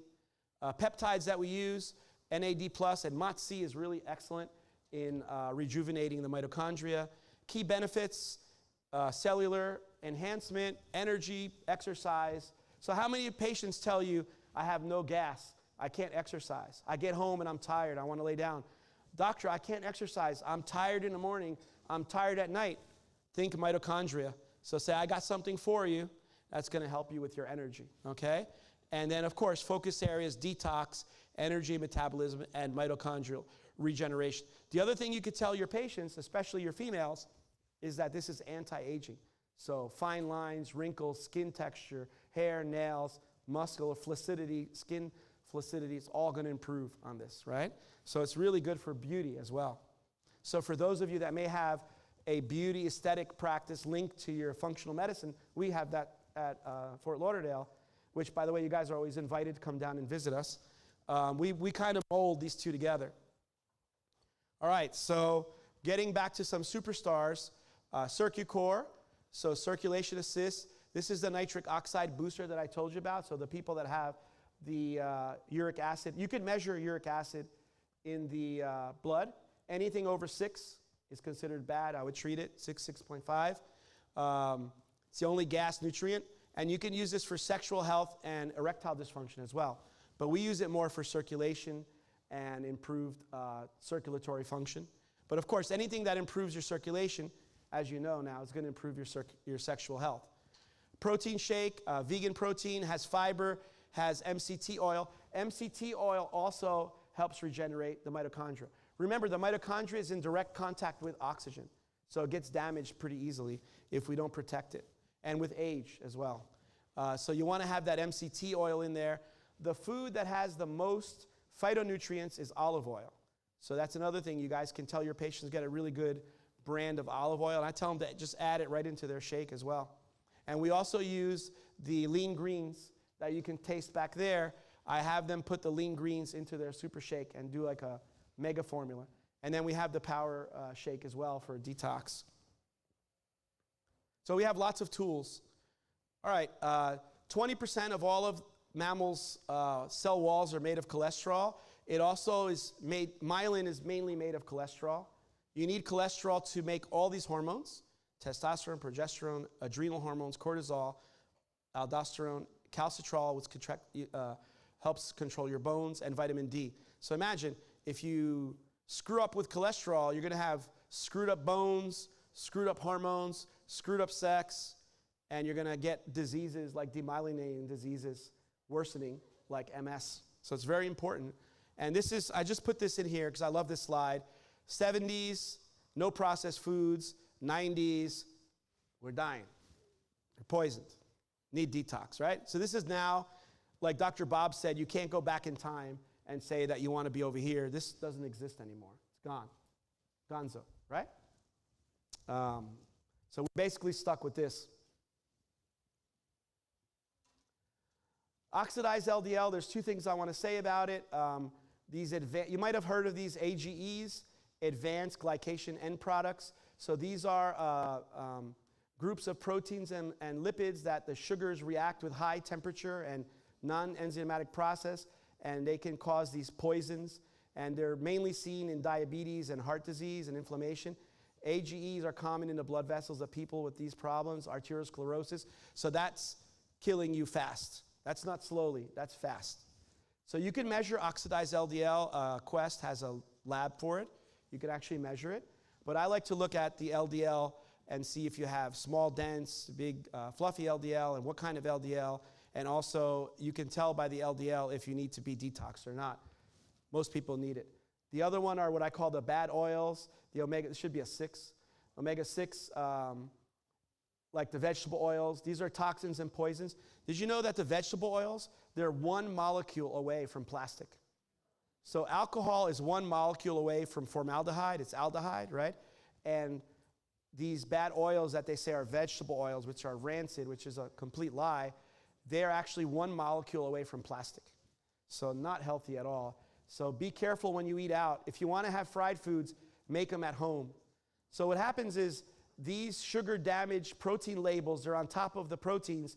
Once you screw up the label, it's like if you mail something to somebody, but the address is wrong, they can't deliver it because the address is not wrong. So these things, they mess up the address. So we call them sugar-damaged protein labels. So then badly labeled packages cannot be delivered. So they end up circulating in your body and get accumulated in the cells. And then your HDL is going to go up. Your LDL is going to go up. The bad, we shouldn't call it bad cholesterol. It's just damaged cholesterol, the oxidized LDL. We're not talking about regular LDL, just oxidized. Goes up, the HDL goes down, and then you get a lot of fat storage. So cholesterol does not cause heart disease. It's just an innocent bystander. Doesn't cause it. It's a misnomer. All right, so this slide is kind of complicated. We're not going to go over the whole thing. You're going to have it at your disposal. I want to go over number 2. This is the way statins actually work, right? Statins are HMG-CoA reductase inhibitors. So they work on malonic acid. And the number one function that they have is this number 2, which is called a nuclear factor kappa beta. And this is an immune system repressor. It's such a good immune system repressor that they use it in kidney transplants. So you can use statins in kidney transplants so your body doesn't reject the kidney. That's kind of scary, right? So it does all these things: monocyte adhesion, macrophage recruitment, smooth muscle mitigation, all these things, decreased thrombin formation, platelet aggregation. So in this case, it's actually pretty good if you don't use a high dose. And like I said, they use this to you do kidney transplants, and it decreases your CoQ10 even more. So anybody that you get on a statin, I would recommend low-dose statins because it has 75% of the anti-inflammatory effect at the lowest dose, or discontinue the statin and use our cholesterol red, which is what I do. Also, talking about mental health, this number 4, this dolichol inhibition, it causes aggression, addiction, and hostility. So some people that take statins, they can develop psychiatric problems, and that's one of the functions, number 4, of the statin. That's not good. It also has been shown to cause diabetes and cancer in long-term use. And then this malonic acid blockade blocks your hormones. So then you can get problems with your sex hormones, and also can cause myalgias and CHF. So not good. And mitochondrial damage. Not what I would call a perfect solution. So what do? Nutritional frontiers to the rescue again. CardioStack is the pill form. You get the CoQ10, the L-carnitine, the DMG, which is adaptogen for oxygen utilization. Remember, this is going to get your ATPs up. Or what we use in my office, I have a bottle of this in the hallway. I have a little desk, like a little tray, and I give it out to all my patients. I take one, I give it to my patients so they can chew it. It's orange flavor, tastes really good, and the patients really like sampling it. Don't be afraid to break open a bottle and share it with your patients. Make some shakes in the office or some potions, some drinks. They like that. And they're going to see you drinking it, they're going to drink it, and they're going to say, okay, if the doctor's taking it, can't be that bad. And they can taste it as well. I like this one. It also helps in the gum disease area, so you can use it in patients with gum disease. It's anti-inflammatory, also has some vitamin E, and very good for oxygen utilization as well. And this is for somebody that doesn't want to swallow pills. Although I gave you guys the pearl, now you're going to tell your patients how to swallow the pills. Put them in your tongue, go like this, automatic swallowing. All right, so what are the alternatives, right? We don't want to use statins if we don't have to. Vitamin E has a statin-like effect, reduces LDL. Alpha-lipoic acid, we talked about ALA. Magnesium, vitamin D3, K2. You're going to hear this over and over and over, right? These are so important in our body. And they also work against COVID-19. We use these. We had really good results with COVID-19 treating patients so they didn't get sick. Red yeast you can get. Mevacor, which is in our cholesterol red. The CoQ10, antioxidant mitochondria, and the vitamin C, vitamin E antioxidants on free radicals. So they'll tell you that statins work 14 to 29% on heart attack and stroke. That's a relative risk reduction. If you look at absolute risk, how many people took it and got better? It's about 1%, right? 0.4 to 1.3%. In death, it's only 0.4%. So if that was Viagra, we wouldn't sell too many, right? You get 0.4% erection. That wouldn't work. In heart attacks, it's 0.8, and in stroke, it's 1.3% absolute risk reduction. So the difference between you and a patient on a statin is about 1%. They're 1% less likely to have a problem. Not worth it for me to have all those side effects, plus they're expensive. All right, so these are 3 other things that we test for in my office. These are important. So besides everything that we said, I'm like Dr. Tracy. I like to do the basic blood work, the CMP, the lipid panel, and I like to do the high sensitivity cardio CRP. I'll do, a basic thyroid if it's a female, and things like that. Maybe some basic hormones if they're over the age of 45. And these are some other ones that you could do later on. So ApoB is about 37% genetic. It's not 100% genetic. The other thing I want to tell you guys is a lot of things what we do today is epigenetics. So epigenetics means on top of your genes, right? It's environmental factors that alter your genes, turn on and off. I think Jamie was talking about this today. They turn on and off your genes for certain good or bad things. So you could use it in a good way to turn something off that's bad, or to turn something on that's good, or it can be done in a bad way through pollution or toxicity to turn something on. Like, I have no family history of diabetes that I know of. Any of my cousins and my relatives and my parents and my grandparents. But somehow, being the only doctor and studying my ass off, I got it. But I fixed it, And you can fix it too. That's the point. So ApoB is important. You're going to use omega-3s and CoQ10 and monounsaturated fats like olive oil, and you want to lower sugar and trans fat. This one is the same thing. It's like a sugar on top of the cholesterol molecule. It doesn't let the cholesterol molecule deliver its goods. So if you have this mutation, what happens is the LDL is going to hold on to the cholesterol or whatever's inside there, and it's not going to release it, and it's going to end up eventually trying to clog your arteries. Homocysteine is probably the worst one, and that's a methylation problem. It affects B6, B12, and folic acid, which used to be called B9. The most inflammatory molecule, 40% responsible for arteriosclerosis and the guy that did the study on this at Harvard got fired, but they were having strokes and heart attacks in 4-year-olds and 8-year-olds, just to give you an idea how crazy this was when they had this genetic abnormality. So you want it to be in the normal range. And this is an easy lab to do. Usually it's negative, but if it's positive, you have to treat it. And obviously you're going to use our great folic acid and B12 products that we have. We have sublingual, we have oral, we have all different kinds. It's the most inflammatory, the most dangerous one, and you have to check these MTHFR mutations. Also, alcohol abuse and PPIs can worsen that. And then the last one is the one I have. I got this from my dad. It's the LP(a) mutation, and you want it to be under 30. Mine was 83 when I first started. And this one is 90% genetic. So this one's kind of hard to fix, but you can do it with niacin and CoQ10. And some people use statins, I don't. Basically, what this does, it makes your LDL deformed. So what they don't tell you about statins is, what statins do is they increase the LDL receptors on the liver. So the liver recycles all the LDL with the HDL. The HDL is like a tow truck. It'll bring the LDL back to your liver. But what it doesn't tell you is it's only going to recycle big, fluffy, normal LDL that fits in the receptor and gets recycled. If you have oxidized LDL, which is like a red golf ball instead of a beach ball, it will not recycle that. If you have this mutation, this LP(a), your LDL doesn't look like the receptor. It won't get reabsorbed in the body. So you have to use other things, antioxidants and mitochondrial repair and different ways of removing inflammation. Believe it or not, B3 is really good for that and preventing your LDL from becoming oxidized. And these are way more effective and way safer than using statins, in my opinion, of 30 years.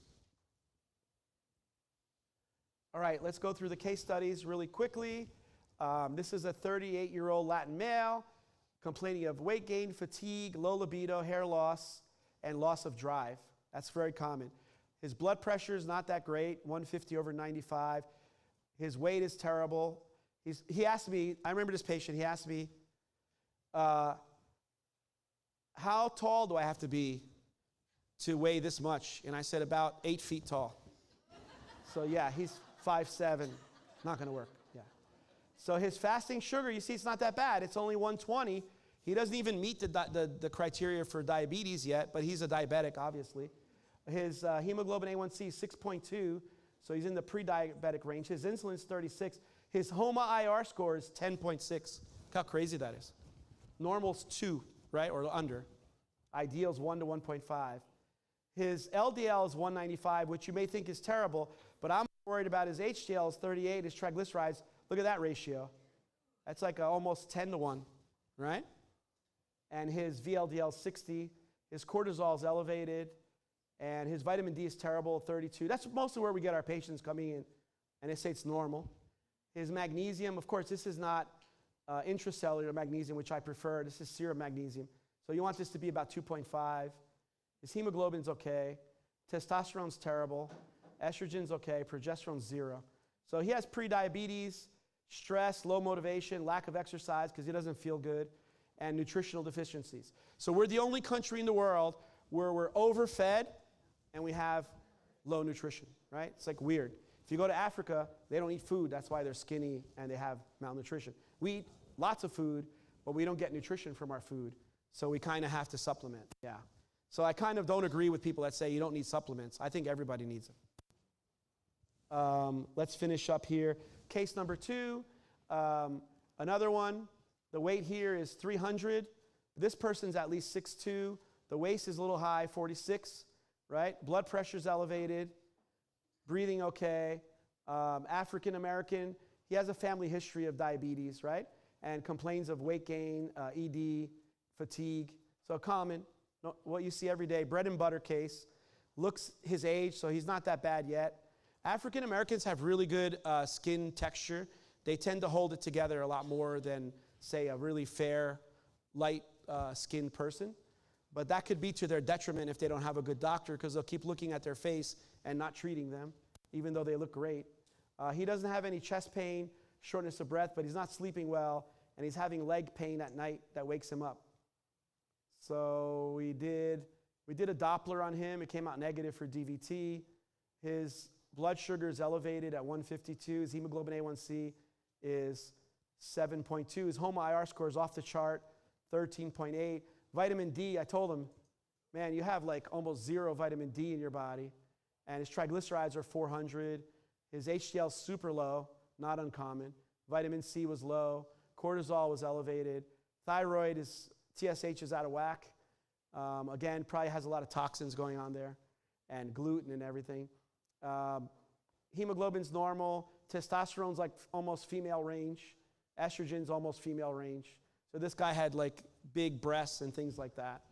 So we started him on a low carb diet, basically vegetables, and he was walking 30 minutes a day.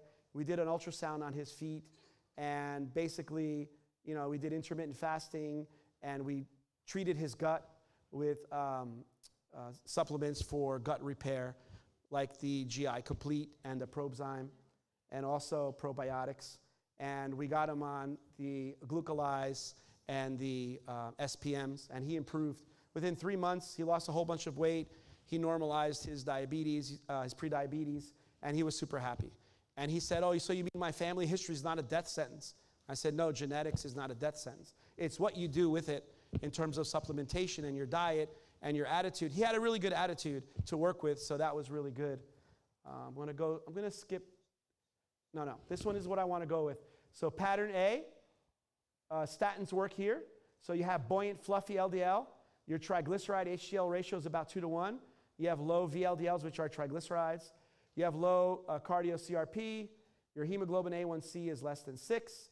You're negative usually in these 3. That's the good one. That's what we want. And unfortunately, I was a pattern B when I started. So pattern B, statins not as effective, oxidized LDL, small, dense, golf ball size LDL, increase in cardiovascular disease, triglycerides, HDLs greater than 4 to 1, positive CRPs, positive APOBs, positive LPAs, can have a positive or a negative homocysteine, numerous vitamin deficiencies, and hemoglobin A1C is usually greater than 6, usually greater than 6.5. So I'm going to skip over that.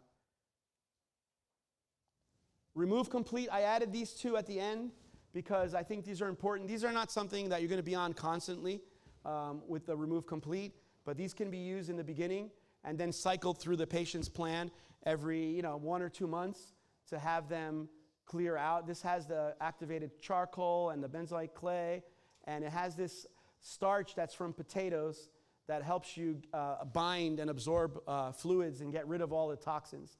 The proline greens, I make them put this into their super shake, so I sell it as like a combination. It has the spirulina, the beetroot powder, the aloe vera, which calms down the inflammation, choline. It has a green health blend, DMG, which you heard from Joe, which is really amazing. The probiotic blend, milk thistle for the liver, and the dulce algae. So this is like a really complete detox that you could add to a super shake and kind of do a secret detox in the middle of their super shake supplementation. Works really well. This is my bibliography. You guys can look stuff up if you want. Any questions?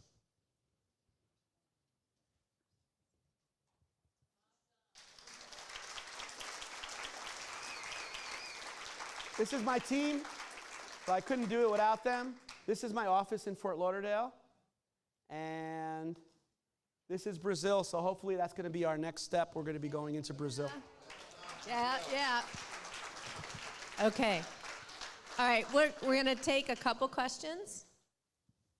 Dr. Silva? Yes. He's Any looking. questions? I'm over here.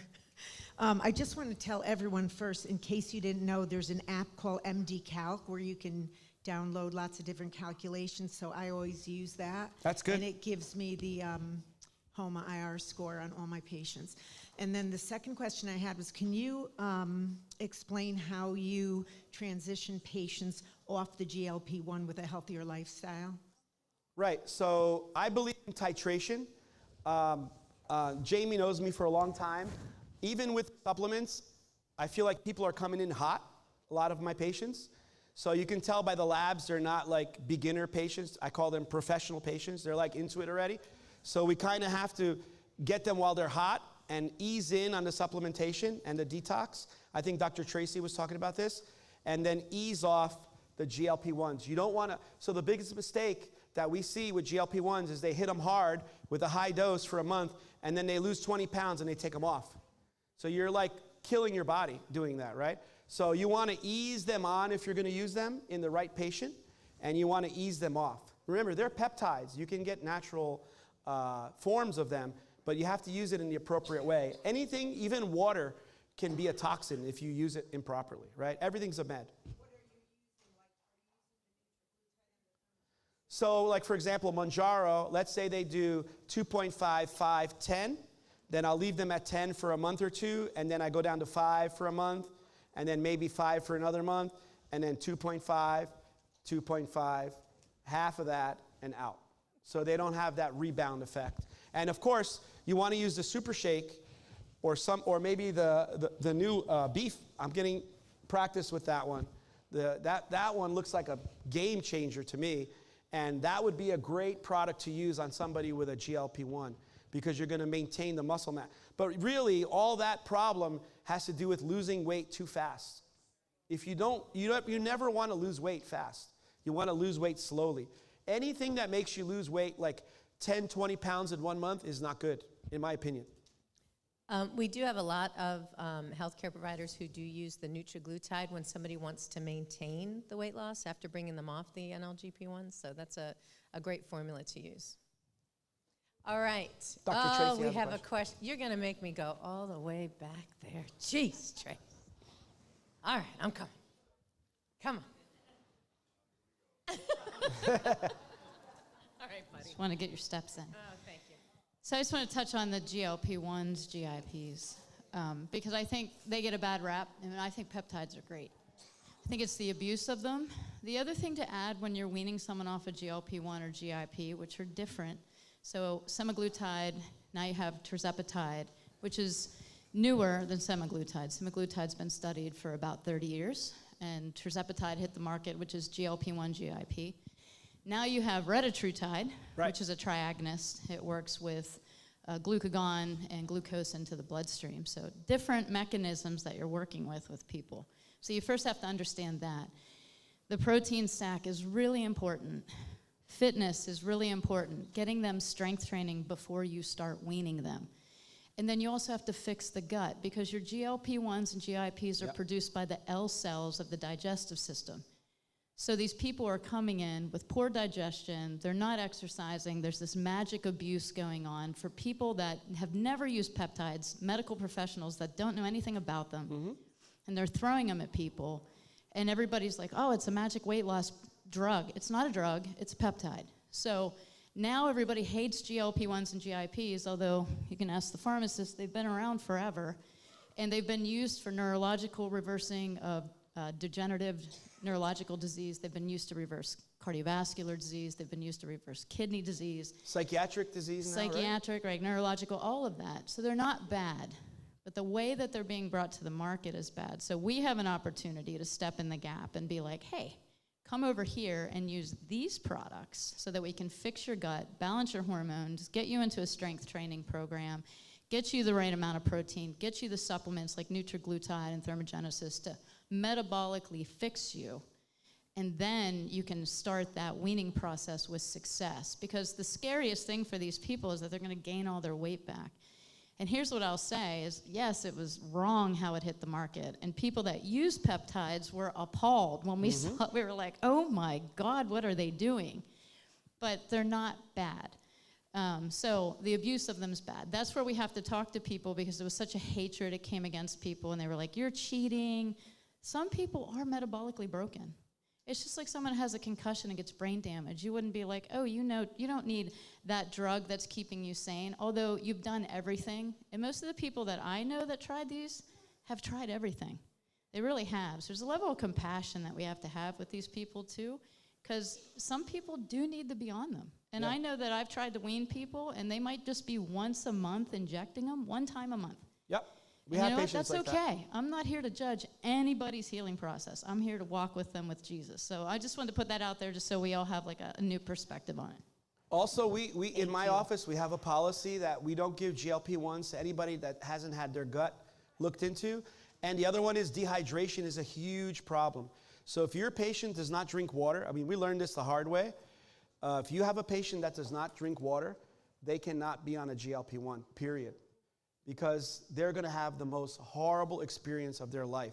So we measure that, we hydrate them, and then we start it. So do not give GLP-1s to people that are dehydrated. Unfortunately or fortunately, we live in Florida. It's a big problem in Florida. People drink alcohol, they don't drink water, and you need to address that in your patients. And that's really a health thing, right? You can't live without water. But if you hydrate them and you fix their gut, and then you put them on a gentle dose of GLP-1, you're going to get phenomenal results. We had a 16-year-old girl lose 69 pounds in 6 months, and it changed her life. She went to college. She's popular now. She has boyfriends. She's doing really well. And she lost 69 pounds in 6 months. And, you know, the problem with, if you guys treat adolescents, we treat kids and adolescents, and, you know, we use them 16 and up. This lady was miserable. She was way overweight. But the problem in kids is they're really sensitive. Their vomiting reflex, right? Their gag reflex is really sensitive. So if you have a young patient, you have to start with, we started with microscopic dose. So don't be afraid. These are peptides. These are natural. Don't listen to the drug companies and all that. Start at a really low dose. Go slow. See how the patient is doing. Bring them back. Sometimes I'll make the patient take the shot in the office for free so I can eyeball them. And sometimes we have to give them IVs and get them, you know, metabolically stable. But if you start low, young people do worse than older people. So you have to be more careful with a younger patient than an older patient. But we have, you know, I have 20-year-olds that need to lose 120 pounds. What are you going to do with that person? You know what I mean? So the only other option would be to do a sleeve, you know, a surgery, and we don't want that. And I can tell you that the plastic surgeons in my town, they want to kill me because we canceled at least 10 belly surgeries, you know, liposuction surgeries with GLP-1s. So they can be used the right way. Good job, Dr. Silva. They can be used the right way. You just have to go slow and be careful and learn about what you're doing. Learn about, if you have any doubt, call us. Call me, you know, or stop by if you're local, and I'll guide you. I'll tell you what my experience has been in the last 4 or 5 years that I've been using them. And we use all kinds of peptides, not just GLP-1s. But, you know, you have to know what you're doing. You have to know the dosage. I personally use lower doses than they recommend. Like some of these, you know, like terzipatides and things, you have to use a lower dose. Some people are extremely sensitive. The epimorelins, the tesamorelins, I start at a lower dose because people get really sensitive to them. Then they don't want to take it, right? Then you use a high dose, they freak out. They're like, oh, I don't want that. So then you lost a good weapon that you could have used, and you have all this other armament that you can use with it. So you have to, even in the Nutritional Frontier products, I'm really careful. I don't start them at 10 things at once, because if they have a bad reaction, you're going to lose 10 things. So I try to use like the rule of threes. Use 3 or 4 things at once. See how the patient does. Bring them back in 2 weeks if you have to. You know what I mean?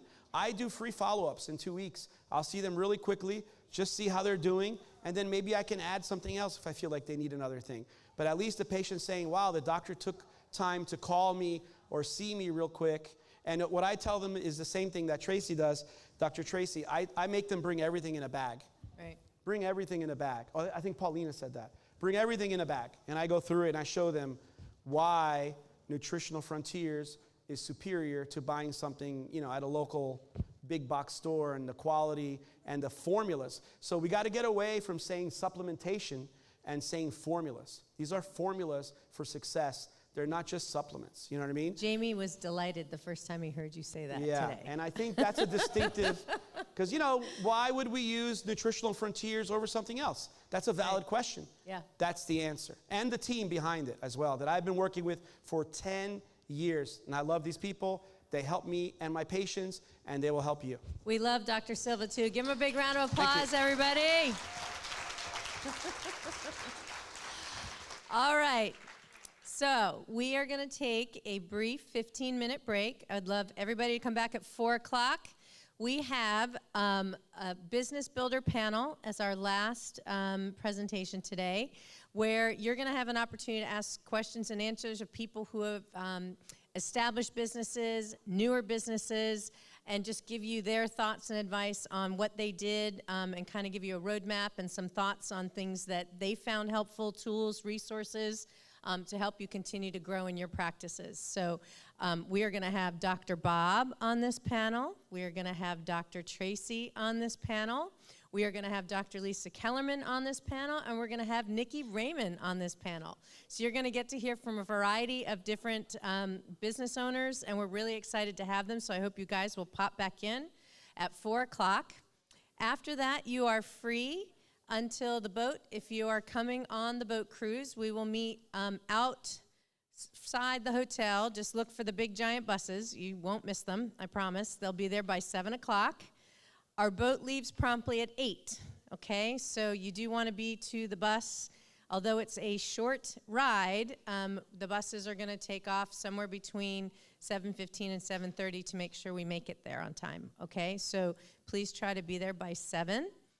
On the boat, we are having a dinner cruise. There will be a DJ, and we'll get to see some of the sunset and some of the beautiful views on the Gulf. So hopefully you guys will be able to join us for that.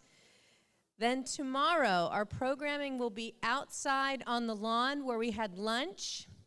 I think Miss Nikki Raymond at 8 a.m. is going to do some beachside workout. So if you would like to join her at 8 a.m. on the beach, it will be in the very same area near the tent. At 9 o'clock, I will be doing a soul intelligence and meditation session on the green lawn where we were for lunch today. And by 9:30, breakfast will be served, brunch, a send-off brunch. And then Jamie and I are going to go run and hide by noon. So if you need to talk to us. No, in all seriousness, this has been an incredible event. We really appreciate your support. If you feel called to share a testimonial, Phil will also be doing those on the boat. So we would love to hear from you if you've got something to share. So I hope to see everybody back here at 4 o'clock. Yeah, and one more opportunity that you do get extra savings this weekend. I know a few people asked me. You do get 20% off at the event. So see your rep, see Kara, Travis, Ashley, or anybody on the team to help you out before you leave. And all next week, 15%. But today at the event, 20% as a small thank you for joining us. Thanks, guys. We'll see you in a little bit.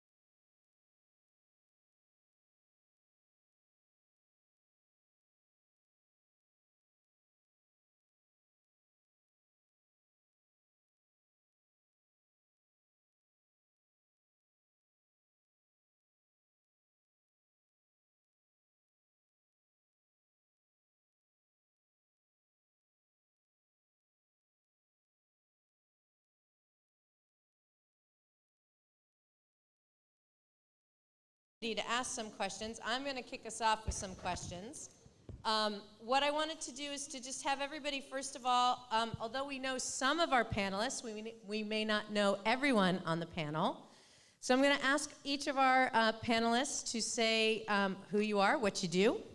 Just describe the type of practice you have, maybe how many years you've been practicing, what part of the country you happen to practice in, and why did you choose that specialty, that area of focus? So if you forget any of them, I'm just firing them away. I'm just giving you the kind of who, what, where, when. Okay, so you want to start?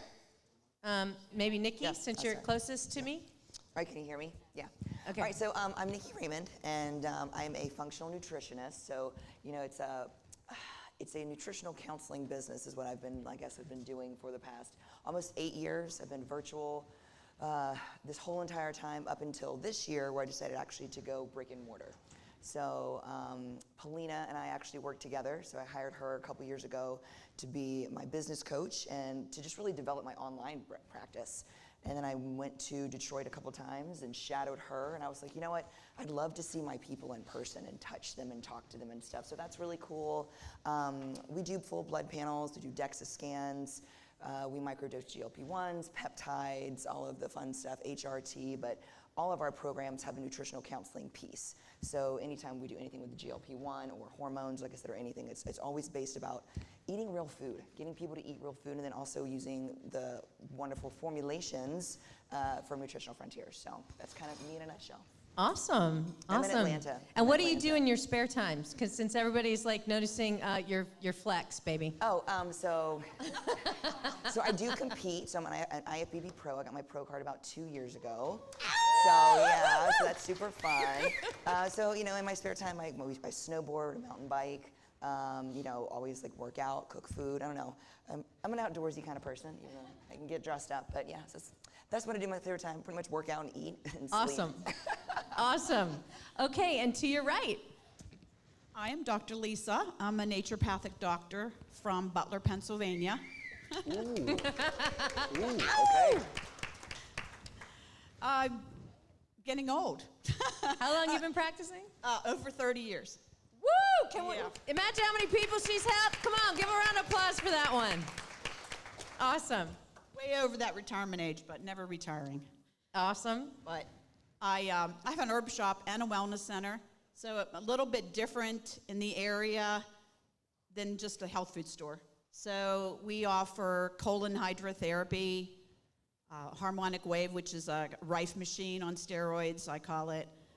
My specialty is NAET, which is Nambutapad's allergy elimination treatment. So I have 3 treatment rooms running for that all day. And then I do the health evaluations. We have a far-infrared sauna. We have an ionic detox foot soak room. So we're busy. And it's wonderful. And it's my passion, of course. Most of you all know that's what you're here for. And what's your specialty, your area of focus? The allergy elimination treatments. Yeah. Awesome. And I got into this. My daughter was sick with ear infection when she was 2 and no help. So I had to start studying and woke up one morning, told my husband I was quitting my full-time job, running a pediatric dentist office and going back to school, and this is what I was going to do the rest of my life. And he thought I was nuts, but... Has that changed, Rock? I don't No. So Yeah, it's wonderful. It's wonderful, and I love Nutritional Frontiers and doing more and more transitioning from over. Excellent. That's my next question. So, Dr. Tracy, tell us something we don't know about you. But remember, there could be children in the room. Jamie can probably tell you that.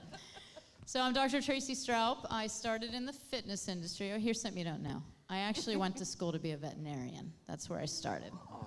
So I started in animal bioscience, and I went into personal training, exercise, and sports science. And basically because I was fat. I went to college and got control of my food, and I didn't have to eat all the processed stuff my parents were feeding me because we grew up in the Diet Coke and microwave era. And I saw that it worked, and I really loved it. So I started personal training. I owned the largest personal training studio in Pennsylvania at one point, and then went into naturopathic health, became a naturopathic doctor because my son had some issues when he was born. and graduated, opened my own clinic. That's how I met Jamie and Mike Gallagher and Nutritional Frontiers. I worked at NF for a while. I worked at Zyto. I rebuilt all of Trinity's courses and curriculum. I worked there. So now I actually work as a C-level executive at Get Healthy Store. I'm their Chief Health and Growth Officer. It's a tech company. So my career's been very eclectic, I would say, in the natural health realm. I do have a full practice, and I have 2 naturopathic doctors that work for me, as well as a virtual assistant. I have an academy where I train functional and integrative practitioners just in the spaces where we're not getting the education, you know, so like functional blood work interpretation and what is a Dutch test and how to read a GI map, peptides. We have 2 full courses on peptides, you know, weight loss and peptides, and also just what are peptides and how do you implement them safely. So all of that, and I still work with Nutritional Frontiers, which has been probably one of the best part of my career. I kind of grew up here. I learned a lot from Jamie. I'll say hands down, he's one of the best formulators, hands down probably the best formulator I've ever worked with. So love this company. And everything that we do here. So, and then I get to be with amazing people like this and keep learning. So I'm a forever student. That's probably the biggest thing that we all should be. So thanks for having me up here. Absolutely. Dr. Bob's mic'd up, so you can hang on to that. So just Dr. like Bob. lies, not true. All right. Bob Rakowski, Houston, Texas, 33 years, clinical practice. Before that, I was an engineer, and I'm very grateful that they taught me how to think. But I was a lousy engineer because I didn't have passion for it. And I don't mean I was lousy. I just didn't have the passion to succeed. So I got hurt playing football, went to a chiropractor. He changed my life. It was absolutely amazing. I said, wow, how have I never heard of this before, and could I become one, right? And I ultimately decided to do that, but I said, I want to be a good chiropractor. He said, well, that's easy. Learn from good chiropractors. I said, well, isn't that what I'm going to school for? He says, good luck finding a good one there, you know? Now, there are some good, but they're probably few and far between in chiropractic college. So I decided I was going to visit every successful doctor that would let me shadow them. I probably shadowed about 200 of them. And one day I walked into John Bandy's office, and John Bandy had a picture of him and Carl Lewis on the wall. And I said, John, how do you get to treat someone like Carl Lewis? He said, I just became really good at what I do. And I said, what do you do? He says, I'm a chiropractor, so I'm a good adjuster. Muscles move bones, so I'm a kinesiologist. Everything is energy, so I mastered acupuncture, and you are what you eat, so I mastered nutrition. I said, thank you, you set my game plan, so I got postgraduate certifications in all of those domains within my first 3 years of clinical practice. Drove my wife nuts. I'm still driving my wife nuts. Sorry about that, Cal, love ya. But bottom line is, if I'm good at one thing, this is it. When I'm with you, I'm with you. I'm going to connect with you. I'm going to connect you to your problem. I'm going to get you to understand the problem. I'm going to connect you to the solution, and then I'm going to help you dot the I's and cross the T's to do it fast, because I don't have patience, right? If you want to be sick, go somewhere else. If you want to get healthy, come to me. Oh, I love it. Can we have a round of applause? All right. So I think you've all kind of touched on what made you establish your practice, but what were some of the resources you leveraged, you know, in order to establish your practice, start your practice in particular? We'll talk about growth in a minute. But you want to start? You want to share? Lisa? Dr. Lisa? You look like you had... You go for it. You can touch on it, whatever you want. We try to do a free workshop once a month and give a percentage off if they come to the workshop, to give them a little incentive to come. So Mike comes up once in a while. We partner, just depending on what we're teaching. Once in a while, Mike, you're slipping. Mike's there every month, but some more times than others, yes. Yes. Yes. Yeah, I do stand up there beside you. We use social media a lot. Yep. We publish a monthly newsletter. Do videos, post them on different things. Did you start those things initially with your practice to get it going? Were there any tricks to really starting to build a practice? Word of mouth. I've never really advertised. I've always thought that it's better to help somebody, and then they'll bring their family members. So. Absolutely. Do you have any referral programs that you use when someone refers a client to you? Yes. We do. You want to share? We usually give them a free sauna. Oh, nice. A far infrared sauna. That's very nice. Yeah. Session. Sorry. Session, not the sauna. That's Jay. Yeah, they're back Man, the guy in Relax was excited for just a second. Yeah, I'm buying 10,000 today. Awesome. Okay. So, Nikki, what was some of the things that you did to establish your practice? So I guess working with other practitioners and learning from people who had gone before me, right? So I would say Polina, Tracy has been crucial and just been a huge piece. The team at NF has been a huge piece in building my business and stuff. When it comes to marketing, I also don't do a ton of marketing. I do have a social media presence, so that definitely helps. I never meet a stranger. I always want to talk to people. I always listen to people. And the referrals have just always come in. Now that I do have the brick and mortar and we're really just getting up and going, we are going to hire a social media person to do our social media and maybe do just a little bit of paid marketing. I don't know. We're kind of really feeling it out, but I'm already busy. So right now we're just trying to get our feet wet. But I don't know. I just think network. Never meet a stranger. Give your, cards out to everyone.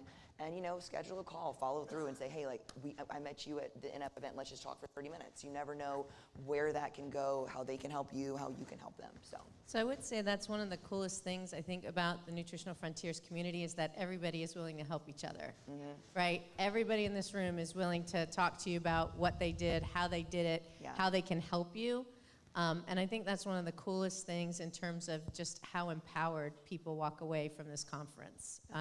I heard from someone who was a first-time conference goer, just mentioned to me in the hallway, said, oh my gosh, on fire? This conference is on fire. Yeah. I am so fired up. I can't wait to get back to the office, And so I was really, really excited to hear that. When we hear that, we just know people are getting the information they need, right? They're going back fired up, ready to make a difference in the office, no matter what their role is. And so that really gets me fired up. The community at NF is extremely important. I feel like everybody I've met through this organization has just been really awesome. And there's things I don't know, right? I'm not a doctor, I'm a nutritionist, right? So there's things that are above my pay grade where I have to say, hey, I need help, right? Or I can't help you, you have to go somewhere else. But it's been a really fun journey. And the Lord just put it in me and gave it to me that I needed to go touch people and see people. And so, I don't know, it kind of just happened. That's awesome. Lisa, you had another thought? I did. I used to do a half-an-hour radio show on our local radio station. Nice. So When you at first the got beginning, started? when you're not so busy, and you can do that. That usually every local radio station has some kind of a ask the professional or a health Ask the section. expert. Yes. So that really That helped you? helped me a lot. So Tracy's going to talk in just one second. I wanted to mention to you, since you brought that up, you guys can probably see in the upper right-hand corner of the website there, it says click here to listen live. We do have a podcast that we put on that's called The Holistic Truth. We have that on all of these formats, Apple, Spotify, and Google. And starting this month, we will be on iHeartRadio. So, woo! How about them apples? So we'll be spreading more good news, and if you are interested in being a guest on The Holistic Truth, we would love your expertise, and so you can let us know. I know, look at that face. Yes, if you, Heather's like, what? You've been keeping that a secret?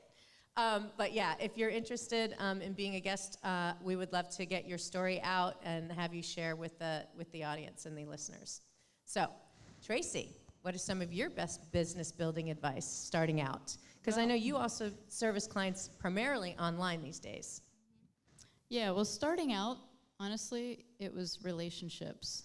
It was people that I knew, and a client was actually the first person that invested in me. She gave me $50,000 to start my first business. So, Gave you 50 grand. On a promissory note. I paid her back. She prays a lot, Bob. I do. And even before I knew God, right, he ordained my steps. I would say that's the very first relationship is that I do pray on everything. I pray about what I'm going to do, who I'm going to hire. It took me a lot of time to discern. I think the biggest thing is my team, refining that. That's really how I leveraged my business, knowing when I got to a point where I needed help. I know everybody's afraid, you're making all this money now and you got this lifestyle and you don't want to put it back and hire that next person, but you need to. You can take a little bit of a cut to get that person that's going to take the burden off of you for invoicing and repurchasing your supplements and doing those things. You're going to pay that person to implement your courses. You're going to do that. You're going to pay that person that can take those people that you can't quite fit into your schedule. So that's really, if we're talking about leveraging, how do we go from here to here? It's the relationships that I built. It's honoring those relationships. It's negotiating the right things. It's hiring the right people.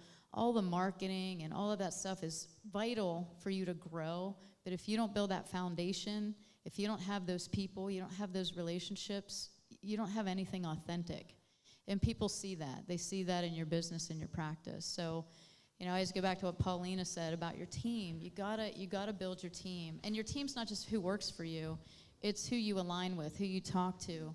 It's the networking that you do. It's the people you refer to. Like Nikki was saying, I don't want to refer to somebody that I don't trust, or that I don't know are going to take care of my person.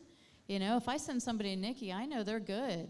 If I call Paulina up, I know they're good. If I call Dr. Bob or Lisa, I know they're taken care of. I can't fix everybody, and I don't want to. So people that you align with have to align with your heart as well and your heart for people. So relationships is probably the biggest thing for me. I never had a problem, and God did. He put me on some of the biggest stages with some of the biggest names. I mean, I was doing courses with Judy Mikovits, Sherry Tenpenny was my best friend. Like, it was just like one after another. I was sitting on a stage with Dr. Goodyear and Sean Devlin and people that are like huge in cancer. And I thought, how did I get here? And the only answer I could give was God. Yeah. Like, I was like, that's how I got here. And it was, so that's my base. All right, Dr. Bob. Well, along with that, we reap what we sow, just not always where we sow. So I never want to give anybody an equal value for their dollar. I think that'd be pathetic. I want to give them 10x. Amen. Why? Because if you never do more than you get paid for, you never get paid for more than you do.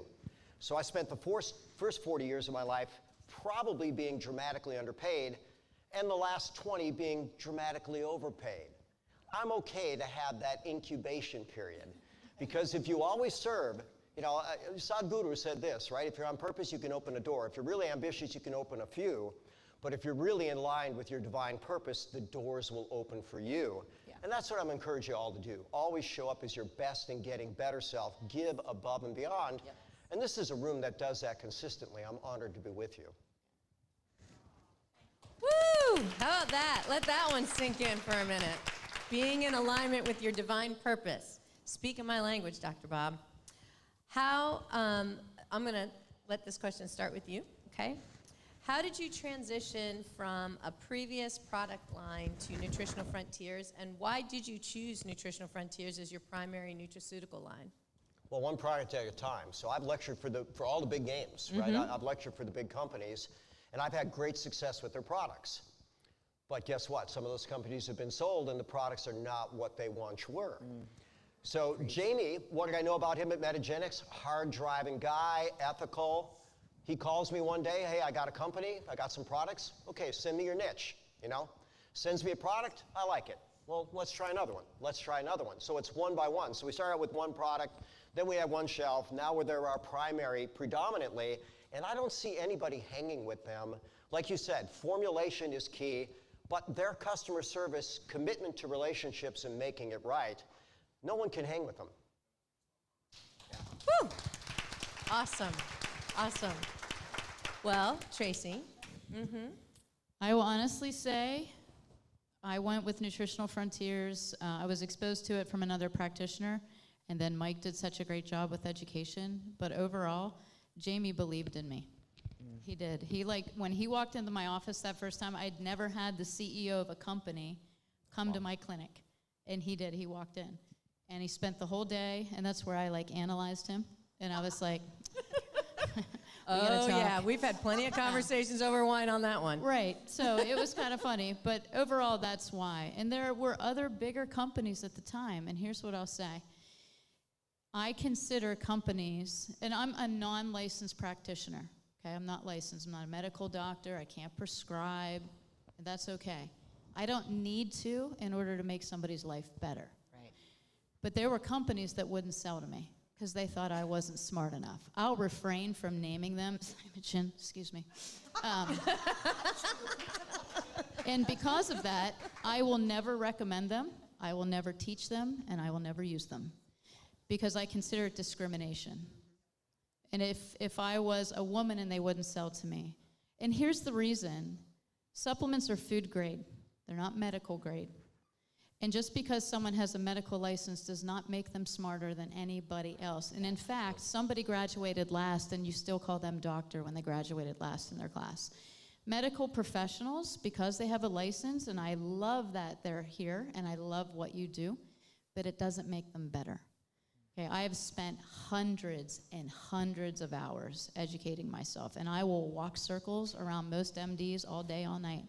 So the reason I picked NF initially was because Jamie believed in me, and then I believed in him. So I go back to relationships. You know, it's how you treat people. It's what you put out. And most of these companies now that never thought I was smart enough or wouldn't sell to Nikki or whatever, they're selling Amazon to your patients. And they don't care.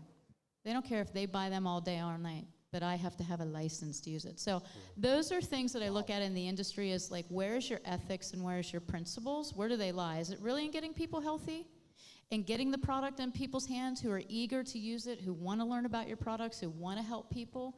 Or are you just out there for money and status? So that's how I choose a company initially. And then, obviously, you know, just because Jamie walked in the door, I was like, holy crap, he's here. This is cool. So that's my spew. Awesome. Awesome. Dr. Lisa, I know you transitioned from another line at one time. So what made you choose? Well, I've been with another line for over 20 years. And I was always thinking, oh, this is wonderful. I can say, this is the line I use. This is the best. This is what I want you to take. And they all believe me. And when I met Mike, when I met Jamie, started coming to these training sessions, the more I learned and the more that company was bought out, and I just saw the quality is not where I wanted it to be anymore. And I don't know, I was schmoozed, I'll tell you. I've been all over the world, and other people in here have been all over the world. So, with them.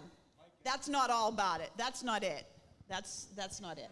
It's about the quality, the training, because I just been on the phone weeks ago, and I said, what happened to all the training with them? And how are you supposed to bring a product out and not train us in the field? Yeah. So we know about it, so we can educate our clients about it. So I didn't receive anything. 20-some years, and I didn't receive any notice. Nothing. So I want to be with Nutritional Frontiers. I'm transferring slowly over because I want the quality, I want the education, I want the training, and I want Jamie and Mike on my side. Wow. Wow. No one says they want Jamie and Mike. On my side. On my side. At the same time, wow, Lisa, you're bringing it today. I love it. So that's why we want people to come here so you get the education, so you can educate, like Paulina said today. You have to learn so you can educate your clients, so they know why you're picking this company. Absolutely. Absolutely. I'm going right, yeah. Yeah, it's just you two. So I think for me, it was like multifaceted.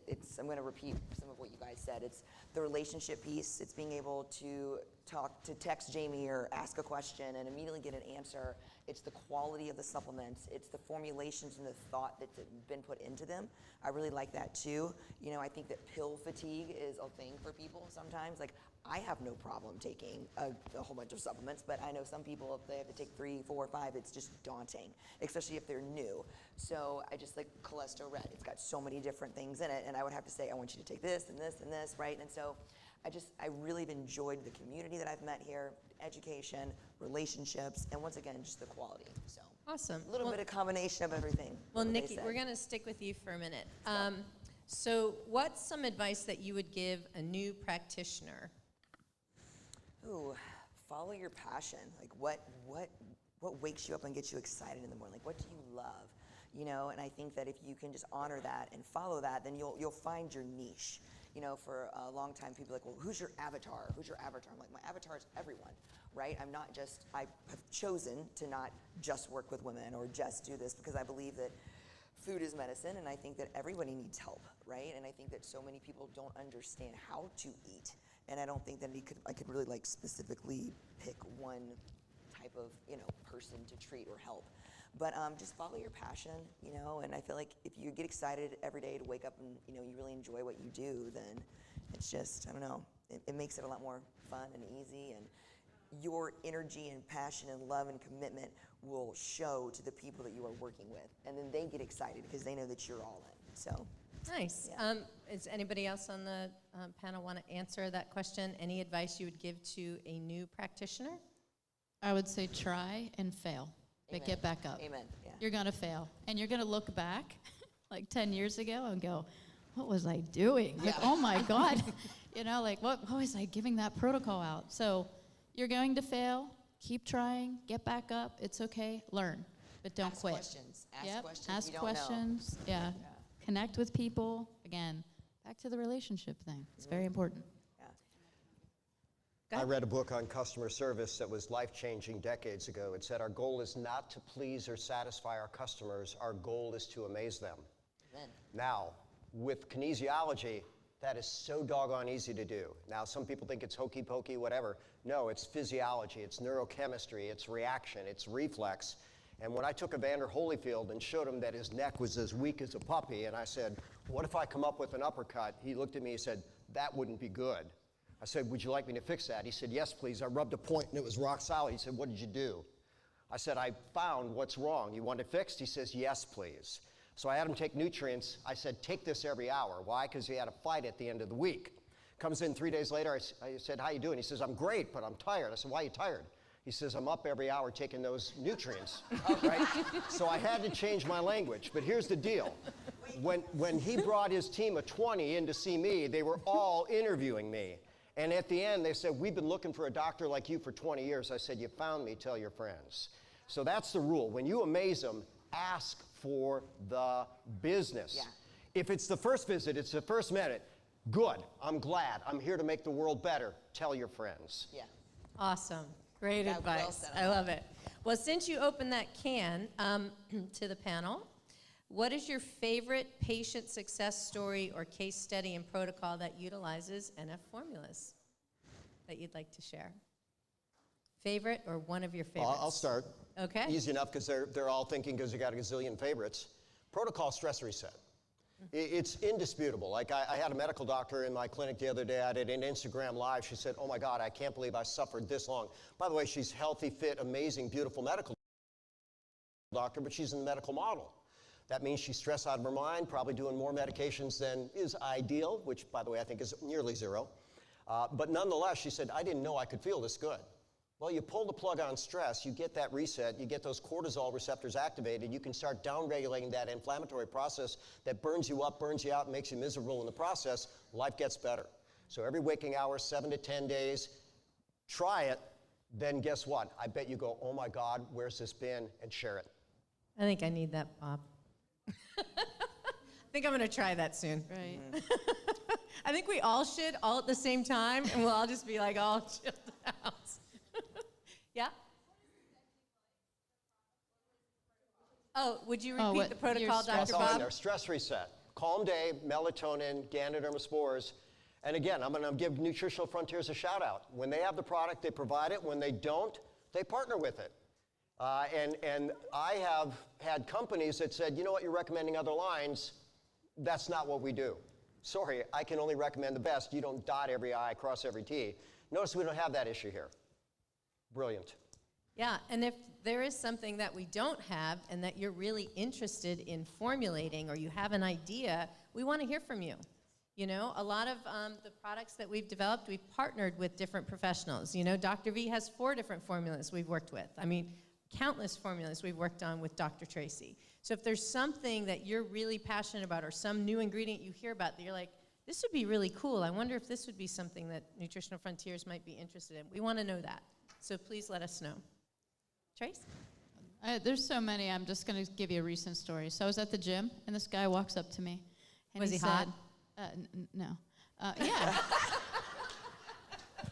Make the story interesting, I would wasn't you? ready for that question. Is this live? Hi, honey.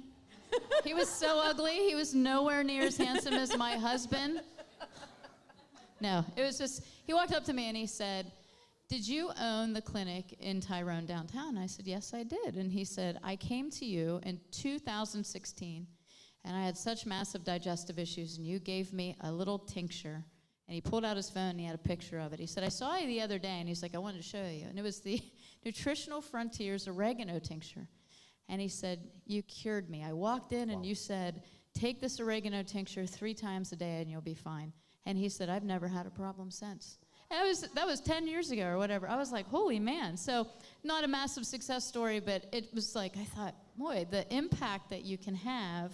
And I didn't even remember who he was. You know what I mean? Mhm. So it was just a cute moment in the gym. That's that pretty he's awesome. doing great. Pretty so I'm not awesome. saying bring that back or anything, but maybe.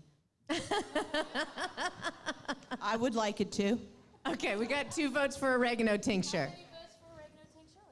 Okay, how many cases? All right, we can make that happen, people. We can make that happen. Okay. Strong oil. Dr. Lisa. Yeah. Yeah. No, go ahead.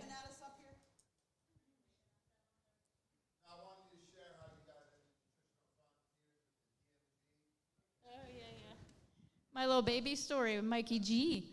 Yeah, so I had a baby that came into the practice, drove up in a car. No, I'm just kidding. It was mom brought him in. He's like 9 months old, maybe a little bit younger, and just was lethargic, had been sick for so long. And the mom was like, I have tried everything. We tried everything. I saw this baby as a client over and over and over again. Finally, it was like the 3rd visit, she brought the baby in, still wasn't getting better, sick all the time, lethargic, wasn't growing. And I called Mike, and I was like, hey, I got this baby. I cannot get this baby better. And he said, give him a whole dropper full of DMG. I was like, and I think it was like 6 months. I was like, this baby's 6 months old, Mike. He's like, yeah, whole dropper full. I was like, all right, well, if something happens, I'm telling her you told me to do this. Of course, when he got really better, I was like, I don't know who Mike is now. So the mom comes in, we open the bottle right in my clinic, and I give the baby the whole dropper full of DMG. I prayed a bit. I was like, please don't let anything happen, because you get scared, right? Mom leaves with the bottle, calls me the next day, and she was like, I don't know what that was, but I'm coming down and buying every bottle. I'm giving it to all my kids. Like the baby popped back so quickly, and I called Mike, and I told him, I was like, that didn't work. No, so I was like, it worked. He was like, yeah, I told you. He's like, I told you. So dimethylglycine DMG, that's how I really got to love NF, and it kind of just turned my eye. But yeah, that was a true story. So I think Pretty that awesome. little boy is like 9 now. Pretty Amazing. incredible. Yeah. Go ahead, Mikey. I know, the Air Max test, I won. I could breathe so well. It's still working. I was like, look at that, huh? I just did Awesome. another one. Dr. Lisa? Okay, my favorite one right now is a little 7-year-old. Mother brought her in, and every time she would eat, she would have pain, no matter what she ate. So I do the Zyto, so I checked her for food and environmental allergies, and she did have food allergies. So we started giving her allergy elimination treatments. But I started her on GI Complete and Probzyme. So a few weeks later, every time she'd come to me once a week, and I'd say, Lily, how you feeling today? Better. I'm like, well, how are you eating? Oh, I'm eating everything I want, and sometimes if I overeat, I feel a little pain, but not much, okay? So we were in probably 2 months, and her mom said, I think I need to get the GI Complete refilled for her today. And I said, let me ask Lily when I give her allergy treatment. So I asked her, I said, anytime you eat, Lily. Now, in 2 years, she's been doing with this. A 7-year-old, so 5 years old, she started this. So she said, I can eat anything, and I don't have any pain ever. Awesome. And I said, what? I said to Mom, she's out in the doorway, I said, you don't have to get any GI Complete today, but I want her to stay on the Probzyme. So now she's finished her allergy treatments. We're just doing some pollen and some dust. And she was very little, petite, because she wasn't absorbing her nutrients too, so she's gaining weight. She's so tall now on my table, it's unbelievable. But I have so many kids that I help, they come in covered with eczema, or a lot of them digestive issues, a lot of them. And I did have to tell her mom, no milk, please. So I did cut her off the dairy right away, and she was like, what? No dairy? I said, no. So now a 7-year-old can eat without pain? Yes. Amen. Good stuff. I love it. You can help those children. It's the best job in the whole world. Awesome. So I've had a lot of really fun transformational stories over time because it did start before I ever got into the functional piece with just like nutritional counseling. So a lot of it was weight loss. So I've had some really, really like amazing transformations in that sense. But in the functional piece and then using this line, I had a gentleman who was in his 50s who had been having migraines for like ever, for years, and had been to all the doctors and all the things and all the medications and all the NSAIDs and just like everything under the sun had been thrown at him and nothing was working. And so I always asked people for a diet recall for a few days, like what do you eat, right? And he was eating like a 5-year-old, so I like to say it, I mean, just being honest. And so anyway, so we did some food sensitivity testing, we did some blood work. His gut was a mess, and we kind of already knew that going in, but it ended up being gluten sensitivity, like extremely bad. And I mean, he's fine now. It took us probably a couple of months. We did GI Complete, we did IgG, we did probiotics, and he just really wasn't on anything, like multivitamins and stuff wise, so he got the whole shebang. But it was funny, he had messaged me, and he was like, hey, can you talk later today? I'm like, sure, because I hadn't talked to him in probably a couple months, and he was like, if I don't know if you've ever heard of Shalotsky's Deli, it's like a restaurant, right? So he was like, I went to Shalotsky's Deli, and I got a salad, and there was a piece of bread. And I know I'm not supposed to have the bread. He's like, but I ate it. And he's like, and I about died. I had the worst migraine ever, da-da-da. So then he said, he went back a couple days later, and he's like, I'm gonna do it again. I'm not gonna eat the bread. And he called me, and he was like, I went, I ate salad, I didn't eat the bread, and I was fine. So it was kind of nice for him. I mean, I hated that he had to do that, but it's just, he had to touch the stove, I feel like, to know that like maybe I shouldn't do that. And there's probably more underlying stuff going on there, but we were able to just really put a simple program together for him to follow, and it changed his life, right? And he doesn't have to take all the medicine anymore. He's not taking Tylenol around the clock or Advil or whatever he was taking around the clock. So that was really cool. And I had a very similar story with a gentleman who had a throat clearing like for years, and he couldn't get rid of it. It ended up being food sensitivities. So yeah, it was the same thing like GI Complete, IgG, some of like the basic protocol that's in the pamphlet, right? And it worked. Back to the basics. You love it. All right, Dr. Bob, what advice would you offer a seasoned professional that wants to continue to grow their practice apart from investing in their team? What would be a salient piece of advice? Well, here's what Warren Buffett says: invest in yourself, right? Or invest heavily in your number one asset. I'll complete the quote because it's so powerful. Invest heavily in your number one asset. Your number one asset is you, right? You're going to be with you 24/7, 365. Hey, listen, if you're not passionate enough to keep growing, it's time to take a new direction. You don't need a new field. Hey, we see plenty of people that go, you know what, medicine, maybe it wasn't what I thought. Functional medicine is where it's at. My structural chiropractor friends, they're awesome, but they came to realize bodies break down on the inside before they break down on the outside. And nutrition is not alternative medicine, it's the foundation of life. So get passionate. If you need to spend a day alone, if you need to be praying, if you need a week alone, find it and then come back brand new and on fire. Well, you certainly brought the passion and shared that with us. So thank you for being you and giving us such an incredible start to the day today. Really appreciate it. Dr. Tracy. I think it's great advice. I mean, we can talk about marketing and all the things. Well, I'm going to ask you that too, but go ahead. You're going to, I know, but we'll talk about that later. Learn to be a leader and learn to accept that you're a leader. That's a really big part of it. Like when you're trying to scale a practice, being a leader means like working on where your weaknesses are as much as, accentuating your strengths. Because you're going to fail, as Dr. Bob said, you're going to break at the weakest link. So learn to put boundaries in, learn to say no. That was the biggest thing that I had to learn, was I had to protect my time.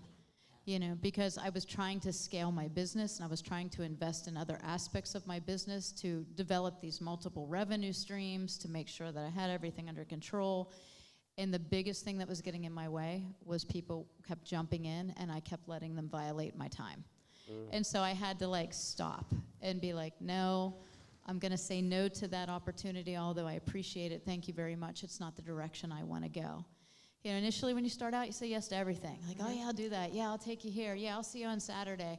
And then eventually you realize that it detracts from your own energy, and eventually you're trying to feed people from an empty cup. You can't scale that way.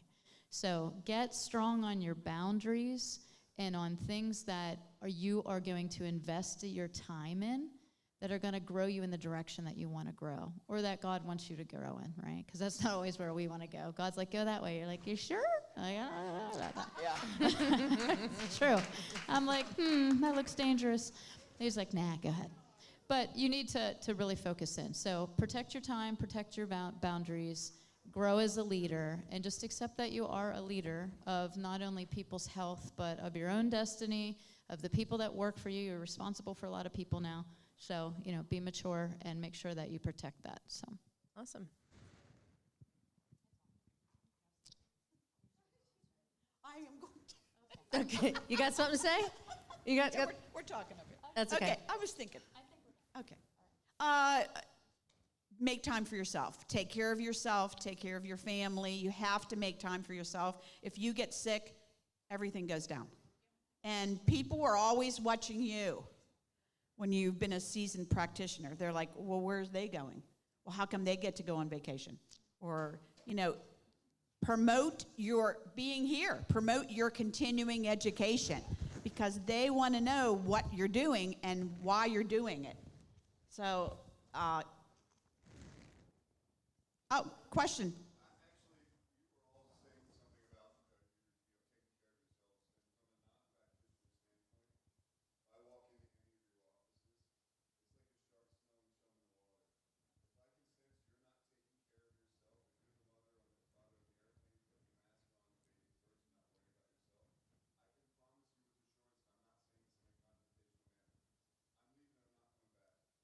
Wow.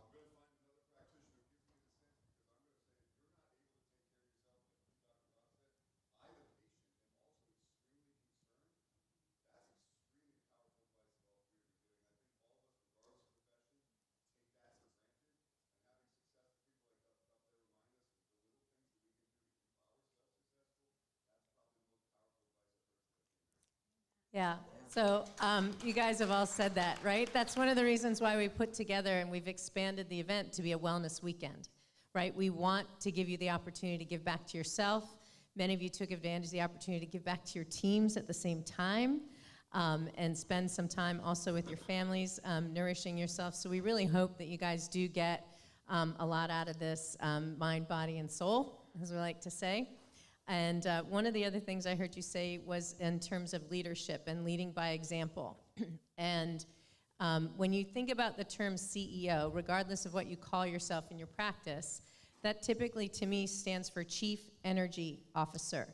You set the tone, everyone responds to you and your energy, and so you need to be really conscious of that. So to Tracy's point, you can't fill anybody else up if your cup is full. So again, taking care of yourself, doing those things, pouring back into you is incredibly important. I'm going to give you guys just one open net question. Any last words of advice? It can be on anything from education to marketing to sampling, wellness events, any piece of advice that you would offer any of the practitioners in the room, one of your favorite best practices that you want to share, and we'll close. Well, we try to treat everyone like we want to be treated. Yeah. So when you walk in the door, it's not a run to the door. Oh, can I help you? It's we let them come in, and my staff knows we care. If you need anything, we're here. Treat them like family. We give them hugs. I know we're not supposed to do that, but we do. Oh, we gotta hug it out. Oh, yeah, we hug it out. And they all know, and they all come in for their hugs. My husband's like, that's all you do is hug. I'm like, okay. Leave me alone. But when you show the love, you get the love back and they trust you. That's your piece of advice. I like it. Show the love. Okay, Nikki? If you don't like hugs, go virtual like I did. No, I'm just kidding. I'm like, come to me. Kidding. Listen, I like hugs. It's just not my first instinct. Okay? I did wear my free hug shirt during COVID, so I think that counts. So, do you have one nugget, one piece of advice you want to share? No, that was it. No, I'm kidding. No, my nugget would be pray about everything. Amen. That's what I would say. That's what I do. That's what I think. All right, Dr. Bob. Well, I'm going to quote Og Mandino. I will greet this day with love in my heart, for love is the greatest secret of success in all ventures. Muscle can split a shield and even destroy life, but only the unseen power of love can open the hearts of men. And until I master that art, I will remain no more than a peddler in the marketplace. I will love the sun and the stars and the moon and the earth and everybody on it, and the most powerful line ever. And most of all, I will love myself, for when I do, I will zealously inspect all things that I allow to enter my mind, my heart, my soul, and my body. Woo! Ow! I think I would just say. Harriet starting the wave back there. I was like, Yes? I think my advice would just be bold and take the leap of faith, right? Listen to your heart, listen to the Lord, whatever you're being called to do. If it's scary and you're not sure, pray about it. But, at some point, don't be afraid to just jump. And like I said, take the leap of faith, go after it. And, if it's meant to be, it'll work out. And if it's a faith thing, if you don't fail. So, that's just how I've lived my whole entire life. Honestly, I've kind of just done some things and been like, we're doing it. And it's always worked out, well, usually. But for the most part, it works out. So I would just say, be bold, have fun, take the leap of faith, and just follow your heart. Awesome. Yeah. And if you don't know something, ask. You've got a whole room of support, right? And that's probably one of the greatest compliments I think we, the team at Nutritional Frontiers, receive is that when people come to our events, they feel like they're family. They feel like they're a part of something bigger than themselves, that they're having a great time. They're learning as much as they're sharing and exchanging. And so we hope that that continues later tonight when we all get to hang out on the boat and have a great meal together and enjoy this incredible weather. Thank goodness it's a lot warmer than last year. Oh, yeah. So we have great Florida weather to go enjoy tonight. Jamie, would you like to come up and help us close out? Can we please give this incredible panel a round of applause for their advice?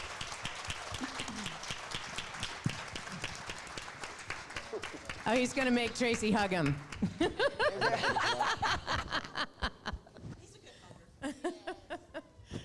All right.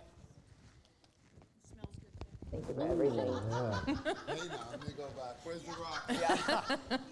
He's a big guy. Thank you. Incredible job. Let's hear it for Christine for running this event all weekend. Thank you.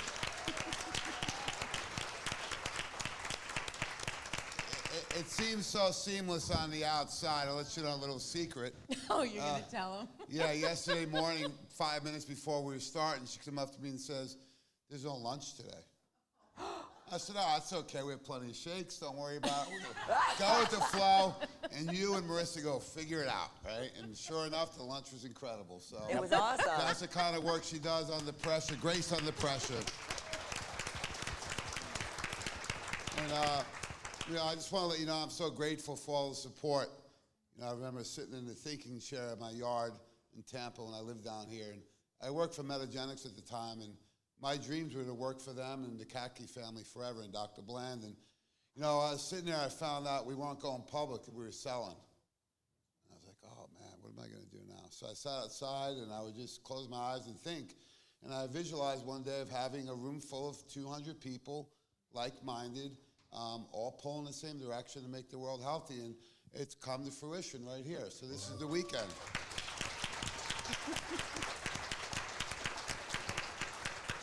One thing I learned at the beginning, it's lonely, right? It's lonely when you're by yourself, when nobody will take your phone calls, right? The only one that would take my phone call was Joe Messino. I took your call. He still does. He's still the only one at 7 a.m. But, if you want to go somewhere, follow somebody on the way back, right? And there's plenty of people in the room here that will help you. I'm here to help you. And as I mentioned yesterday, you want to go fast? At the beginning, I wanted to go fast. I went by myself. And now I want to go far. I'm going to go together.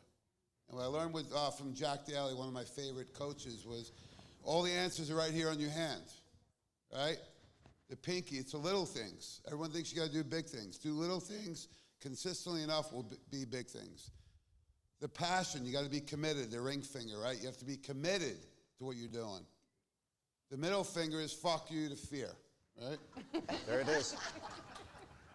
What are we fearful of?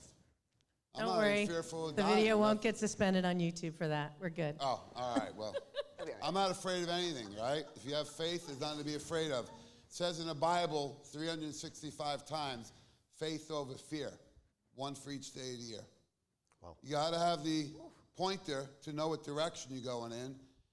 And hey, we have 8 billion people that can be clients and patients of ours. We're in the right time, at the right place. All you need is massive action. So things are great. Thumbs up. Thanks to this incredible panel. Thanks to Philly Phil here handling all the Thanks, technology. Philly Phil. Thanks again to Christine Genovese. Hey. Feels like a Broadway show, right? Come on out, the main actors, right? Thanks to Josh, his incredible team in the background, doing a great job helping you guys all out. And thanks to our incredible team at Nutritional Frontiers. And most of all, thanks to all you for instilling trust in us. So we really appreciate it. We're just getting started. We're in phase 5 right now of the company. Amen. So we're excited to take the next step in this journey together. So we're excited tonight to go on the boat and let loose and have some fun, because when we talk about practicing what we preach at the beach, it's mind, body, and soul, but one of the most important things, not only love, but having fun and laughing. So tonight we'll do that. Thanks, everybody.